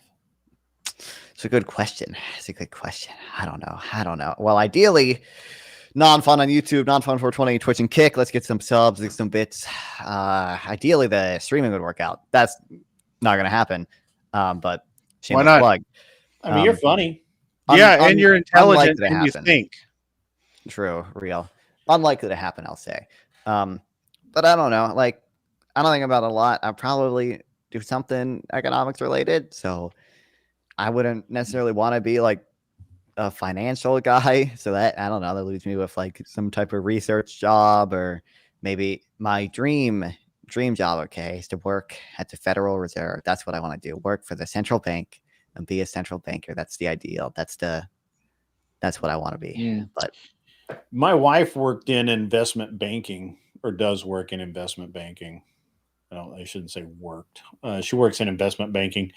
For the most hated, you probably really hate her former employer. So she's moving. She's changing banks right now. There's a period of time. It's irrelevant. It's just really weird knowledge, but you can't just go from one bank to another. You literally have to have like 2 or 3 months in between, because you have insider knowledge of what's going on. And, they have to just make sure that you're not going to screw anything up. So, no, my wife worked for Goldman Sachs. I got nothing. Again, I'm a capitalist. Okay. I don't like hate banks or anything. Yeah, he wants to work for the Federal Reserve. They're basically owned by J.P. Morgan, Goldman Sachs. I mean, they're basically the monopoly syndicate for the big banks. He loves big banks. What are you talking about? Yeah, in the wrong. She worked in the wrong area. She was in investment banking and technology. You probably. So you're doing community colleges. I always think that's a great choice, just to kind of figure out what you want to do, and it's a lot less money than fucking around in real college and getting drunk all the time. So that's actually a really solid choice. What big boy college you want to go to? I'm still thinking about going. You're gonna hate it. Still thinking about going to college somewhere in Norway or Finland or something, because I think that'd be cool, and I think those countries are awesome. Not that I don't like America, but I don't know. I live in North Carolina, so we got some pretty decent universities here. Duke's really good. They've got a good econ program at Duke. Yeah, Duke is actually really. Duke would be one of my first choices if I were going to go. I haven't put a ton of thought into it, but if I go to when I go to big boy college, it'll probably either be some place in Europe, or it'll be closer to in North Carolina. We have decent universities here, so yeah.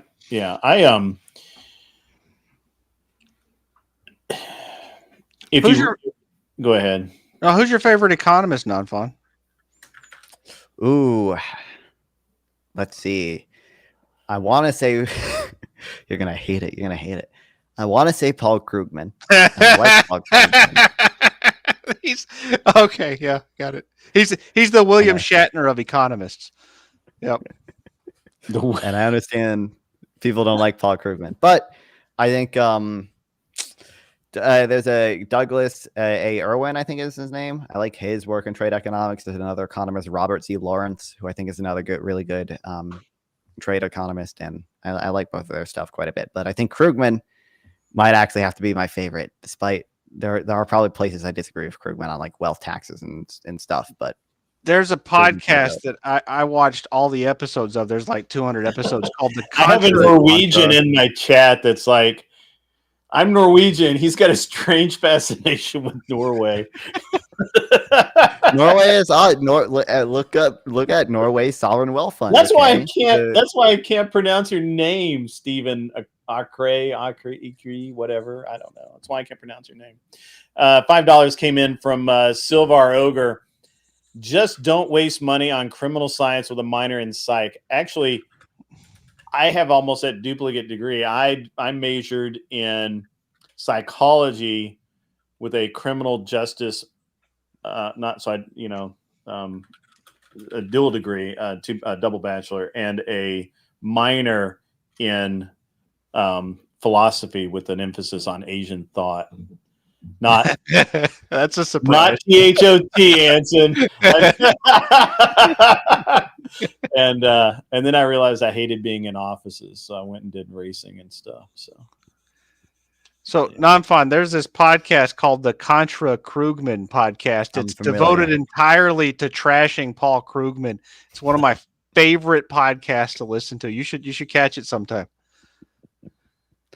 I haven't watched it, but I think Krugman is a really good trade economist, and I think he has generally pretty. I think he's a really good writer, and I think he has a really good explanation of things like the business cycle and the babysitting co-op and all that jazz. I'm actually trying to go to sleep, Glenn. I was about to leave when non-fine came up, and it's been an interesting conversation. So it was almost a debate between Anson and non-fine there. I had to keep interrupting so they didn't just like go off to the races and we'd be here for 3 fucking hours again. But you're welcome to come up if you want to. You got the link. It's fine. Yeah. Ooh, you know what? I will add, there is I'll grant you evil libertarians a bone here, okay? And not that, I don't know if I guess guys don't consider yourself libertarians, but economically, you're more libertarian than me. Scott Sumner is an economist who's a libertarian, and I think he is pretty good too. I think he's right about monetary policy for the most part. So little did I know how useful the degree was. So Paige, appreciate the $2 Canadian. I think that's like a 75 cents in American money. That's okay.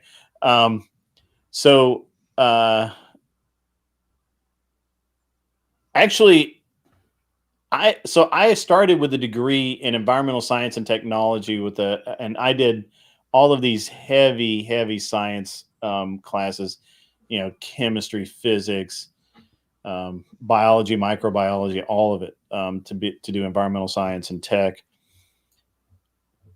But my classmates were just the weirdest leftist motherfuckers ever. And it just drove me crazy. I wasn't as calm and reserved as I am now. I was a lot different. And they drove me absolutely fucking batty. And and I started looking at the jobs, and it was just like, man, I don't know if I actually want to work in this field. And so, but I had so many science credits that it just didn't transfer to anything else. And I wanted to go pre-law, and the shortest path there was to go to psychology, and because they had the cutest girls, and just get any degree basically. And so that's where the most credits transferred over to do that. That's why I have that specific combination of degrees. All right. Well, I gotta get off this panel grid. It's super late, and Glenn Lawrence just got up here. Well, I got to get off this panel. I got to go to bed. I have things to do. Yeah. Good night, Grid. Non-fine. It was a pleasure speaking with you. He'll be here Saturday night. He's gonna fuck you up on something. We'll put in a special leftist debate just for non-fun. Leftist debate. Oh boy. Oh man. Okay. Yeah. All right. Y'all have a good one. What the debate topic will be? Why are homogenous cultures the ones that leftists admire the most, and what can we do about it? I thought a better question would be like, why are the leftists so gay? Oh, that's not funny. No, seriously, like it's a question. Seriously, why? It is true. I'm trying to be a nice guy. I mean, be a good host. What are you doing? Glenn Lawrence, how the hell are you, man? You missed Viking. Viking was up here for like 2.5 hours. Yeah, I saw that. Me and Pearl were chatting about things, so working on something business, like business comes before pleasure. Yeah. I was surprised Rolo didn't come on the show tonight to show me up. Why would you be surprised? Like, he avoids debates. Yeah, I know. It took Alex from playing with fire like 3 years of nagging him till he finally agreed to do a debate. But then he only agreed to do the debate on like X, and Mike Sartain had to be there. So it was like he had to have his buddy there to debate or be there for the debate. I don't know. Kind of weird. Yeah. I just find it interesting that he doesn't do good with debates. He lost against Ruslan too. Or he didn't lose, but he just didn't do well against Ruslan. I don't remember Ruslan. But Ruslan is a Christian rapper, and he has a podcast on YouTube as well. I got you. So, non-fon, are you a typical leftist, atheist guy? Are you a Christian, or what are you? I mean, again, I want to consider myself leftist, but I mean, I don't put like a ton of thought on Am religion. I abusing you? anymore. Do you feel abused? I'm sorry if you feel abused. I don't feel promise. it. No, I don't feel it. No, I don't feel All right, abused. good. I don't know. I mean, yeah, I'm an atheist. I guess I don't put a ton of thought into religion. Maybe one day I'll go on another You go on a reading or journey and find Jesus. I don't think no, I think it'd be, I mean, who knows? Maybe that would be the outcome, but I just mean maybe one day I'll go on instead of reading whatever Hey, you know stuff what? I'm reading All now. religions and all non-religions still get you to God Yeah, it's true. at Judgment Day. Okay. Oh, okay. True. I really wasn't trying to beat up on you, non-fun. I don't want to get CPS involved. Actually, not fun. Don't believe them, because earlier when he and I was on a phone earlier, he was talking about beating you up, like, and guys like fucking non-fun. No, I'm kidding. He didn't say anything mean about you. I have CPS up in here. But he did say I've like got my you doors, would shoot be my good to dog. come on his debate podcast or debate show. He did. I bring did say up. you were going to come on, or more than likely you were going to come on. I did say that. That's accurate. Yeah. Yeah, it's going to be cool, I mean, man. listen, good will be judged on Judgment Day for beating up for beating up a abusing poor bully. defenseless kid. Well, I mean, if anything, I would think it would look more like he was trying to make a man out of you. That's maybe, not my maybe. job. That's not my job. So, well, you're feeling pretty spicy tonight, Lawrence. How come you're not streaming? Bro, you know, I'm busy with 900 other things. Yeah, I know that Like, feeling. I'm also was working on your motion graphics. Oh, thank sweet. you very much. They're not going to be ready by Saturday. That's for damn sure.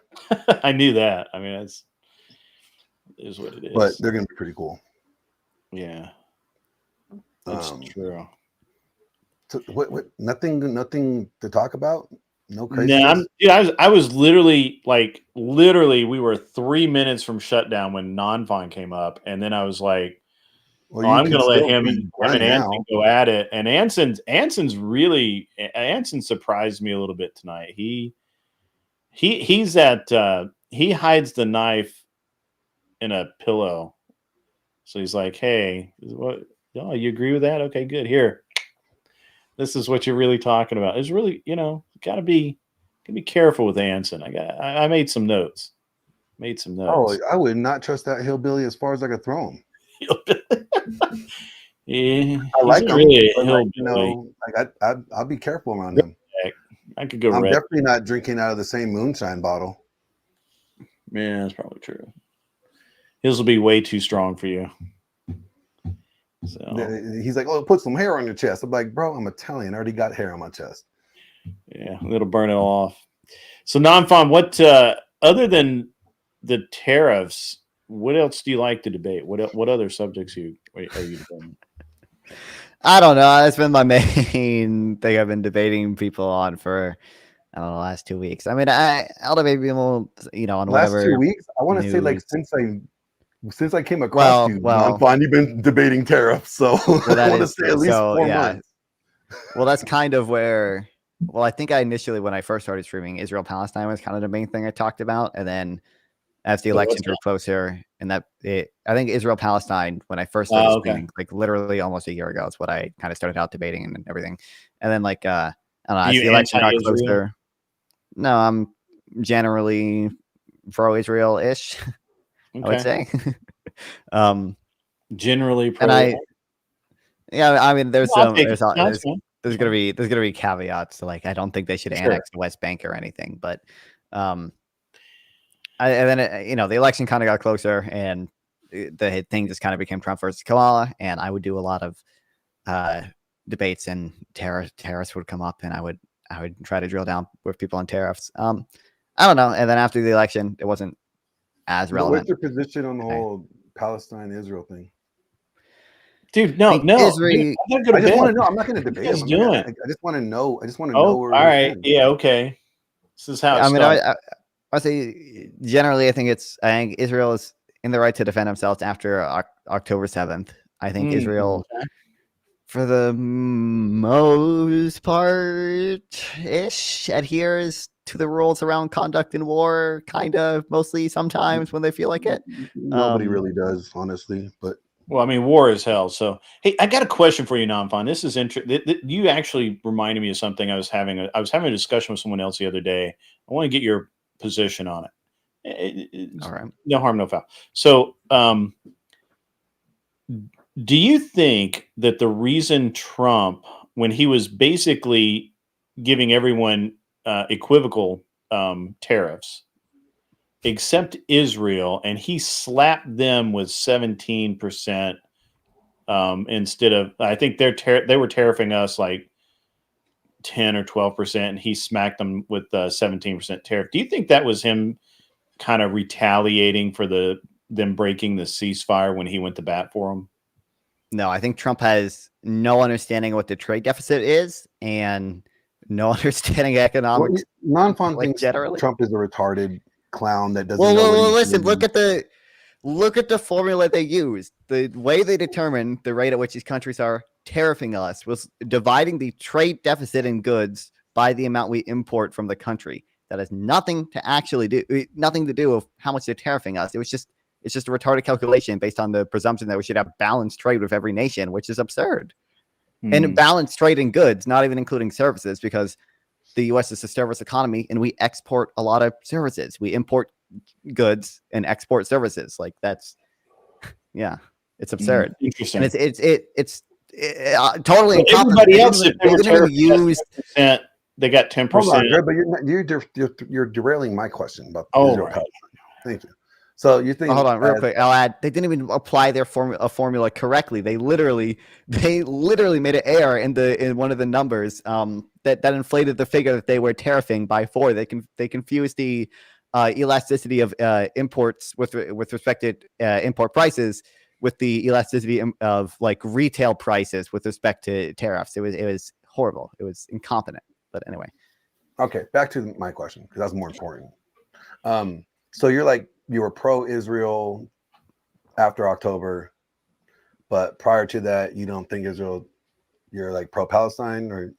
No, I just mean, I was just giving you my position. And I think after October 7th, they were in the right to defend themselves. Like prior to October 7th, I support Israel existing. I don't think they're I think Israel's in the right to defend themselves for like all the Arab-Israeli wars, basically. The Suez crisis, I think you can have disputes about, and I think the war of attrition you can maybe blame Israel for a little bit, but other than that, I think Israel's been right for the most part historically. Do you think that we should intervene and try to I don't know, help Palestine or help Israel? Either one of them. I mean, so it's gonna be hard because I think there are fucked up things Israel does. I think optimally, we should not support Israel until they fucking fuck off with the West Bank shit they're doing. They should. I think they might be in the right to occupy the West Bank generally, but I think the settlements are bad. They shouldn't do that. I think. Would you feel bad if Israel just devoured Palestine, just fucking? Well, yeah, obviously, and I think that's I'm generally in support of a. But that's how solution, that's how and I think that's what countries did for centuries.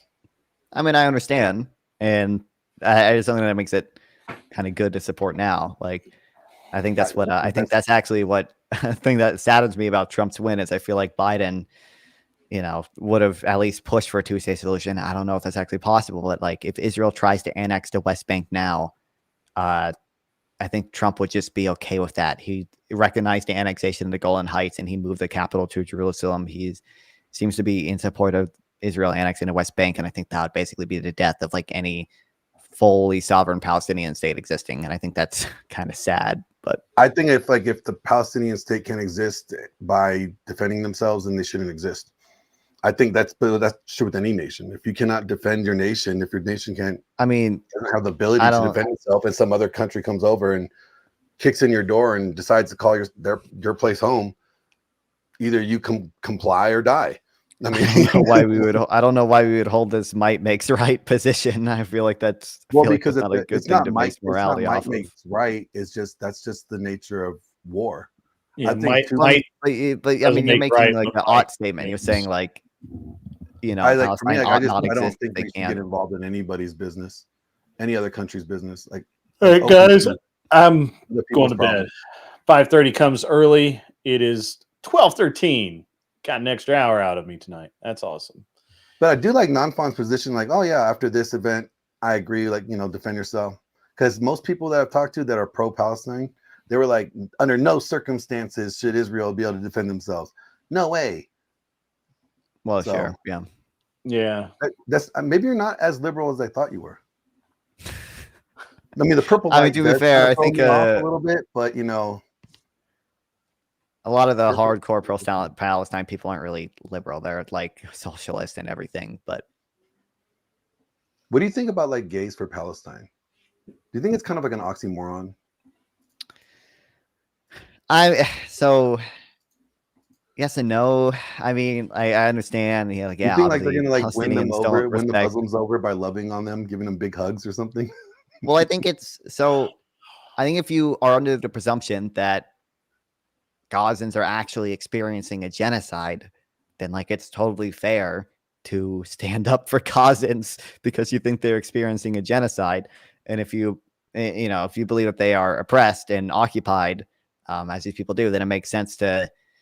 I mean, I don't think it's totally irrational to say like, oh, gay people are also oppressed and oppressed people should stand with oppressed people. I think that's kind of a line of thinking there. And I don't think that's wholly I think straight people irrational. are oppressed.